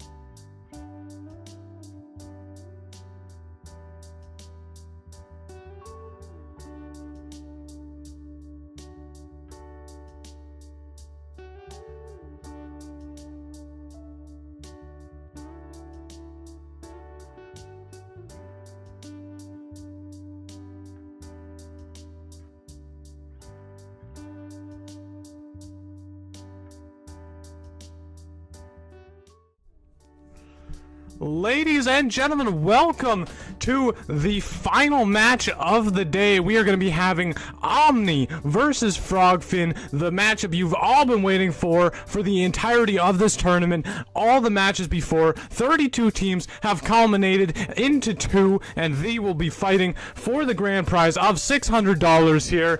Kendricks, I am so excited. How are you feeling right now? I'm so happy. Well, you know, it's been a rough ride because you know, I've been running everything, but I'm here now for the end. Wow, what am I? Okay, I see how it is. Well, you're the one that's been commentating. You just have to pull up with all my shenanigans.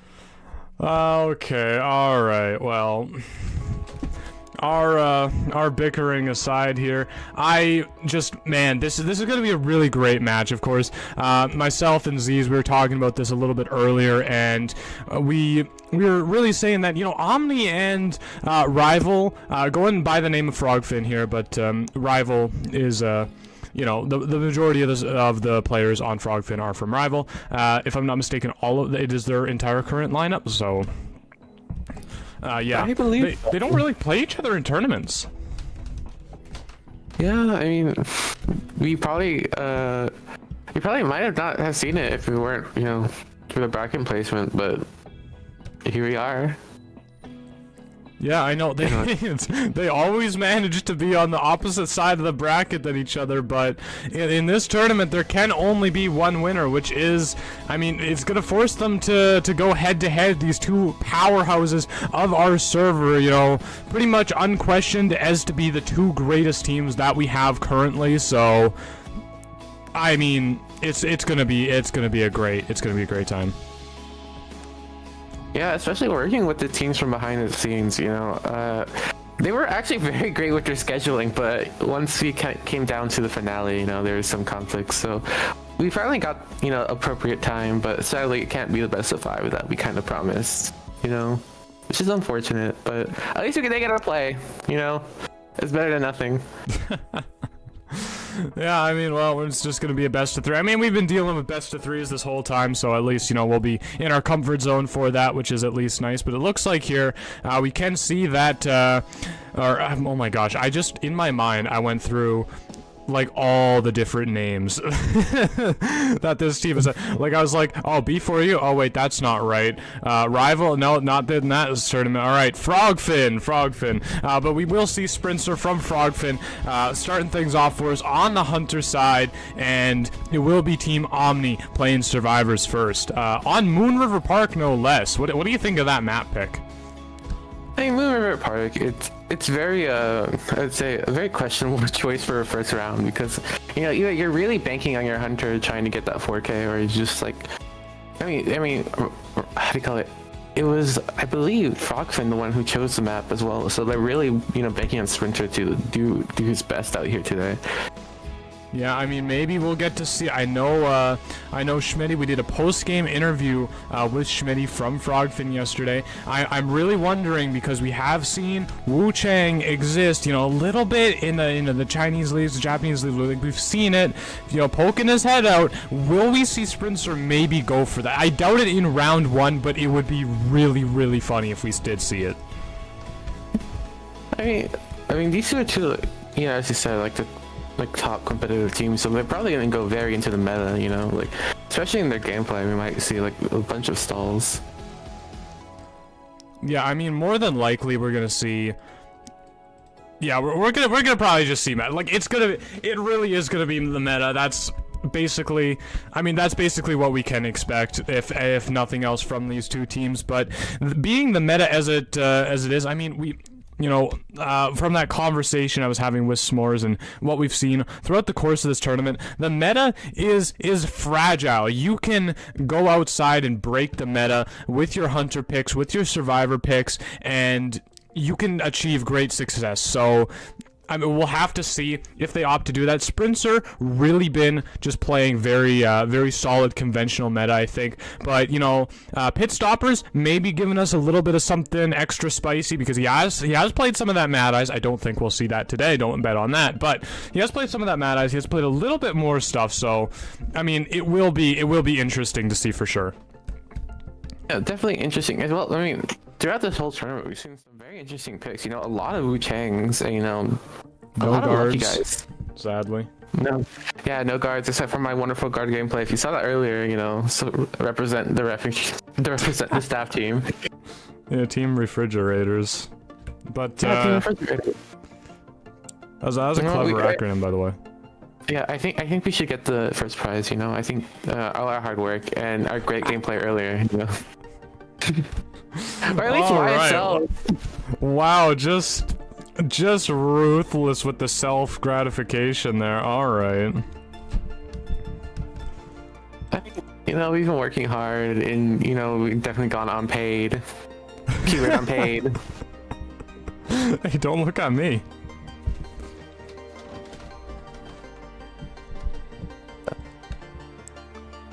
The silence. Well, no, I'm just looking at their map picks, not map picks, their ban picks. You know, Seer, Magician. That Magician banned very early on. You know, letting Psychologist and Gravekeeper come through. Yeah, getting rid of Arrow Planus. Yeah. I mean, pretty much. Yeah, pretty much it's just basically who can... We're gonna ban Goatman counters, and we're gonna pick Goatman counter. Really, that's what it's coming down to in this first round. I mean, Sprinter played Goatman in the first round, I think, every single match. So, Omni probably just gonna try to pick as much anti-Goatman stuff as they have available to them. Yeah, the Meteorologist pick. I don't think we've seen anyone... Have we seen Omni ever play Meteorologist before? I don't... I think we have. I think we have. Oh, we have. See, you know, all these past 10 days have been a blur for me, you know, trying to get these teams to play their matches. I mean, luckily enough, it's been working out great. I mean, we only had like one time conflict where someone had to forfeit. That was like literally today, YSL, right at the very end. Yeah, still not sure how that's gonna be worked out. We'll have to work that out with the rest of the staff team behind the scenes. But we do see here that a Antiquarian is allowed at, like, Antiquarian not banned and picked fourth. So there is gonna be access for that for Omni in future rounds. The Sprinter's gonna have to ban that away if he doesn't want to see it. Yeah, the Psychologist is, you know, persona name is very interesting, Merc. So we might see a Tide Psychologist coming in. Yeah, Tide Psychologist more than likely. I mean, there's actually a few survivors that you might actually not run the Tide Psychologist here because you have Meteorologists that can also run Tide, and it looks like they do have Tide Turner. So... Yeah, I mean, maybe even just 3 Tide Turners potentially trying to go for a draw in the first round against Sprinter and banking things on Pit Stoppers to be able to pull through a win. Yeah, oh, coming through with the Ivy, you know, expecting the Goatman, but I mean, I guess that's why the Magician and the Aeroplanus band came through.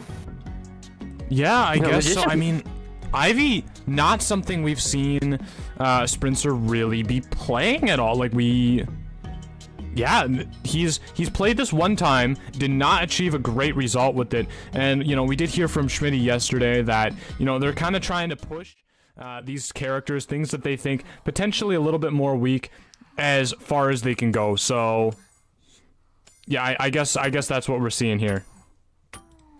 This is a curious spawn here. Funnily enough, you know, there was an extra game played before you guys went into your intermission on Moonlit, and we did these exact spawn. Oh my gosh, you're right. You're right, actually. Well, COA ready. You know, get ready, Frogfin. We're coming for your title. Oh yeah, you better believe it. But I mean, yeah, I'm not sure what the idea of Gravekeeper, where Gravekeeper is. I don't really understand that too well. The rest of it is very conventional, but I don't know why Gravekeeper would go there.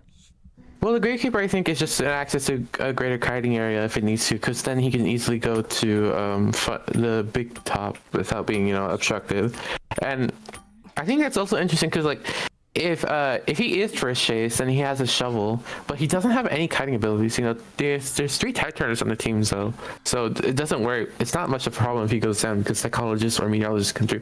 But then again, they would be halfway across the map from him when he goes down. The way I think about it, right, is because Gravekeeper, he doesn't really have a lot of gray areas to kite unless he kites into the Antiquarian, basically, because that's the direction that Ivy is going to be coming from. So you're pretty much going to always have to use your shovel to transition, and then you would do that anyway if you spawn, like, in a different area, like one to the left. So I really don't understand it.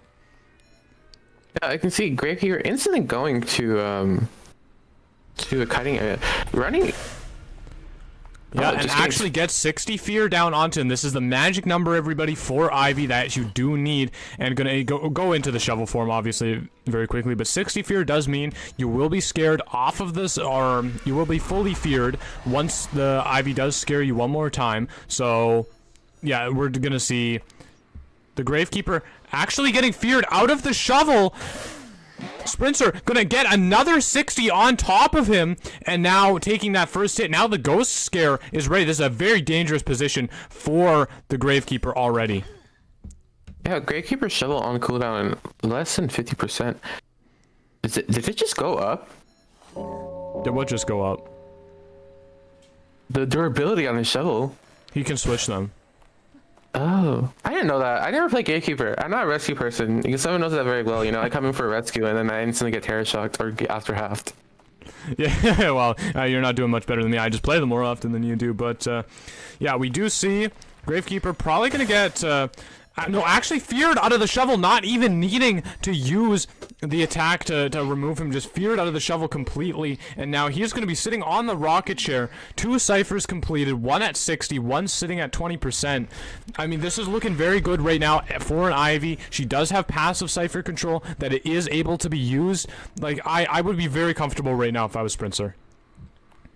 Yeah, I mean, but Ivy, her early game is not her best moment. It's really late game where she comes to shine, because like even if they get all of these like ciphers off, now they have 2 people not decoding. No, 3 people not decoding. Everyone's coming in for the rescue or looking for another cipher to start decoding on. Yeah, and it looks like Meteorologist is going to be feared fully. Gravekeeper going after half will be out of the game once he sits one more time on the rocket chair, collecting fear up to 30% now. Will he be able to or will the Ivy be able to get enough onto him? He does not have him leeched yet. She does now. It looks like he is going to be taking 60%, going to get feared, going to get hit. Tide Turner being activated, and Gravekeeper is nearly out of this game with the cipher progress looking very, very poor for Omni right now. Yeah, finally getting that 3rd cipher off, but Gravekeeper is dead on chair. So the Ivy's gonna have an easier time to start controlling all of these ciphers. It's a cipher on bridge, and they could try and risk it and have someone decode all the way in Godkite, but see that Meteorologist trying to heal herself, and instead getting a 95% fear and wasting her item. Yep, not even using that fear. Sprinter just blinking for it, and now there's only going to be a maximum of 1 person on the cipher. You do need to send somebody to the rescue. This is scary. This is scary for the survivors, Kendricks, I have to tell you. And actually knows where both of them are now. She can just commit to this side of the map. She doesn't even have to worry about it. Yeah, she controls the bridge very easily, with one of them having her little tablet and the other one just like knowing where all these people are and getting hit, but Psychologist has that stress to come pull through for the rescue. Yeah, I mean, not even trying to double hit. Sprinter's just going to pull his Yithian back, potentially even go for the Psychologist here. She is going to take a full amount of fear, even though using that flywheel to try to get away from it. And now, probably going to bring that now that she's injured, going to bring it back, going to go back, going to keep controlling these ciphers, try to exert as much pressure on the map as she can, because the more pressure, the more difficult it is going to be for these survivors. Meteorologist has started to heal again, may use the Yithian to try to get to the Meteorologist once more. It looks like she's going to get it off, though. I think she's not even attempting to look for her. I think she's still looking for the Psychologist, trying to bait her out by going over to the Antiquarian. potentially, I mean, this is a dangerous thing for Sprinter to be doing. You don't want to give Omni time to reset, because if they get time to get items like the Meteorologist is doing, to get health, to get, to get themselves back on their feet, it is going to be, hard for Sprinter to bring this back. Ivy does have a great end game potential, but the problem is, will he get this scare? He will get this scare. Okay, so I mean, Antiquarian is hit now. Full Presence is going to be off the board for a little while longer. Yeah, but she Antiquarian still does have a majority of her bamboo left, but Ivy's seeing that Cypher shake, and she's ready to hunt down the Meteorologist who just got an item. It looks like to be a perfume. Maybe she can use a perfume to try and reset her fear, but no, she's just going off the Cypher, hoping that the Ivy leeches her off there. Oh, but Psychologist healing the Antiquarian. Yeah, once again, they're just going to try to reset. I mean, what you can expect now, everybody, is you can expect the long game to start taking place. Omni, they're not going to make any risks with somebody decoding or something of that nature while they're half health. Meteorologist gonna Euphoria off all of that corrosion. Flywheel, none of it connecting, none of it working, and she's gonna get hit anyway with 56 corrosion left on her. And actually hitting the 60 now, so it is enough to be scared. We're gonna see it, but then coming out from Sprinter, and now they're gonna have to send somebody over to the side of the map to rescue. Yeah, and Ivy can easily just go onto the other side of the map. She has a tablet here, and it looks like she's going to try and aim for inside the funhouse. I think basement. I think basement. No. Yeah. But I don't think she's going to aim for that. Yeah, because I think it's better to have somewhere where the Cyrus are kind of like forced to rescue. Because like now she'll just go over to the bridge and try and get this last Cypher under control. Yeah. Now has the Psychologist in her sights. Going to bring that now. Yep. The Antiquarian not really allowing the Ivy to bring the Yithian back over here. Yeah, missing one of her bamboo sticks, which kind of hurt her in the end, as she was easily able to get Meteorologist down once again.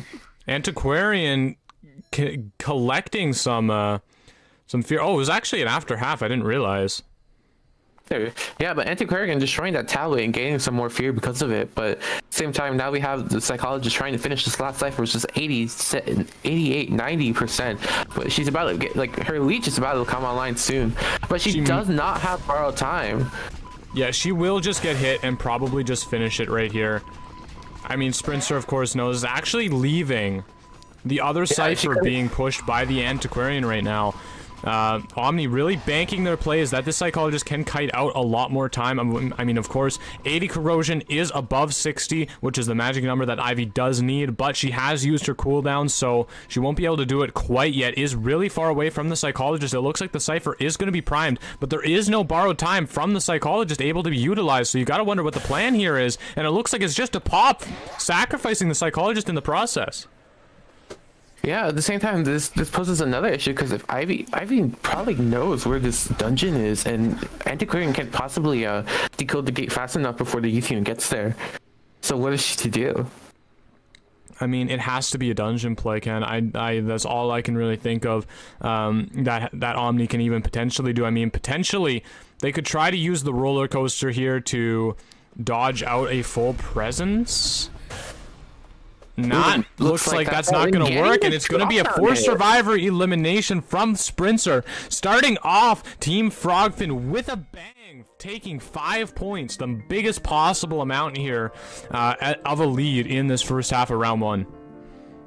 Yeah, I know. Like I said earlier, like this Moonlit pick, their rivals really banking on their Hunter to be able to perform and get that 4K, and it looks like they did.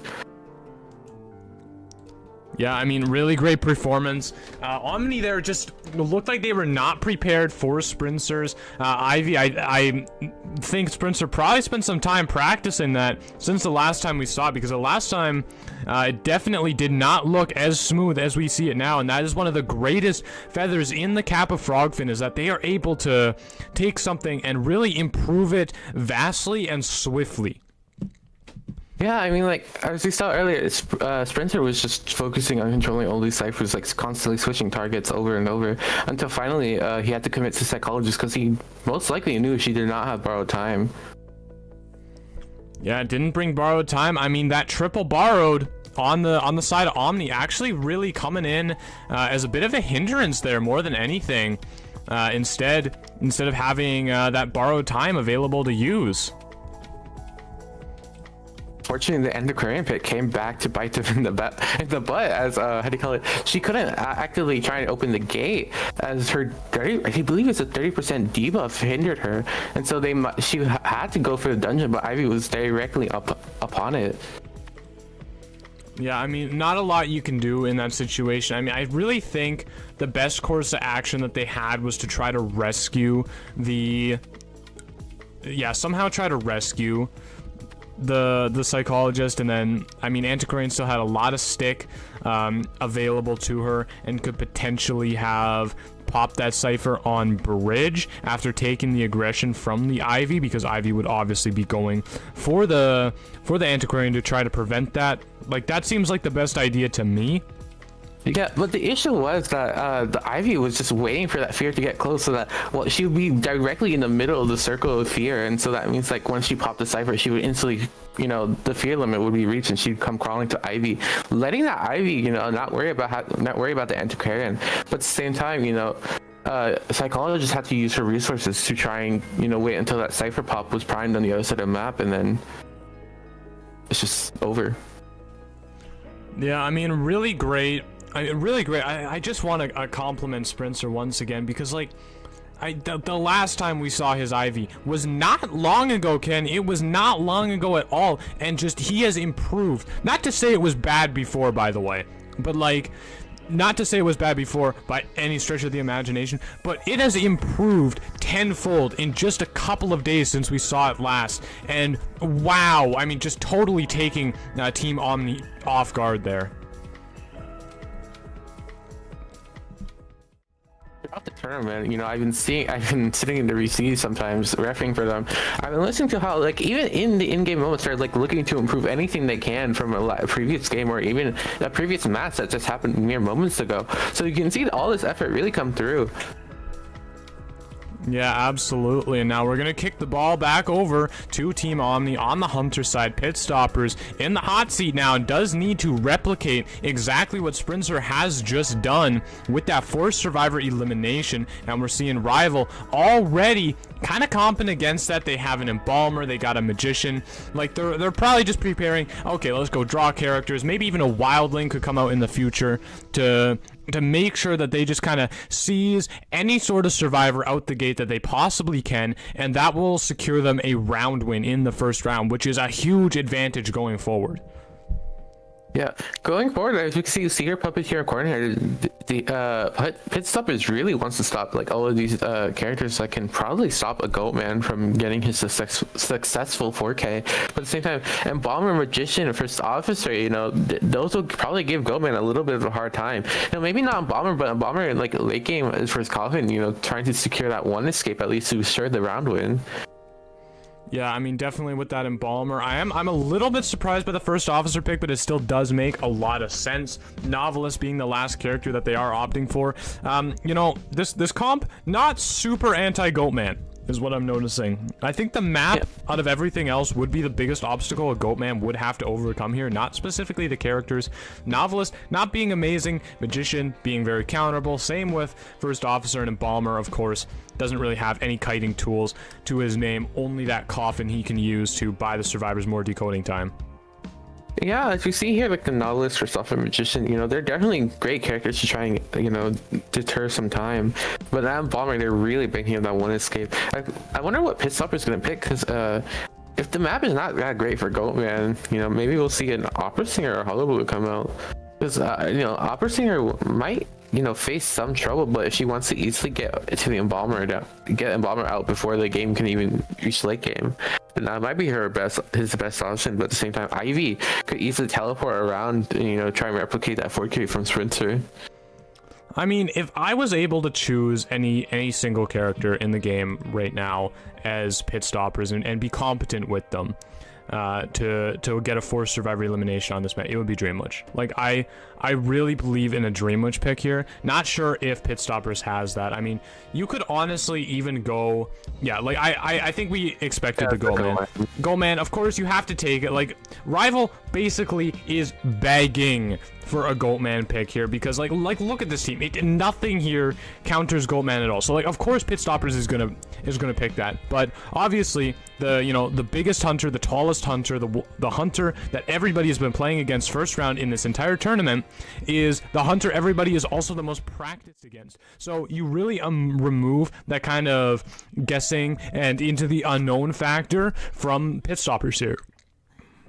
Yeah, I can see here like they're looking to do maybe not so similar spawn as to Rivals, but no, sorry, Omni, but I've never seen this spawn before, even in my rank games. So I wonder what the idea here. I mean, it secures that they won't have a locked cipher, I think. No, but I think the plan here, because like you could lock really any like either Magician or Novelist Cipher if you wanted to, if you're Pit Stoppers right now. I think the idea behind this spawn is you're giving everybody a strong kiting area to work with. Maybe except for Officer, but he doesn't need it. Like, he has the watches, he's not going to use it. You know, like, his kiting item does not revolve around having pallets and stuff. So you're giving every survivor a lot to work with, and that's what you want against a Goatman. You want to try to at least avoid 3 or 4 Goatman cages. And if you can do that, you are almost guaranteed to get a draw against him. Yeah, I mean, the Bomber pick is great for his Coffin, Magician, and Godkai. I mean, First Officer, again, his watches, and Novelist literally across the map from Goatman, so he most likely won't have to worry about him coming after him. Yeah, that's the thing. I mean, if I was Pit Stoppers right now, I mean, you probably go for Magician. Magician is kind of a skill matchup. The problem for going Magician here, and you can see this, why the spawn becomes very tricky, is Magician is in a really, really good position. Like, that is a very strong kiting area that Magician is in. Plus, he still has 3 wands, so even if those wands aren't the best, Magician is in a great spot. You got to position your cages in specific ways to eliminate him being able to get to the pallets, and that gives him a little bit of extra room to work with in terms of, you know, being able to get away from you with his illusions. So yeah, I mean, this is tough for Pit Stoppers on a first chase perspective. Like, I feel like maybe the best option is the Officer, to be honest with you, Ken. Yeah, I mean, it's simply, maybe even just getting rid of that watch would be helpful, but you know, looking into where he shoots, maybe he might go for the Embalmer just to like ensure that late game one escape isn't that so secure. Yeah, potentially could target out the Embalmer. Obviously, his Coffin is super aggravating to have to deal with in a late game situation. Plus, I mean, the thing is, Embalmer, oh, I mean, he's just off. He is so ahead of this Goatman right now. Of course, Goatman can make up distance very easily as a very good character at making a lot of distance. But Embalmer is just so ahead. He doesn't even see the trail of this Embalmer right now and is just forced to go for Magician here.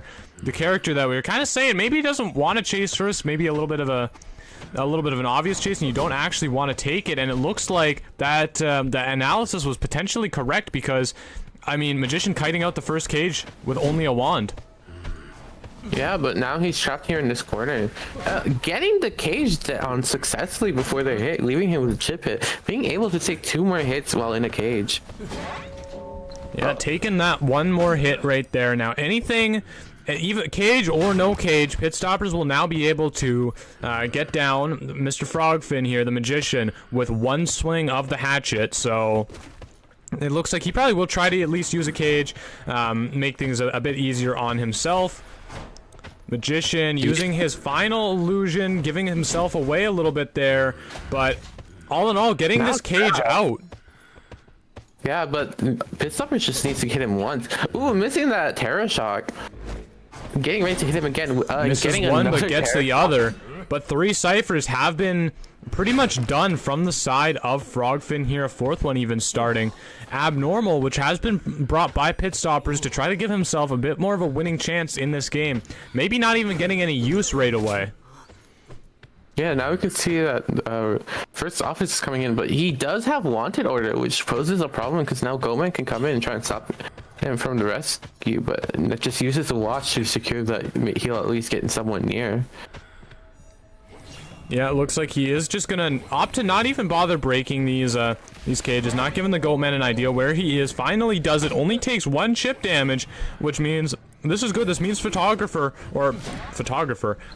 officer can still take 2 hits. they just kind of sound similar. But no, they do not. You're just going insane, as I have. Anyways, a magician getting hit is you know, very poor for them right now because all the ciphers are actually across the map, which poses a problem for Goatman. But at the same time, you know, Goatman knows that they're going to be coming from this direction. Actually, there is a cipher here, but you know, it's blocked off based off this chair.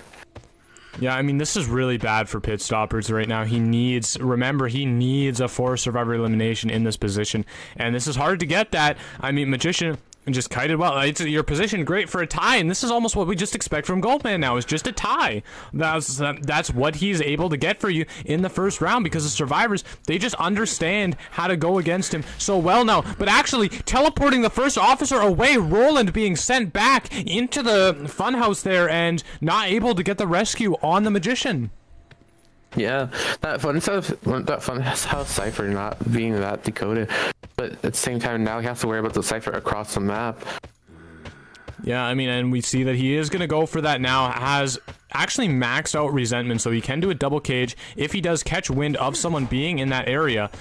Only single one so far. Finding the embalmer finally. This is probably not the chase that you want, because you really want to be able to force somebody to come off of their cipher to rescue right now. Yeah, that final button still getting the hit. You know, this might be actually a little bit of a problem, because now if Goatman can securely get this Embalmer down, maybe he can opt to switch to the teleport and force the Embalmer to use his coffin to make sure that he gets rescued. Oh, Embalmer ending up on the second story here. Not exactly where he wanted, but vaults right into the waiting arms of Pit Stoppers. Not using the coffin, has to use the teleport here. He sees that cipher shaking, recognizing it is way too much. Gets a hit on the first officer. Only 1 cage will be able to down him now, and I mean, Pit Stoppers has plenty of them. Gets the first one on his first attempt. Now Embalmer is down. Novelist basically forced to try to come for this rescue at this point. Pit Stoppers knowing exactly where Novelist is going to be coming from, so he might be able to cut him off here. And I mean, this is a scary situation. You know, Embalmer is now up, so he can just focus decoding out the cipher, and while Novelist tries to pressure the cipher and pressure this rescue, I mean, they only need a 1 escape to secure this round win. Pit Stopper needs to like go on the offense, thinking he's coming in from the right side, but not knowing that Novelist is going the long way around the funhouse. Does get tinnitus. He is going to spot him out now. Yeah, Novelist book will pretty much guarantee you survive 1 cage hit. At the end of the day, that is basically a guarantee. Pit Stoppers may even just be looking to delay. Yeah, and it looks like... yeah, getting this hit now is definitely a stuff. And there's no borrowed time. There's no borrowed time on the side of the Novelist. He's going to get the pallet stun. He's going to be able to break this cage, but it's not going to be able to happen in time. Pit Stoppers realizing this, going back, going forth, getting the hit. Now that gate is being pushed. His teleport is not up in time, and it looks like Frogfin will be able to just get this Embalmer sneakily out of the manor. Yeah, I mean, exactly as I said. Yeah, they really just needed to pressure the rescue, so Goatman would have time to go over to and stop the Embalmer from getting out the gate. Is it in time? Ooh, is it in time? Can he cage here? Can he cage here? He can cage here! He can cage here! Oh my god!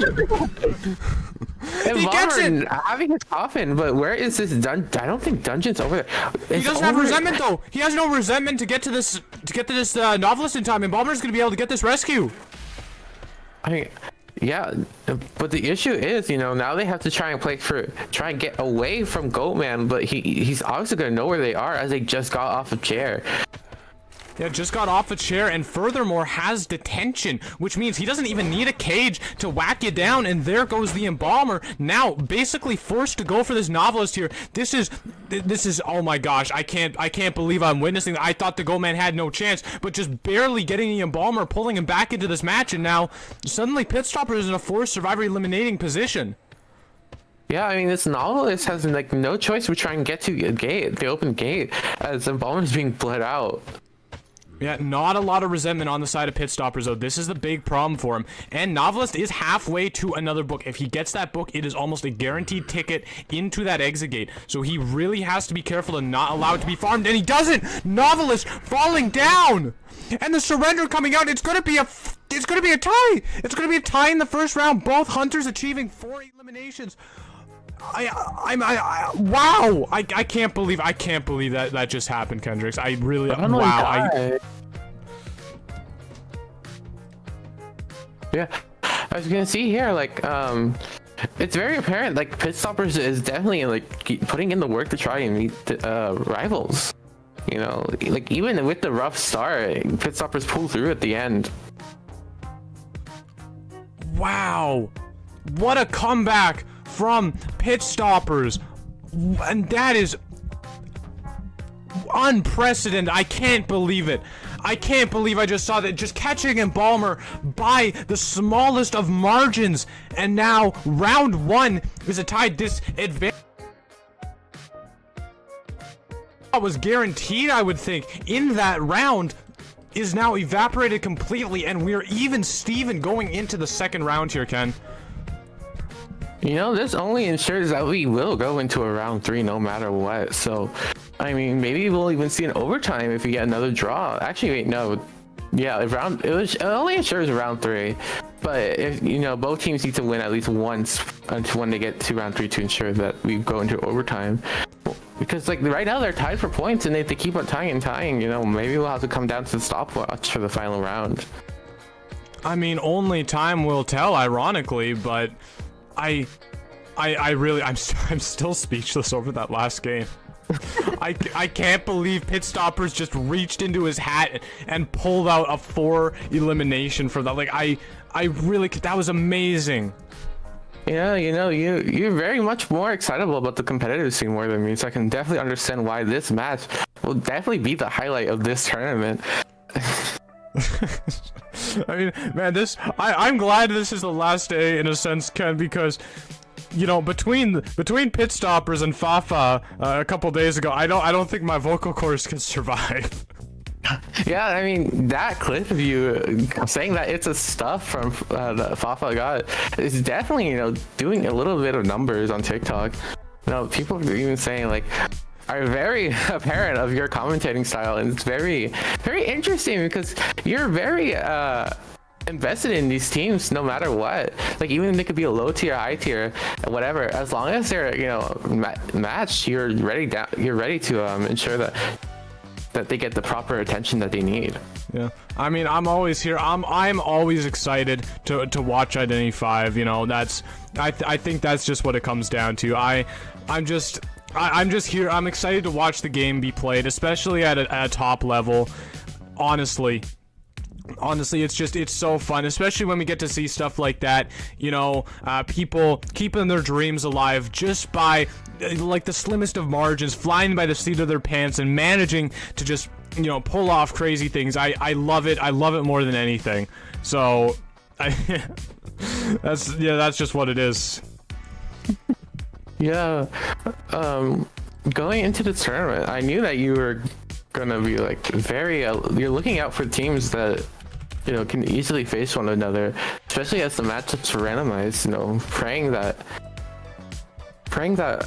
you know, their terms are fair. I mean, we have a little bit of high tiers and low tiers playing together, but not that often. You know, I'm ensuring that all the teams can get their screen time, and we have some offline games, but at the same time, you know, ensuring that just these teams can play and get the respect that they deserve and going against one another.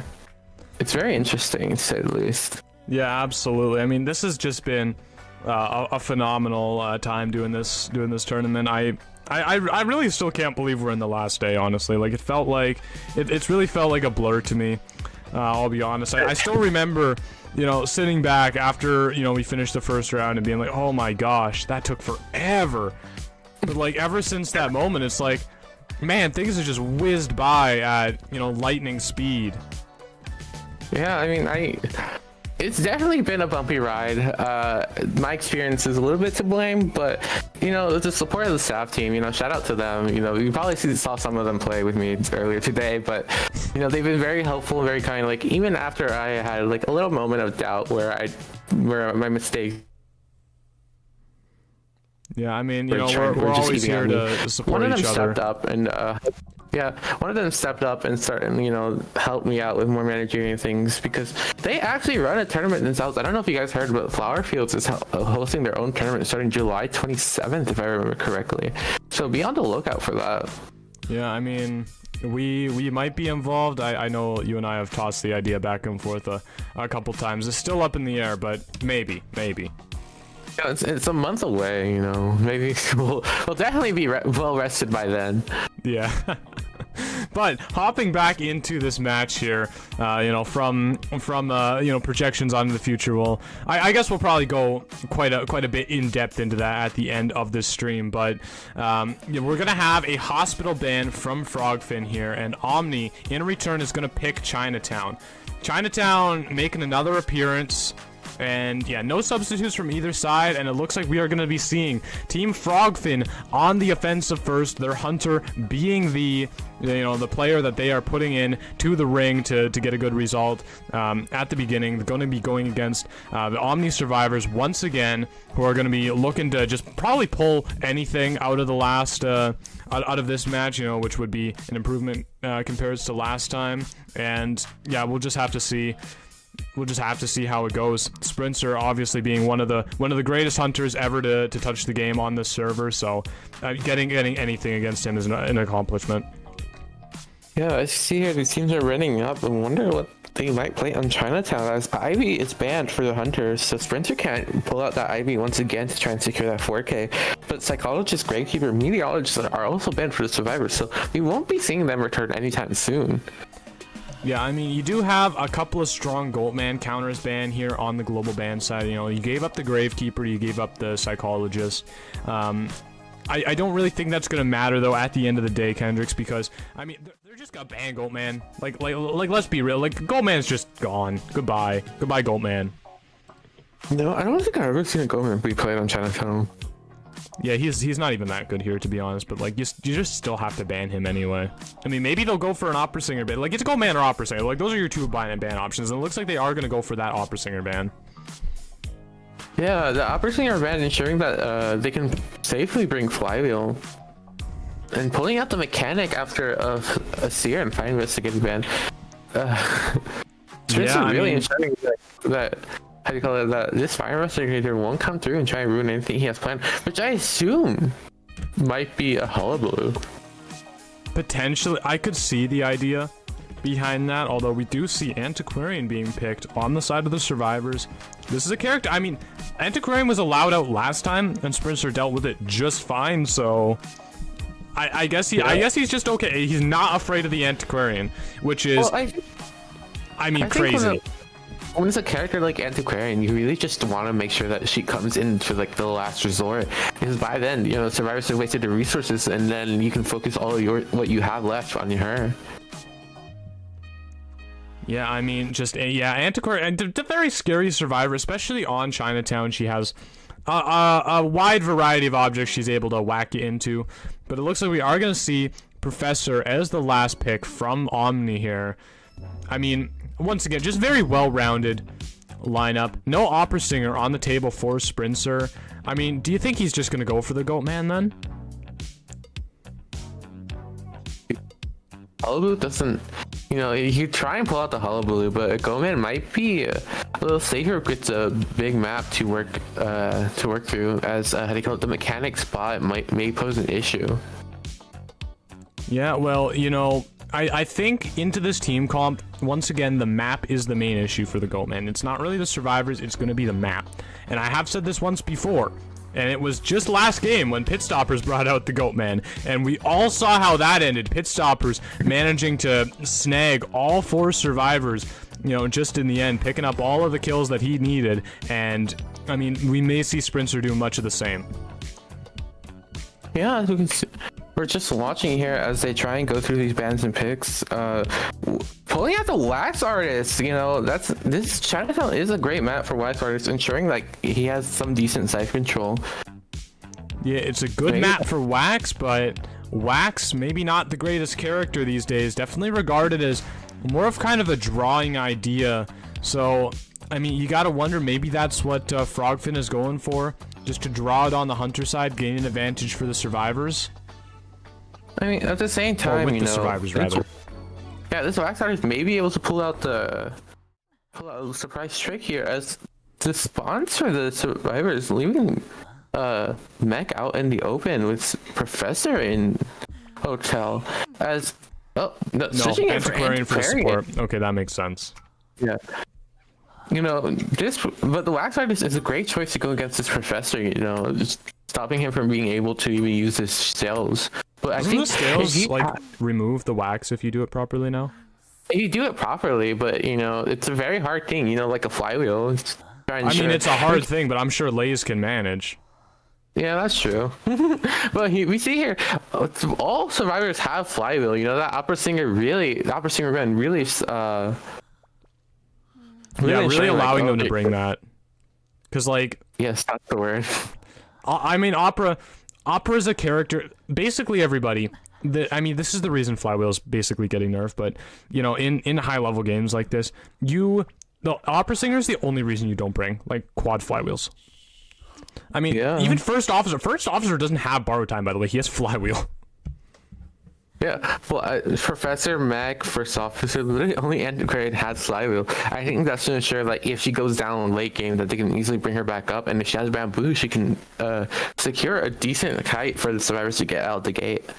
But you know what the issue is? Like, this wax artist, if she's coming in for the support, it won't be as strong, as she'll only end up getting waxed on herself. Yeah, I mean, Wax Artist does counter the Antiquarian here, probably why Sprincer didn't elect to ban it. Not going to have to worry about it ever again, though, because it is now going to be global ban from Omni. So, I mean, yeah, that'll be happening, but, I mean, who do you think Sprincer is going to try to chase? Like, he has to probably go for the mechanic here. I think he walks into Officer, try to waste a watch, and goes for mechanic. Yeah.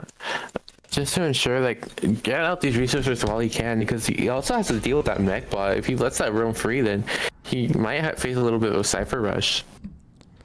Yeah, I mean, you could even remove, potentially, the Cypher control that Wax may gain from being able to wax off the Cyphers like you see here. Going on, is this the Stargazer? This is the Stargazer skin, right? The one that goes with Emil and Ada's new S tier, recent S tier.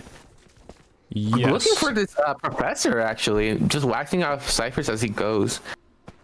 Yeah, gonna let the mechanic free into the map, which is, I mean, definitely, maybe he just thinks that his wax will be able to counter the mechanic properly enough. Professor actually getting caught out here, taking a significant amount of wax, gonna pre-drop this pallet, try to break as much line of sight as he can, but it's not gonna be enough. 92 wax on the Professor here.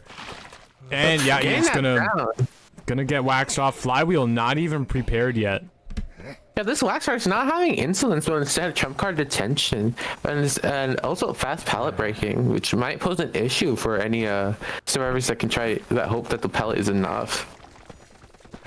Yeah, and now gonna be able to get both hits on the Professor there. Not even, no scales, no flywheel, nothing able to be utilized by Lays. I mean, this is just a great area for Wax in general, this hallway, because like you just saw, there's not a lot of cover, there's not a lot of corners to get behind, and this is why Wax can be so deadly in this map. Yeah, locking off that Cypher and having to deny this, you know, he's having a little bit of this great Cypher control, but, you know, survivors are still just going to go decode another whole 3 Cyphers.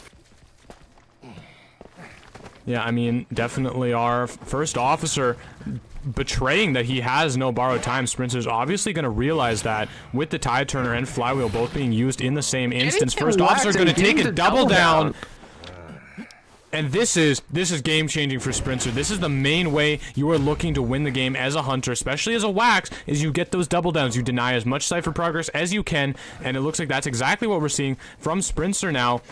Waxing off Lays once again, still no scales, still no flywheel, and this is just looking like a mess for the survivors. I gotta be real with you, Ken.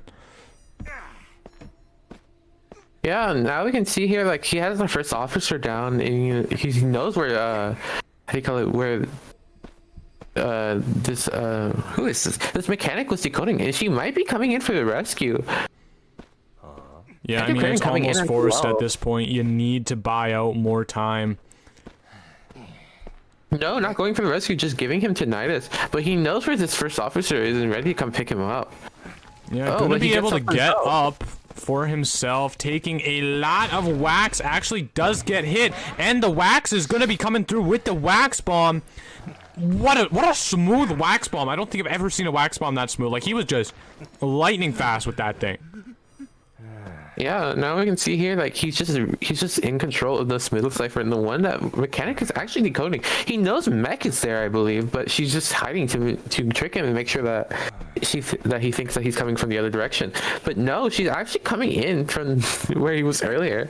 Yeah, what fantastic mental warfare from the Mechanic. Really playing games with Sprinter now. Gonna be able to have the hot wax coming out, not in time. Mechanic gonna take that hit. Gonna be getting waxed one more time. Gonna be able to hide behind this pallet. Will she get the stun? She won't. And Sprinter is gonna be able to wax her down. Yeah, just completely changing targets because Mechanic Cypher progress is a little bit dangerous that he needs to stay here. Because there's only 2 ciphers left, but at the same time, first officer being injured and wasting his last watch, and Mech's bot out on the play, you know, is very it's looking like it might balance things out just to secure this one escape. Yeah, I mean, Mechanic bot definitely going to be able to heal up the first officer, give the survivors a little bit of a reset there. If you're Team Omni right now, I think I agree. You're probably just gonna try to gun for that one escape. Give pit stoppers at least an avenue to kind of get you that round point, because that's what this is all about, everybody. Round points, and the sooner you can secure them, the more pressure you put on the other team, and the more pressure on the other team, the more potential there is for them to make mistakes. So you want to get early leads if you can afford to get them. Logging out that cipher while also triangulating where this Antiquarian is coming from with tinnitus. You know, like he knows that they're coming in from both sides while Mech's decoding with her bot, but she's about to, you know, get set off no matter, hitting her with the bamboo. But Mech is like directly hitting. I don't know if that was lag, but Mech just what a stun! What a stun! Now the bamboo coming out from the Antiquarian. Will the Mechanic be able to survive? Doesn't look like it. Yeah, Mech just goes down, unfortunately. Antiquarian trying to, you know, decode more of that cipher, but I think he just might have to abandon it as he might go for her next. Yeah, I mean, more than likely, potentially even just a bait from the side of General Fluff there to get the Wax Artist over, going to her. And it looks like the first officer is opening a chest. I don't agree with that move too much, but I do understand it. The thing is, I agree with that because they're trying to get that one man, so that first officer can get an item to prolong a kite that he might be expected to take. Then, but the issue is, Sprinter does know where the dungeon is, so once he gets his Antiquarian down, he can try and ensure that, how do you call it, that she's just, you know, bled out. I mean, they're definitely going to look for Cypher progress right now over that. Like, there's health on the board to work with, but unfortunately, Hot Wax does also exist, and it looks like Antiquarian going to miss her flywheel, at least trying for it. Now, over-vaulting, overconfident on that pallet. Sees exactly where the first officer is. Warp left to use, not even going to bother with it. I mean, this is just a 4 elimination, Kendricks. It's like, doesn't matter. I think it's just guaranteed. Yeah, I mean, we could try, like, hold that first officer can, you know, waste as much time for Antiquarian to bleed out before she finally gets up, and doing the same for this first officer so that at least one of them can try and get this dungeon escape. Yeah, I mean, it looks like she's just gonna prime herself heal, not use it immediately, because, I mean, she knows the moment that officer, misses the flywheel once again, and gets hit over the pallet. Yeah, Antiquarian finally getting up, but he had just gonna warp back over to where she was downed, and instantly seeing her trail. Yeah, I mean, preferably in that situation, you don't want to get up if you're Antiquarian. You want to prolong the bleeding process as long as you can. Being down doesn't give the hunter tinnitus, but, I mean, she just knows Sprinter's gonna know her general location because Officer did not last long enough, and gonna warp right over there. Yeah, first officer does not have exit path, so you can safely just chase after Antiquarian and down her with the wax bomb as she was at 76%. Yeah, and we're gonna see the surrender come out there. Yeah.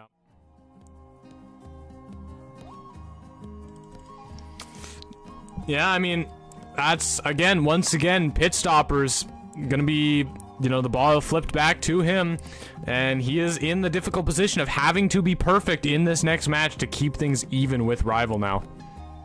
Yeah, looking for this possible. Oh, never mind. Sorry, I was looking at a message. Looking at this possible for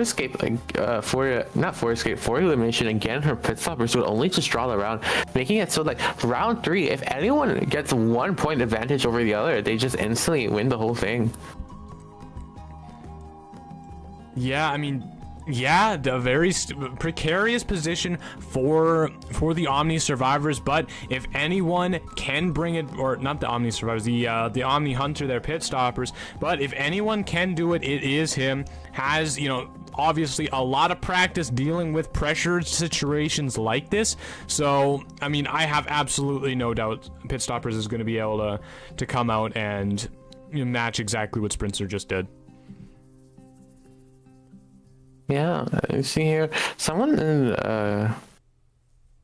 asking when there's other tournaments. I don't know if we do another one, and especially with the lack of funding.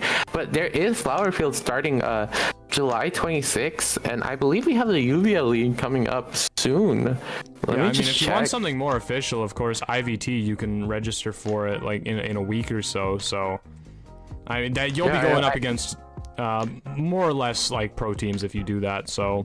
If you want the tournament experience, I recommend that one. But of course, there's Flower Fields, UVA League. We even got the banner for UVA League in the bottom there. Good friend. July 19th. Oh, well, pardon me. Yeah, you're good. Yeah, the UVA League starts July 19th. Flower Fields July 27th. So like these upcoming tournaments are definitely going to be one after another. Yeah, lots of options. It's a great time to be an aspiring competitive player for the NAEU region. There's so many homegrown grassroots tournaments that are being created right now.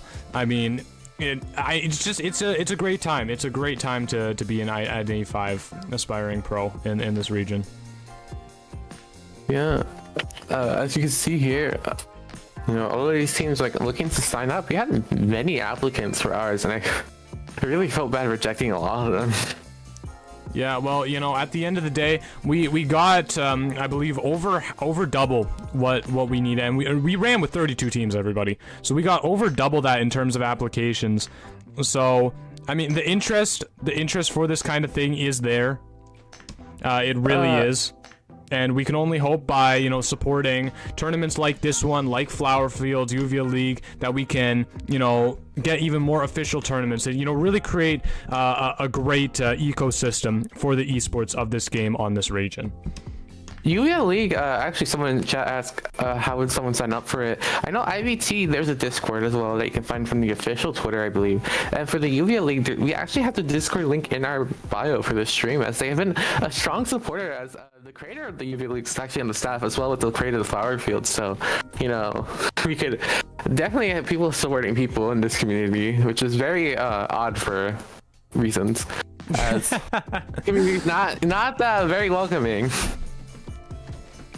But, I mean, pulling us back to the matches here, it looks like we are going to see a hullabaloo ban on the side of Frogfin rivals here against Pit Stoppers. So, I mean, Opera Singer is allowed. Opera Singer is able to be used. The Frogfin, the Fire Investigator, well, potentially not the Frogfin. I imagine it is going to be the Frogfin, though. But the Fire Investigator out, ready to be played into the match here. More than likely to stop any sort of, you know, annoying Opera Singer aspirations Pit Stopper may be having right now.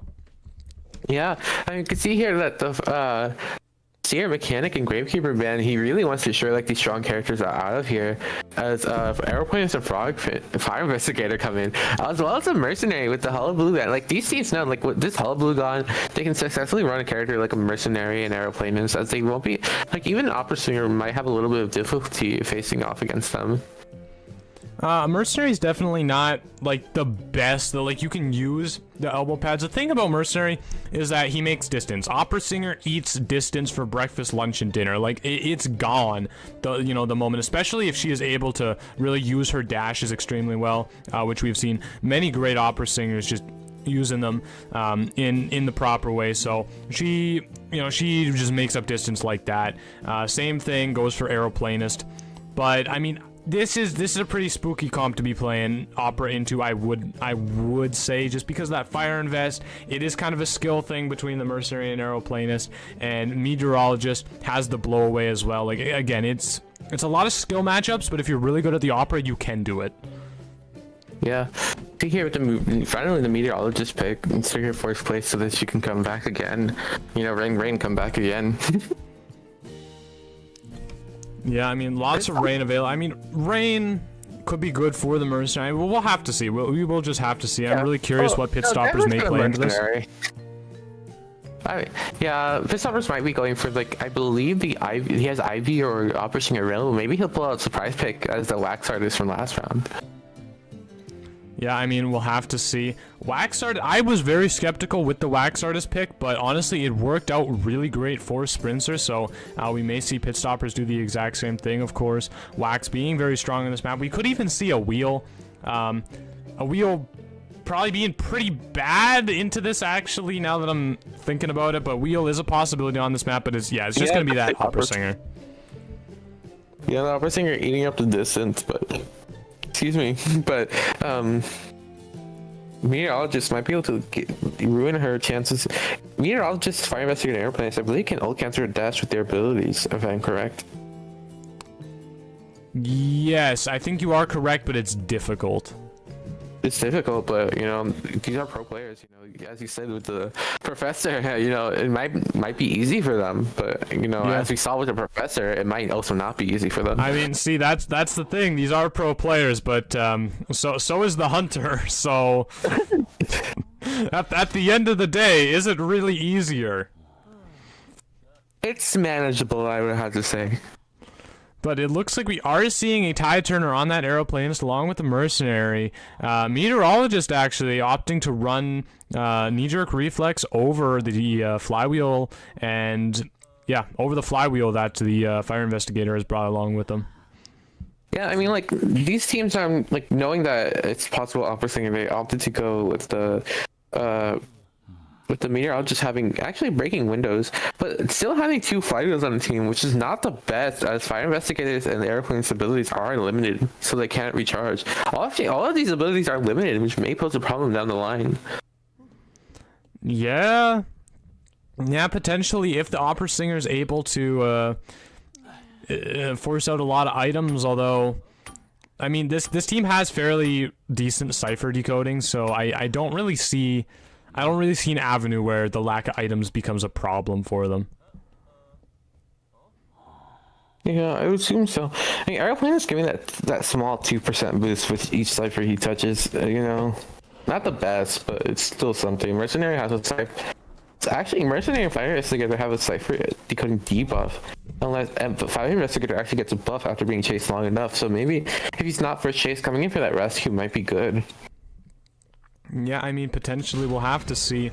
This is definitely... I'm curious to see what Pit Stoppers actually has as his trade. It looks like it's going to be Abnormal once again. I mean, we saw him bring Abnormal in the Goatman match, and I don't think he used it one time. You know, ended up just switching it for Teleport, you know, in the end game. So, I mean, we'll see if more usability is brought out from that trait this time.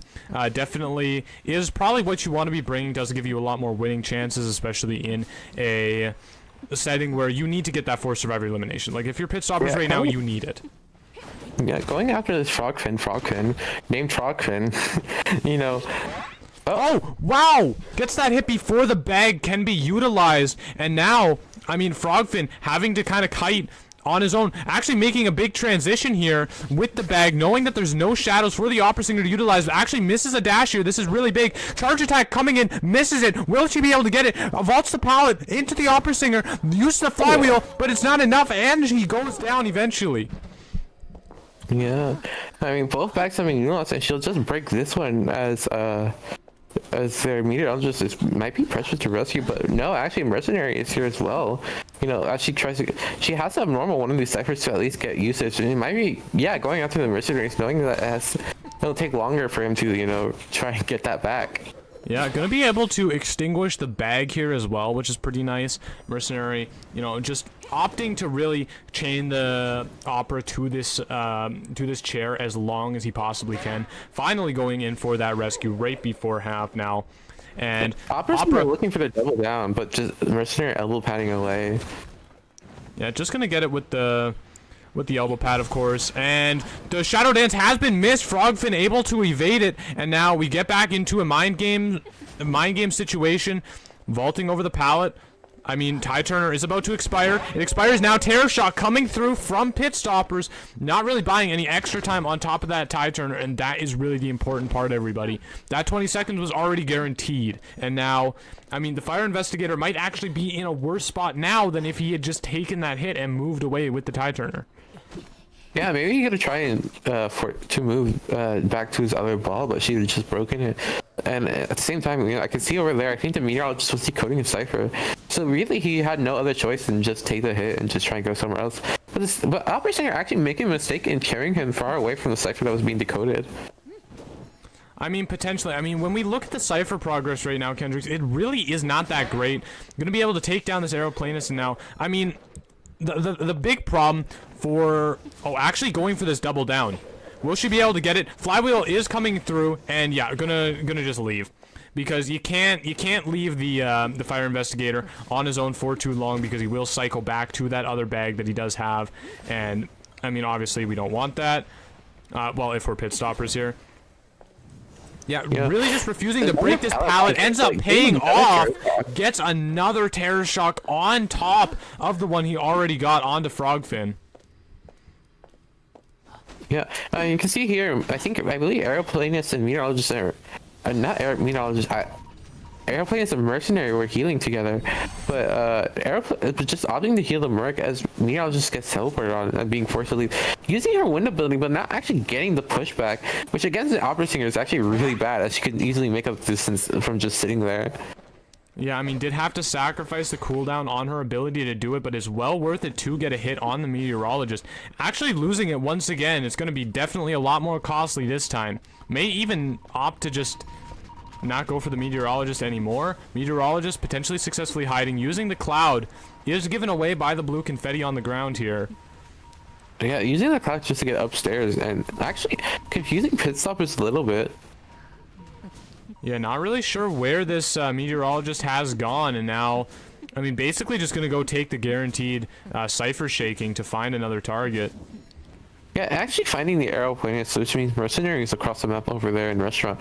Aeroplanist just opting to use his ability right away just to ensure that he gets to a better... Well, actually, when I say better area, this pallet has been dropped, and then Frogfin over there just used all the other items. Once again, Terror Shocking over the pallet. I mean, this is the third Terror Shock this match, Kendricks, and none of them have been on chairs.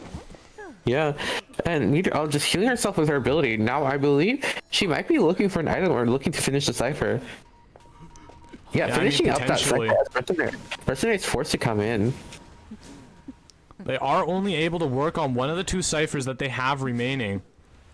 Meteorologist also out of bottle because she did use it to heal herself. Actually finding the Mercenary, which is pretty important for Pit Stoppers here. The only problem is, I mean, this Mercenary is going to be able to elbow pad at any time, but Pit Stoppers does get ahead of it. Now, I mean, he's... Oh, actually he brings in the Terror Shock. It's going to be a double down. All right, this is guaranteed double down. Aeroplanist is rescued before half, though. That is the important part. Now, Mercenary is going to do his best to try to get in front of the Opera Singer, try to stop her from using the dashes as much as he can. It looked like it did work, actually, because she's not able to go into it right now. Aeroplanist using his ability to get out.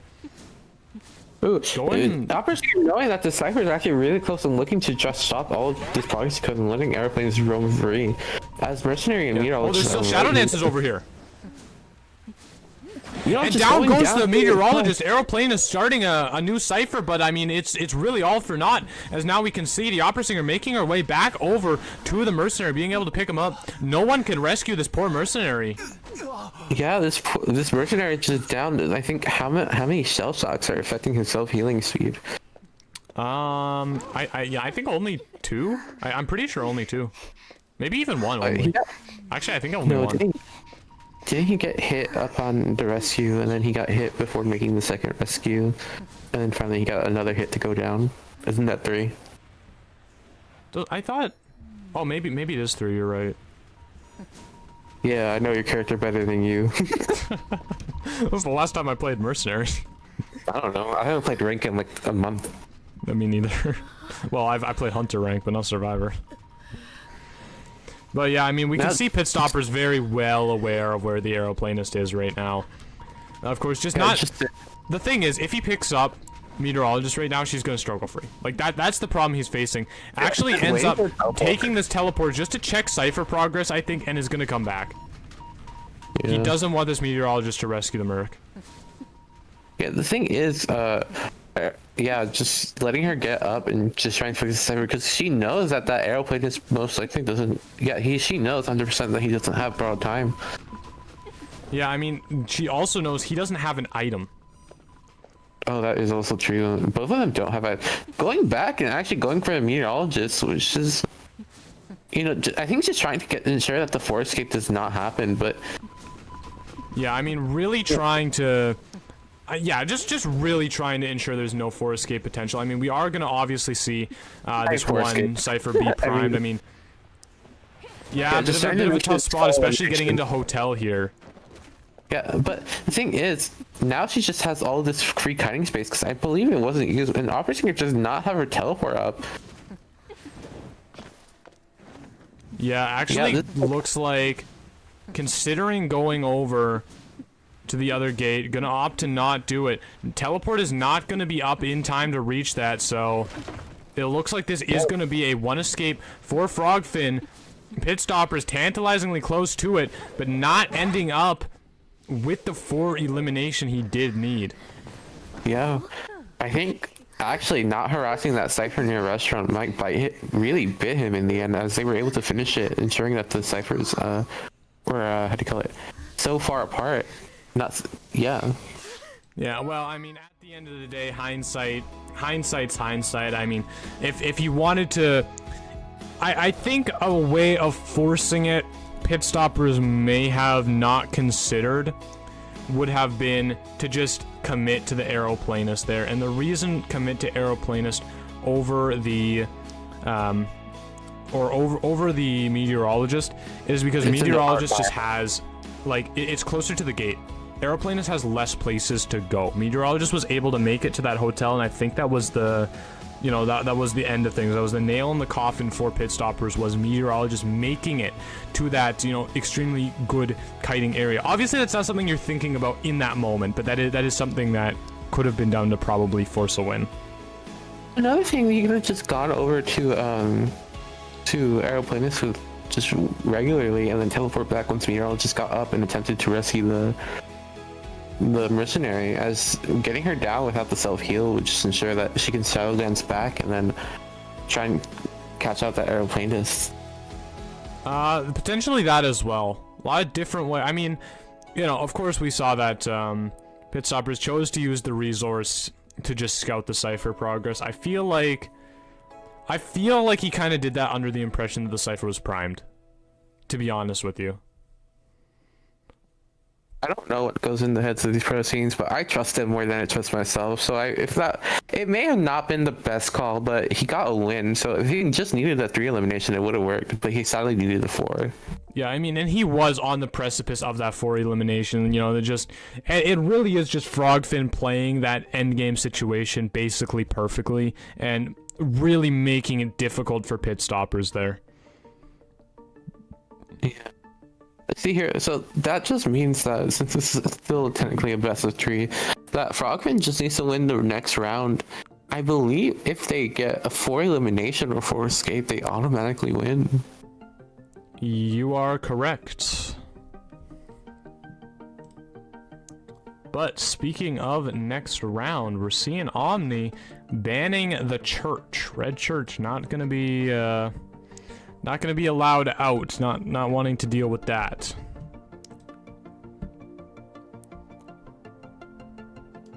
Yeah, I mean, see, I'm trying to look at this chat. You know, I have my game open, but I'm not actually at my PC. just sitting at my desk all of these days, I just got tired of it. And if I'm commentating, I want to be on my bed. You know, if you didn't know, I've been sitting at my desk for like maybe 6 to 10 hours, depending on how many games a day we have.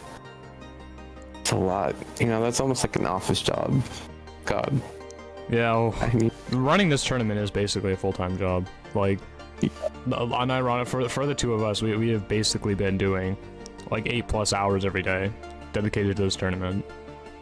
you know, and it's a little bittersweet to see it end, you know, like, despite all the turmoil and stuff, it's finally coming to close. All our hard work, like, getting these teams ready. Yeah, I mean, it was... There's no one else I would have gone on the journey with than you, Kendricks, and, you know, Cookie, Ratty, Chip, you know, everybody. No one else I would have rather done it with. My poor Cookies and Ratty, you know. Ratty I had like on a full-time schedule with me, but thankfully she's gone on a break for like the past few days. And also with Cookies, you know, she was commentating a little bit worried about that, but people seem to really like her. It's just like, this tournament, you know, despite, you know, our experience, just... Don't say it like that, bro. Saying like what? You make it sound like she's horrible. Cookie's great. No, I'm saying like she was worried that people wouldn't like her, and instead she comes out, you know, fan favorite. Yeah, no, Cookie did awesome. Everybody did awesome. Every part of this has been fantastic, and You can't tell my brain is shutting down as we near the end. well, I mean, we got probably about... Yeah, well, we have at least 4 more matches to view. At least 4 more matches. Or not 4 more matches. Where am I getting the number 4 from? I was thinking 3 more matches. It's not even that. We're going into first round of round 3. So we have at least 2 more matches to watch. Maybe only 1. Potentially 4. If overtime is forced. But that would be... I mean, that would mean Omni does need to make back this point difference here. That they are kind of stuck with. I believe that would mean that Omni needs to get the 4-man, and then Sprinter needs to get the 3 elimination, just to tie it all out. Yeah, I mean, they basically need to mirror each other. We are going to see an Arms Factory pick, though, from the side of Frogfin and Pit Stoppers. Once again, Team Omni taking the first hunt. Well, actually, not once again. Hunting back-to-back, actually, from Pit Stoppers here. Yeah, hunting back-to-back. I believe this shows the potential, like, if they know, like, that Pit Stoppers can secure this 4K, then that means that their survivors have to get prepared to try and get that one escape when fighting Sprinter. Yeah, a lot less of a pressured situation. I mean, I think faction order really matters more when it comes to your survivors, because your survivors need to comp around a lot different things. Obviously, you do as the hunter as well need to comp around different stuff, but survivors really, like, you know, they need to know what characters to pick, whether they're gonna go broke or not, because hunters, they always have the capability to do many different things. See here, like, wondering what Pit Stoppers might select to play on Arms Factory, as, you know, I believe Goldman and Opera Singer are global banned, so, and then these survivors can just ban Hollow Blue and Ivy. Yeah, I mean, yeah, pretty much all the conventional meta's gone. Pit Stopper's gonna have to fall back on...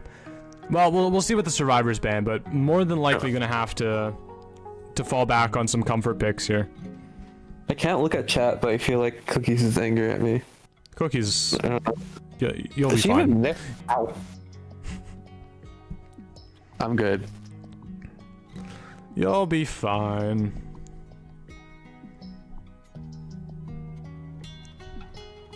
Yeah, and it looks like they are going to opt to ban out all that meta. So, comfort picks are going to have to come out from Pit Stoppers now. He's going to have to play characters that aren't conventionally recognized to be great. Maybe his Mad Eyes. Maybe a Bonbon. I'm actually getting tired as the tournament's ending. Oh my god. Yeah, we see Seer, Psychologist, lots of tankiness so far from Frogfin. Yeah, actually opting to ban the coordinator mech instead of the Seer first time.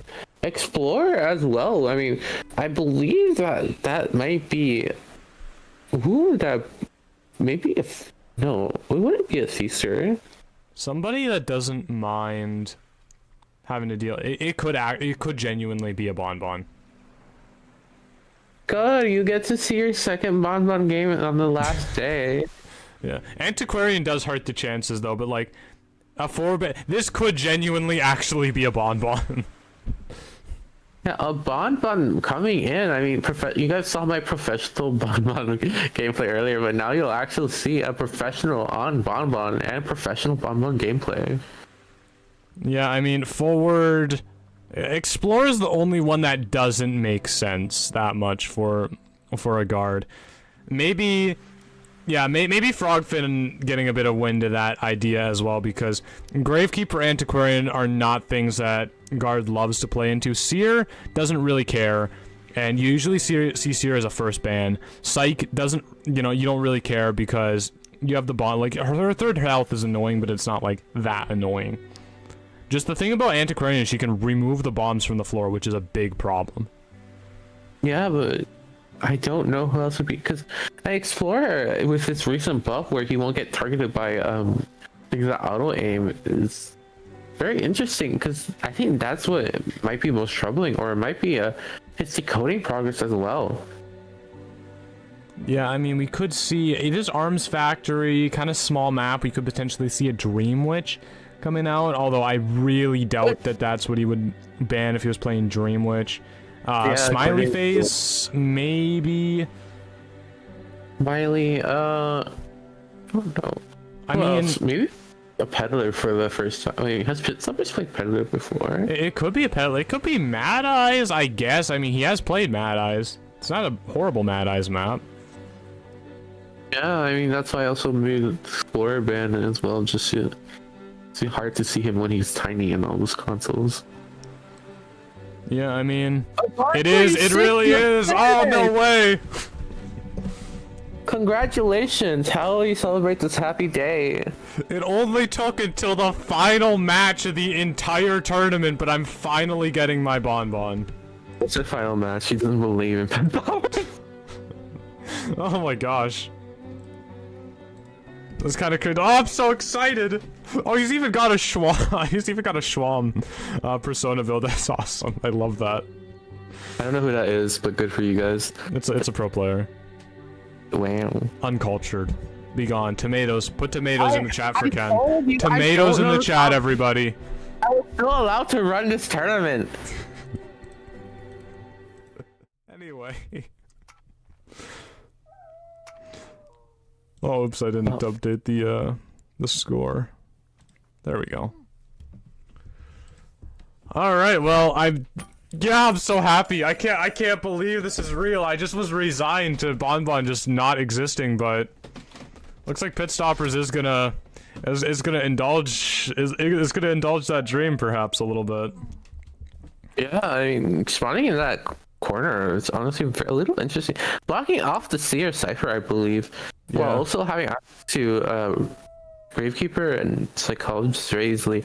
Antiquarian, obviously not the best chase with the location and her abilities. So we might be looking to go after the Gravekeepers to stop a rescuer from happening. Yeah, I mean, you can really spawn anywhere you want as guard, because he's kind of like he's kind of like Goatman in that way, is where like you can't really do anything when you have no bombs, and you got to wait a little bit for those bombs to actually build up, because basically you're not hitting a survivor with like a 2-second bomb, like a single 2-second bomb. Like, you need to bomb chain basically to hit anybody, so you need at least 2 bombs to do something. So you can really, I mean, you can really spawn wherever you want right now. And like, as this character, you can spawn anywhere. Yeah. Let's see here. Like, most likely going after the Gravekeeper, I believe, or maybe the Psychologist. I think the Psychologist is safer bet, as those shovels might be annoying. Yeah, the shovels might be annoying, but the thing is, you remove the only tide turner. Yeah. Pit might not know that that's the only tide turner, though. Well, he doesn't know that that's the only tide turner. Like, Psychologist also might have it. We as the audience have the privilege of knowing Psychologist doesn't have it, so the choice is very clear, but from Pit's perspective, he might go for the Psychologist and be removing a tide turner as well. Like, he doesn't know. Yeah. Oh, using the. I think like this is the GG. Yeah, with the Zeta accessory. Insolence. I mean, Insolence is actually good on Bonbon because you can get the control bomb earlier, and that's a really important thing.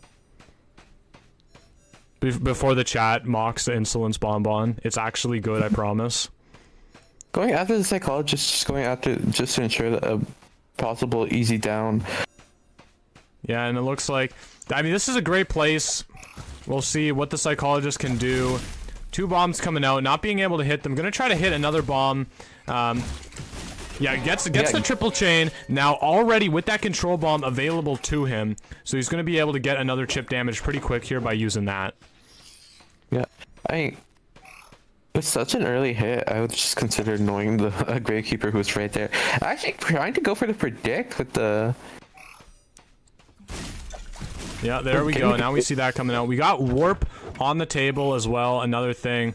Man, Pitstopper stole my Bonbon build. What do you mean, Shauma? Hello?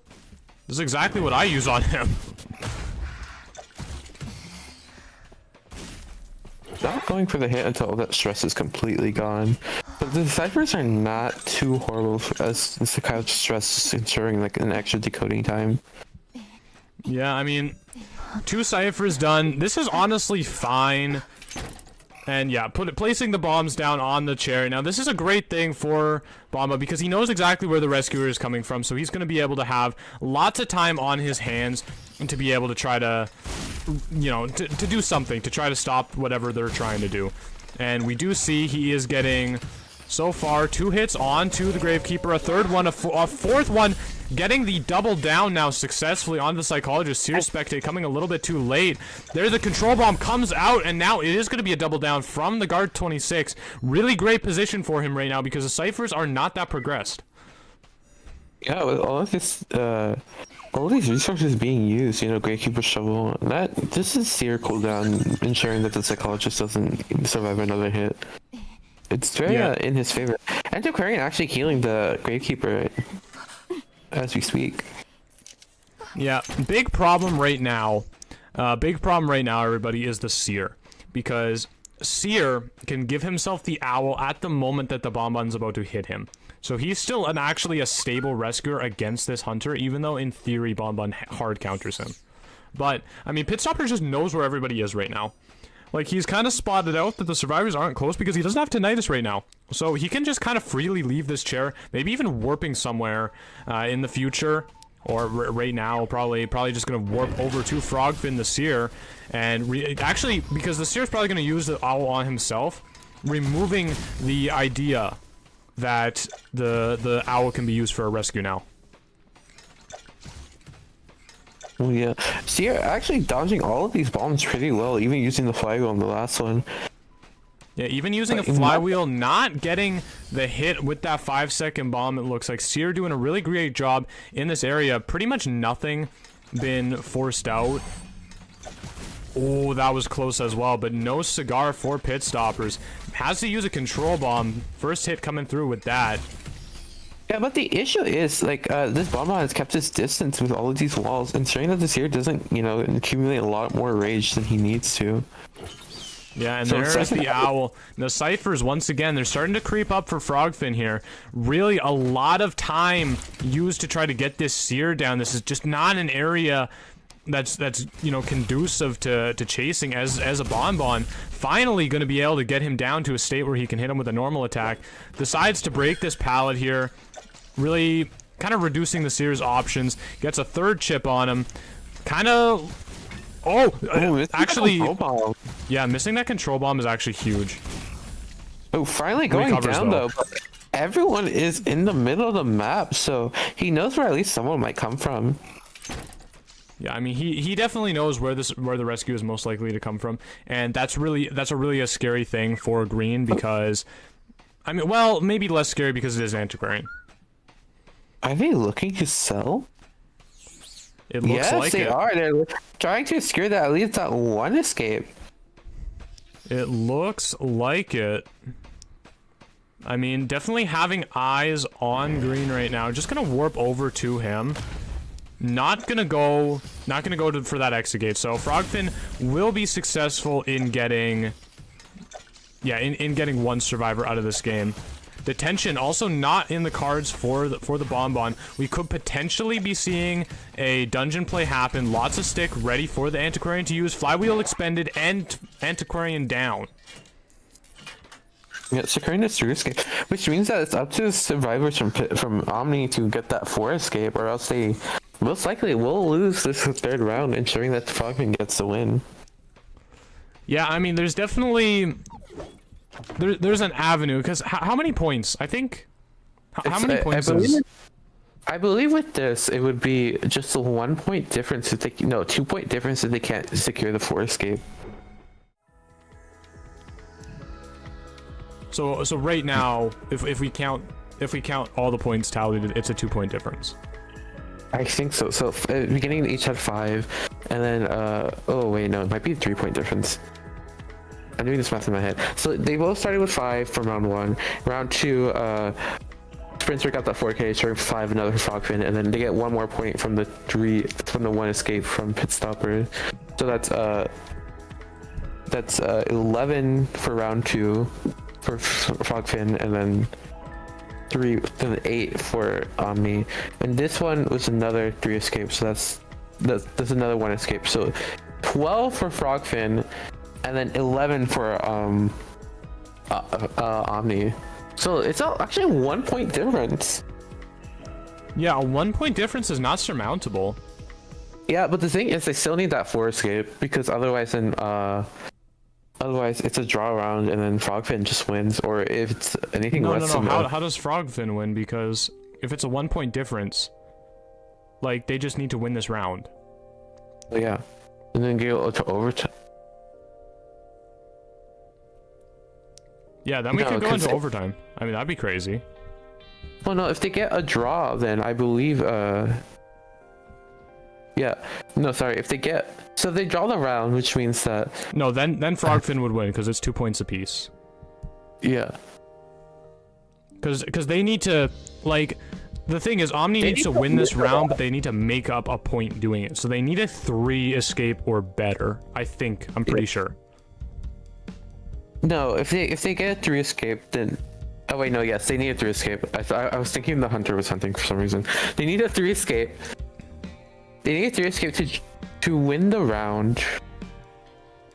4 escape actually wins the set, I think, but 3 escape goes to overtime? Or does 3 escape also win?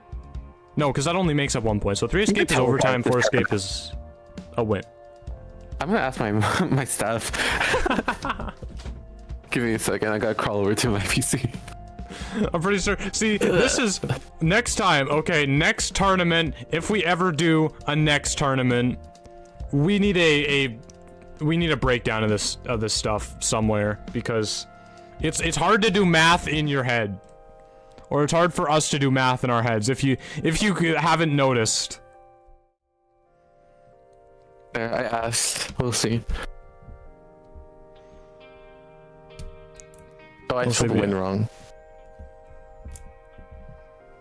I mean, if it's a 3 point difference, then 4 escape is necessary. But we'll see. Forward Novelist. I mean, they're playing like a 4 escape is necessary, or they're picking like it is. Yeah. Benny at this aeroplanist as well. I wonder what he's gonna choose. I mean, okay, so there is Hullabaloo available.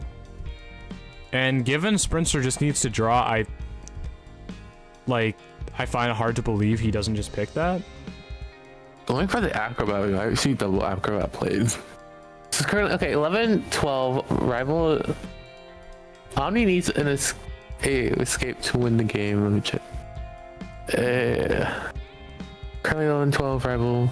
So rival has 12 points, Omni has 11 points, correct. So currently Omni needs a...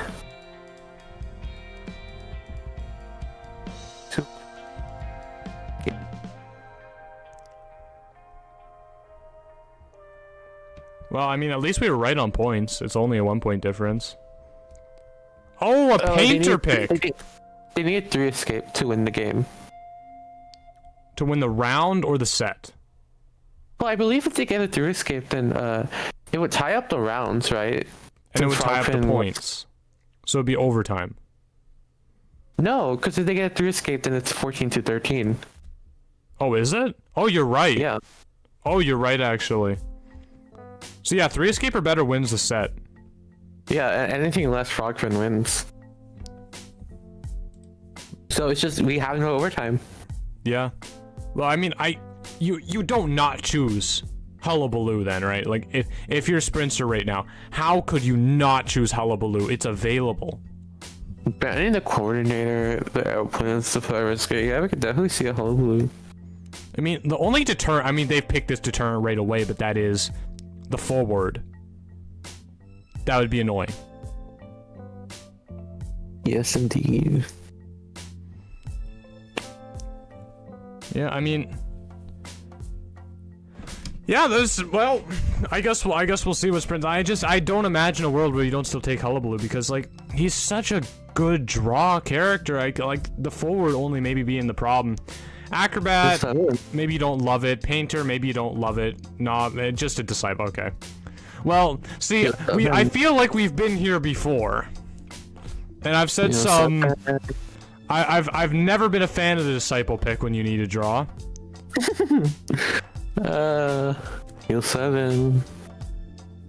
I mean, we'll see. Kendricks, you and I have commentated an exact match like this, and the Disciple did not get the draw. They got a 1 escape. Granted, they only needed a 1 escape, or 1 elimination, but still. I believe it was the first day as well, you know, coming from start to close. But also, I've been thinking, you know, since it's the last game ever of this tournament, might as well do a little special something. What does that mean? The giveaways you dolt. Oh. I see. Yeah, go activate that bot right now.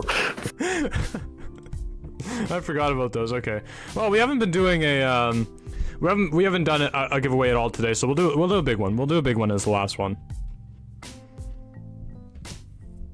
You know, do one right now for 5 minutes, and that's gonna be an Axis Wave pet, and then do one at the end for 10 minutes, and that's gonna be an S tier. Okay, you know what, sure, all right. I am gonna put it on for how long? I think I just yeah, 5 minutes. Actually, we'll do 7 minutes because of 2-minute delay. So yeah, if you use a /join command or a /join event command in the Discord right now, you could win an Axis Wave pet. So good luck, everybody, to doing that. But on to the matches at hand. We do see Sprinter with the Disciple. Not a big fan of the Disciple, but we'll see. It does counter the forward. It does counter the Painter to an extent. It counters the Novelist to an extent. It counters the Acrobat to an extent. It's not a bad pick here. I just don't believe in it. Out of precedent at this point. Out of precedent. Watch him get a 3 escape. 3 elimination. Listen, I want to see a handwritten "You were right, Yo7" note if Omni manages to get 3 survivors out here. You know, what do I get out of that then? What happens if Sprinter does get the 3 elimination? I don't know. Think of something. Okay, I'll think of something. It's probably gonna be money. I won't lie. Okay. Wow. All right. So the stakes are definitely higher for one of us here. Well, then I had to bring out a pen and paper, and I'm so lazy. All right. Well, we see only 2 ciphers actually started from Omni so far. Cat's now being deployed, finding the Painter. 1 jump should be enough to stun him. It looks like it is. So this is going to be a pretty early first hit, I think. Or coming in for the stun. Yeah, I mean, some more time to try and get this painting. Maybe she'll just opt to switch over to the forward.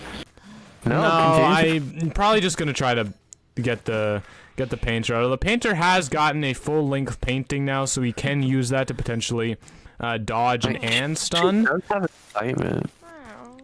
Oh, you're right, actually. That makes a lot of sense. There's the first excitement being utilized.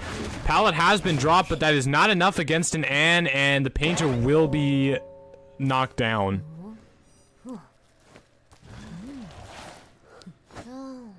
No, Well, wow. I mean, yeah, the excitement, really good trait selection there. I can't lie about it. Really good traits. I've just, well, you know, it is what it is. I guess I'm gonna be having to pay you like $10 or something. No, I'll figure out something.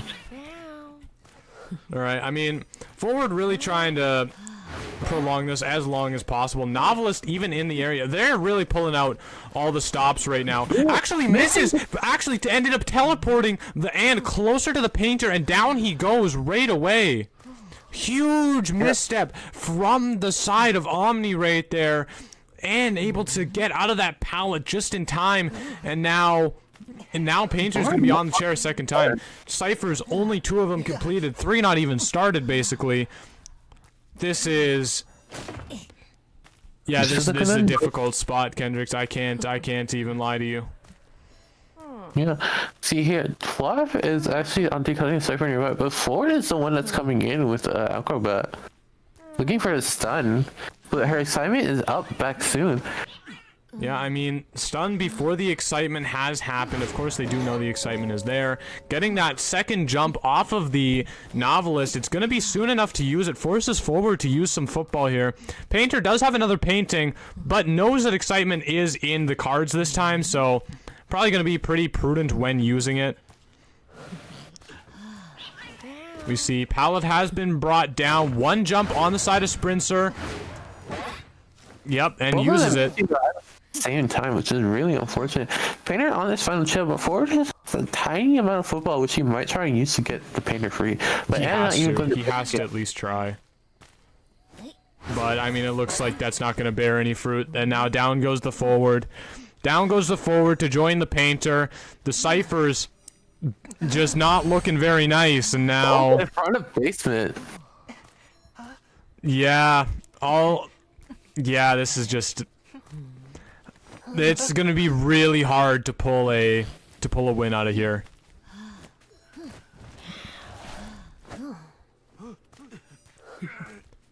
Yeah, this is Going for the basement. well. So Kendricks, how much do I owe you? I want ice cream, I won't lie. But there's no way you're gonna get ice cream from Canada. So I don't know. I'll figure out something for you to do. Alrighty, well, I guess, you know, for those of you that don't know, I do love to gamble, and sometimes gambling you end up with the short stick, as Novelist isn't even able to rescue, not even able to rescue because of the cross, and that, like, this is just, I mean, this is just over here, Kendricks. I mean, really, Sprints are just able to shut down Omni's support just so perfectly, and now they're like there's really just nothing left to be done. Looking for, I mean, Spencer looking to secure this 3 elimination, yeah. Yeah, I mean, he gets down the Novelist. Here comes the Acrobat to try to do something, but Sprinter's gonna be waiting, you know, lying in wait like a cobra in the grass on top of basement here. And like, I mean, just really, what do you do? Yeah, I mean, these players are just the best of the best. You know, they're going up against each other, so it's really it's just interesting excitement coming through. Still, there's just an interesting matchup to see. Yeah, I mean, and there's the surrender. Sprinter only needed 2, but ended up getting 4, double what he needed, and that is gonna do it, everybody. Sprinter and rival or Frogfin is going to be. I did not almost curse. Anyways, roll the footage. You can roll the footage. Okay. Thanks for ruining my flow, man. All right. Well, that is gonna do it, everybody. Frogfin, Sprinter, gonna seal the deal for them. They are gonna be your champions for Seaside Summer Marina this year. Well, actually this year and maybe the only year more than likely. But yeah, they are gonna be your champions, taking home that first place prize. Omni, of course, not going home empty-handed. They are going to be taking, I think it's $500, right, for second place. Yeah, 500 Canadian dollars, y'all. That's like $400 almost. That's enough for like well, in this economy, that's enough for like a nice dinner. Yeah.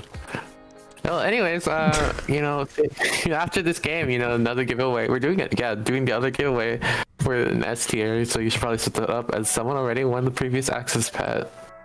Oh yeah, they did. I forgot about the giveaways. See, this is what we need, you just to remind me things, because I'm like, oh yeah, I already forgot about the giveaways. But congratulations to IamY.N for winning an Access Wave pet. These are still in the shop, right? We can still give out Access.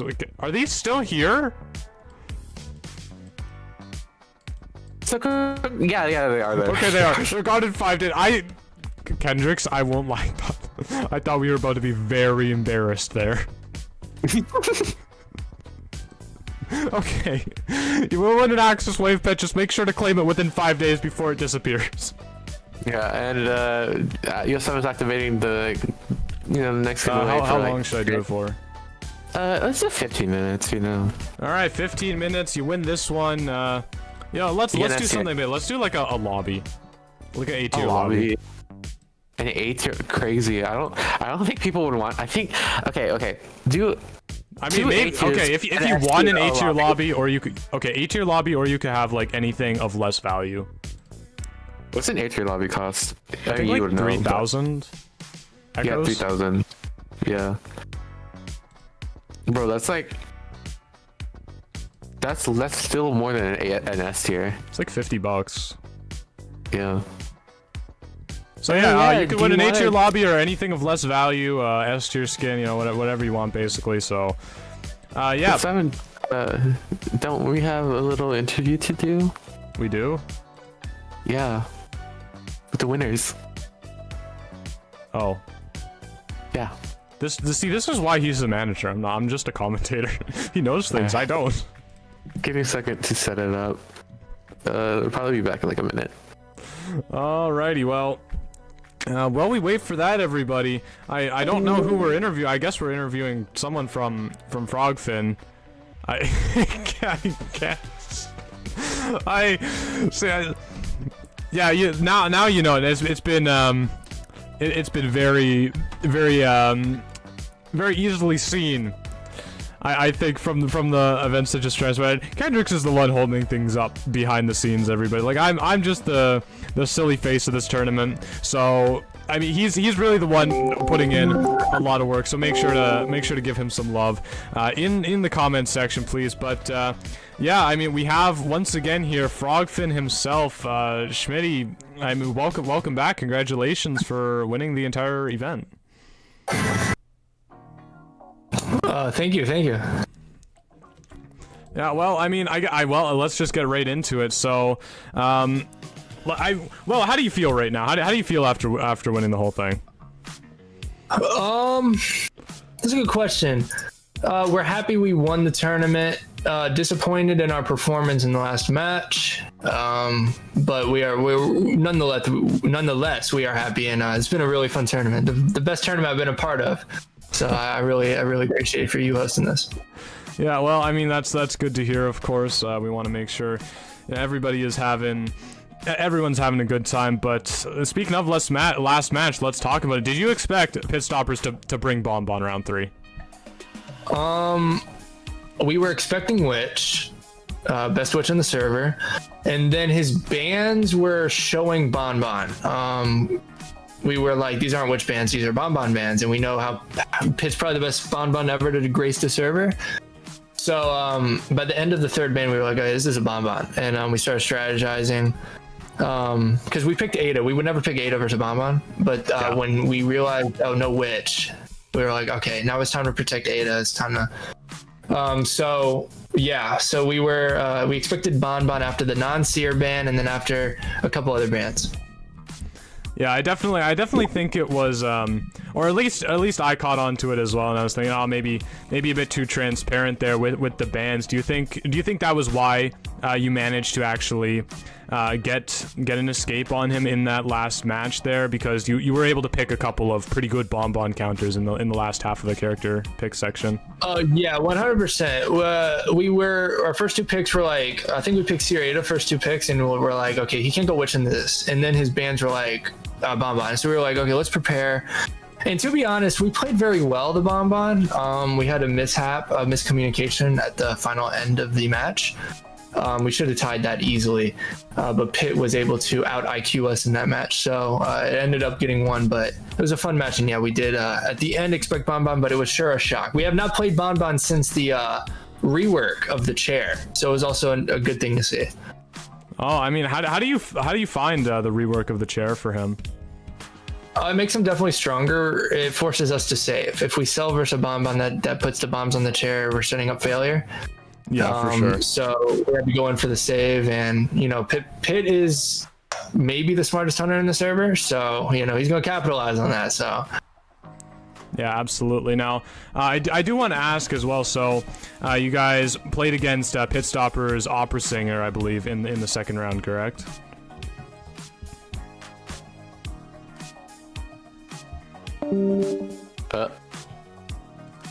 Oh well, it looks like we are potentially experiencing technical issues. He did play against the they did play against the opera singer, right? Like, yeah, I'm not crazy. Yeah, I want to ask if oh, yeah, he DC'd. Yeah, unfortunate. He'll be back. I'm not crazy though. It was Pitstopper's opera singer. It was. Yeah, but okay. Yo, my fault. All right. I thought I was good. Like, for a second there, I thought that I got them mixed up, and Pitt did not play opera singer, and it was Sprinter. And I'm asking you how you achieved something against your own teammate.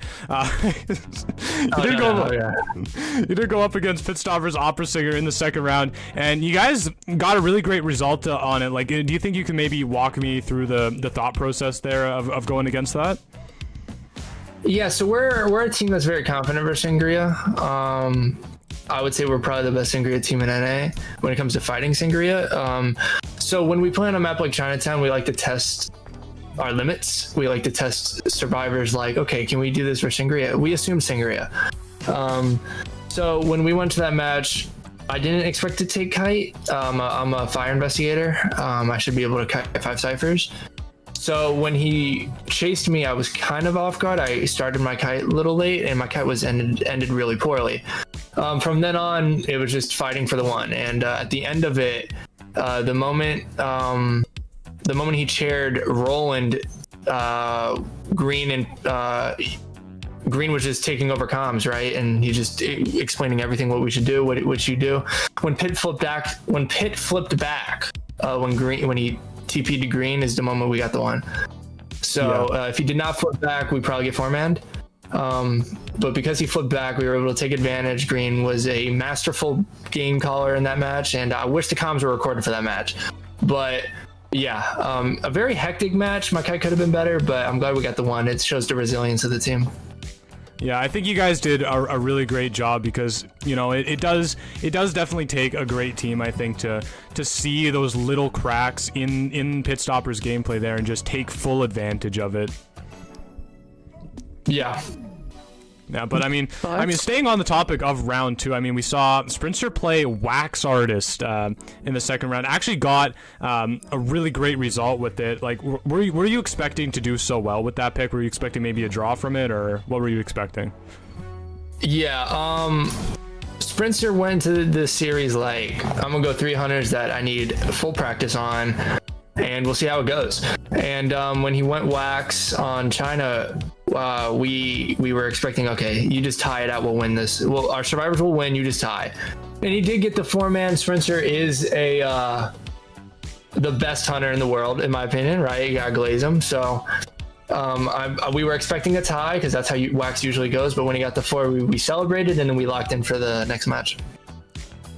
Yeah, I mean, definitely great. I mean, staying on the topic of Sprinter for a second, played Ivy in the first round. Now, I was not expecting Sprinter to pull out Ivy there. You know, we've seen him play, I think, Goatman every single first round, except for this one. And I know you mentioned in the last interview that you did with us that he was, you know, maybe looking to practice and push Ivy a little bit further. Is that what was going on there? Yeah, he's hard drilling Ivy. We do not know how good Ivy is. Ever since Koa, you know, Ivy was very strong in Koa. The nerfs really hurt her, as I was saying in the last interview. So our entire goal before IVT is to figure out how good Ivy can be. And what better way to do that than first round? So if we can make it work first round, we can make it work any round. And now NA knows how scary his Ivy can be. So now they have to either prepare for it or ban it. So I'm glad to see his Ivy committing, and I didn't expect it first round either. In fact, I think he told me he was going to go GOAT, and then he picked the Ivy, so it might have been the comp that made him switch. So who knows? But yeah, it was fun to see the Ivy, definitely. Yeah, I mean, if you can make a first round, it can work any round, and I think Sprinter definitely made it work the first round. I mean, it was a really a joy to watch. But yeah, I mean, flipping things over to the survivors from your side in the first round. I mean, Pit Stoppers barely scraping by with the four elimination from you guys. I mean, can you walk me through like kind of the team thought process that was going on in that match? Which match? The first one where Pit played Moonlit. Yes, oh, Moonlit. Yeah.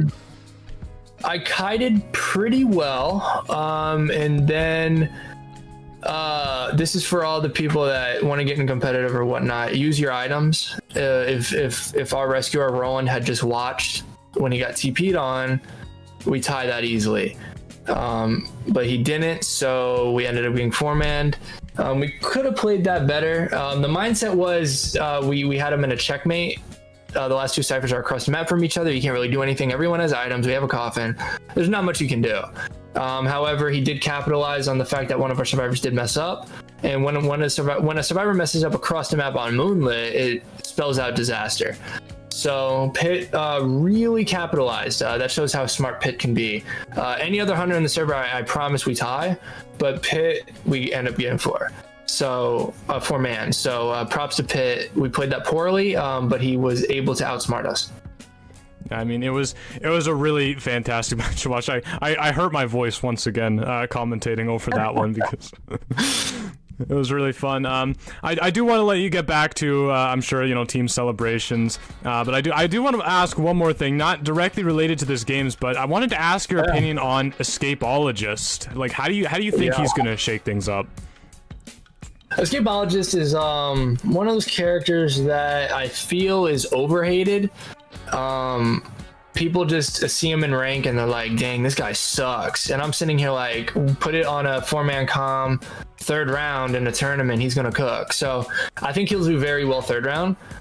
Third round is when the specialty comes out. Third round is when you can't afford to miss a hit, and he has a built-in miss hit.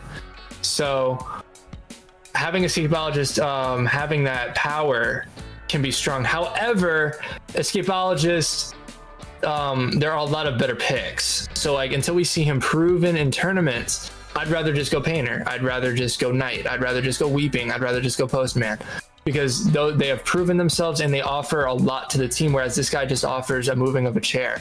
Whereas a Knight. So we have to see, but he has potential. Just we have to see. I don't see him being played as much as Archer and Meteor.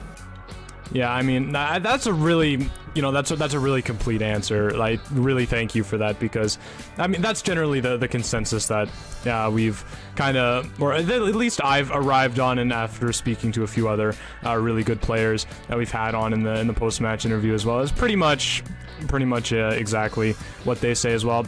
A third round juggernaut perhaps, but yeah, I will let you get back to your team now. Do you have anything else that you'd like to say, shoutouts you'd like to give, anything like that? Yeah, by the way, I love the questions, so yeah, thank you for the questions. Yeah, shout out Yo7 first and foremost. This is the best tournament. I'm not even saying that. The first tournament I've ever been part of, no drama. It's actually quite nice, so I really appreciate it. Next tournament you host, you can be sure we'll be in it. So this was a pleasure. So I really do thank you putting all the work in, because I know how hard it could be. I know I've been watching your streams outside of this, you talking about all the coding and stuff. I know how much work you put in. So thank you for that. For the fans, IVT's next week. I hope everyone looks forward to it. If you don't support us, support someone from NA. NA needs this. NetEase is actually putting a lot of effort into this. It's a good sign for NA. So for all the people that are hopeful for NA's competitive scene and all that, make sure to shout out all your favorite teams, watch every match, because NetEase is using this tournament as a see how much NA cares. And they're putting a lot of effort into it. So make sure to do that. And to all the fans, thank you so much. Yeah, I mean, I couldn't have said it any better myself. It's really amazing to see, especially in recent times, all of the support NA has garnered for the competitive scene, you know, and it's been a bit of a barren wasteland for the last little while. So it's great to see the community coming together and really supporting it. Yeah, it's amazing. But yeah, thank you so much, Schmitty, for coming on twice now. Congratulations once again on your win. Again, I mean, saying that this is a good tournament really means a lot, you know, coming from you know, the undisputed, I think, best team that we've ever had on this server. So I mean, thank you, honestly. That really means a lot. But yeah, next tournament you host, I'll be sure to join. And yeah, I can't say enough good things about this tournament. I have not heard one complaint from anyone. So you did amazing things. And good job to the staff too, because staff does a lot of work too. I just wanted to shout out the staff as well. Yeah, absolutely. I mean, like I said, it means a lot. But yeah, I won't keep you here any longer. I'm sure you want to go, you know, celebrate with your team. You guys did just win, you know, a 32-team competition. It's a pretty big deal. Just took down Omni, another huge giant from NA. So you should absolutely be proud of yourselves. You know, continuing to hang on to the crown as the best team. So yeah, I got nothing, no other questions for you. Thank you so much. Yeah, have a wonderful rest of your night or day. Okay, bye-bye. Bye. Well, there you have it, folks. Are you still here? You did good. Yes, I've been here this entire time. I actually tried to speak and you spoke over me. I'm so sorry. I did not realize. Please message me next time. I'm so sorry. It's fine. You just wanted to do your interview, and you got it. You know? My God, I'm so sorry, Kendricks. Look, we did what we set out to do. We created a decent tournament with little trouble. You know. Yeah. Well, I mean, we created we created what I think is a great tournament with basically zero experience. So, you know, good job, Ken. We made it. We did it, Joe. Yeah, I mean, I guess I guess this will be the end of the last stream. We won't do another tournament stream here, but I mean, well, before I go into what I want to say, congratulations to Kerumi for winning the last giveaway there. We got 2 IDs which look like they are valid, so I will be reaching out to both of the winners very soon on IDV to get you guys your prizes. Congratulations to both of them. But yeah, I mean, really it was a long ride. It feels crazy that it's over. Yeah, you know, like at the beginning, like, we couldn't wait for it to start. In the middle, we kind of couldn't wait for it to be over. At the end, it's like, oh, it's over. Yeah, I mean, it's a roller coaster. Yeah, I'm so happy with the way everything has turned out, to be honest. I mean, I will be posting a video in the next couple days, like an actual video, not a stream, a video onto this channel. We'll be talking about kind of all the things behind the scenes with the tournament, the intricacies of it. Will we ever do a second one? That'll be a whole section. Like, there'll be, you know, a lot of the stuff. I think a lot of the interesting stuff. Like I said, we basically threw this thing together with very little experience. You know, Kendricks just being smart and me knowing how to write JavaScript, and we spun that into, you know, what this event has really become. So yeah, that video will be going over all that, and then I mean the whole tournament will officially be over. Yeah, we'll acknowledge our faults, highlight the highlights, bleach our hair, go crazy. See, this And is we'll be why done. you're in school and I'm not. Like, you find such a good way to put words. Well, I'm just spitting them out randomly. I mean, like, I mean, we definitely could have improved a lot of things, you know. That's the thing, that's real probably. If we were to do it next time, like, what we would do differently. Dissect this whole mess and, you know, acknowledge our faults, because we definitely did have some. Yeah, and I mean, one of the things that's important to me as well is I'm gonna be open sourcing everything that I built for the tournament. So Oh, I forgot that too. yeah, the Discord bot, Leviathan moderation that we had on the server, that'll be posted, all the code for that. You'll be able to compile it yourself and build your own version, build onto it. The same thing, I built my own custom, like, tournament managing backend here. It's called Current, and I mean, that'll be open source. It's a whole desktop application. You can download, you can compile, edit yourself. Runs on Electron, and yeah. So I built a lot of tools, and I want to open source them and make them available to the community, because I want to. And this is kind of tying into making that video as well, of the things that we succeeded and failed at, and things that we would do differently the next time, because I want to make it as easy as possible for somebody to want to make a tournament and just have the available tools to do that, to be able to create their own events, their own, you know, grassroots things that can be used to better the competitive scene for our server. And like, they're probably also can you go a little bit into depth, because like, I believe if I'm thinking about it right, then we could probably ask Lambo, Chibi, Kamina, and Lila to try it out and see what it'd be useful for. My stuff? Yeah. I got some improvements to make first. Oh my god. Okay. Well, we'll see. I mean, I guess we don't have much else to say. The tournament's over.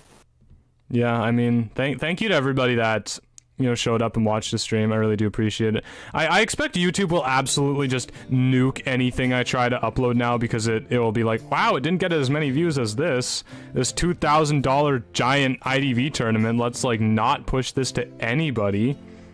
But it's worth it. Yeah. I mean, I guess there's not much else other to say than thank you for watching and have a good night. Yeah, that's all that we got for you. Stay tuned for those videos, and that's it. Take care, everybody.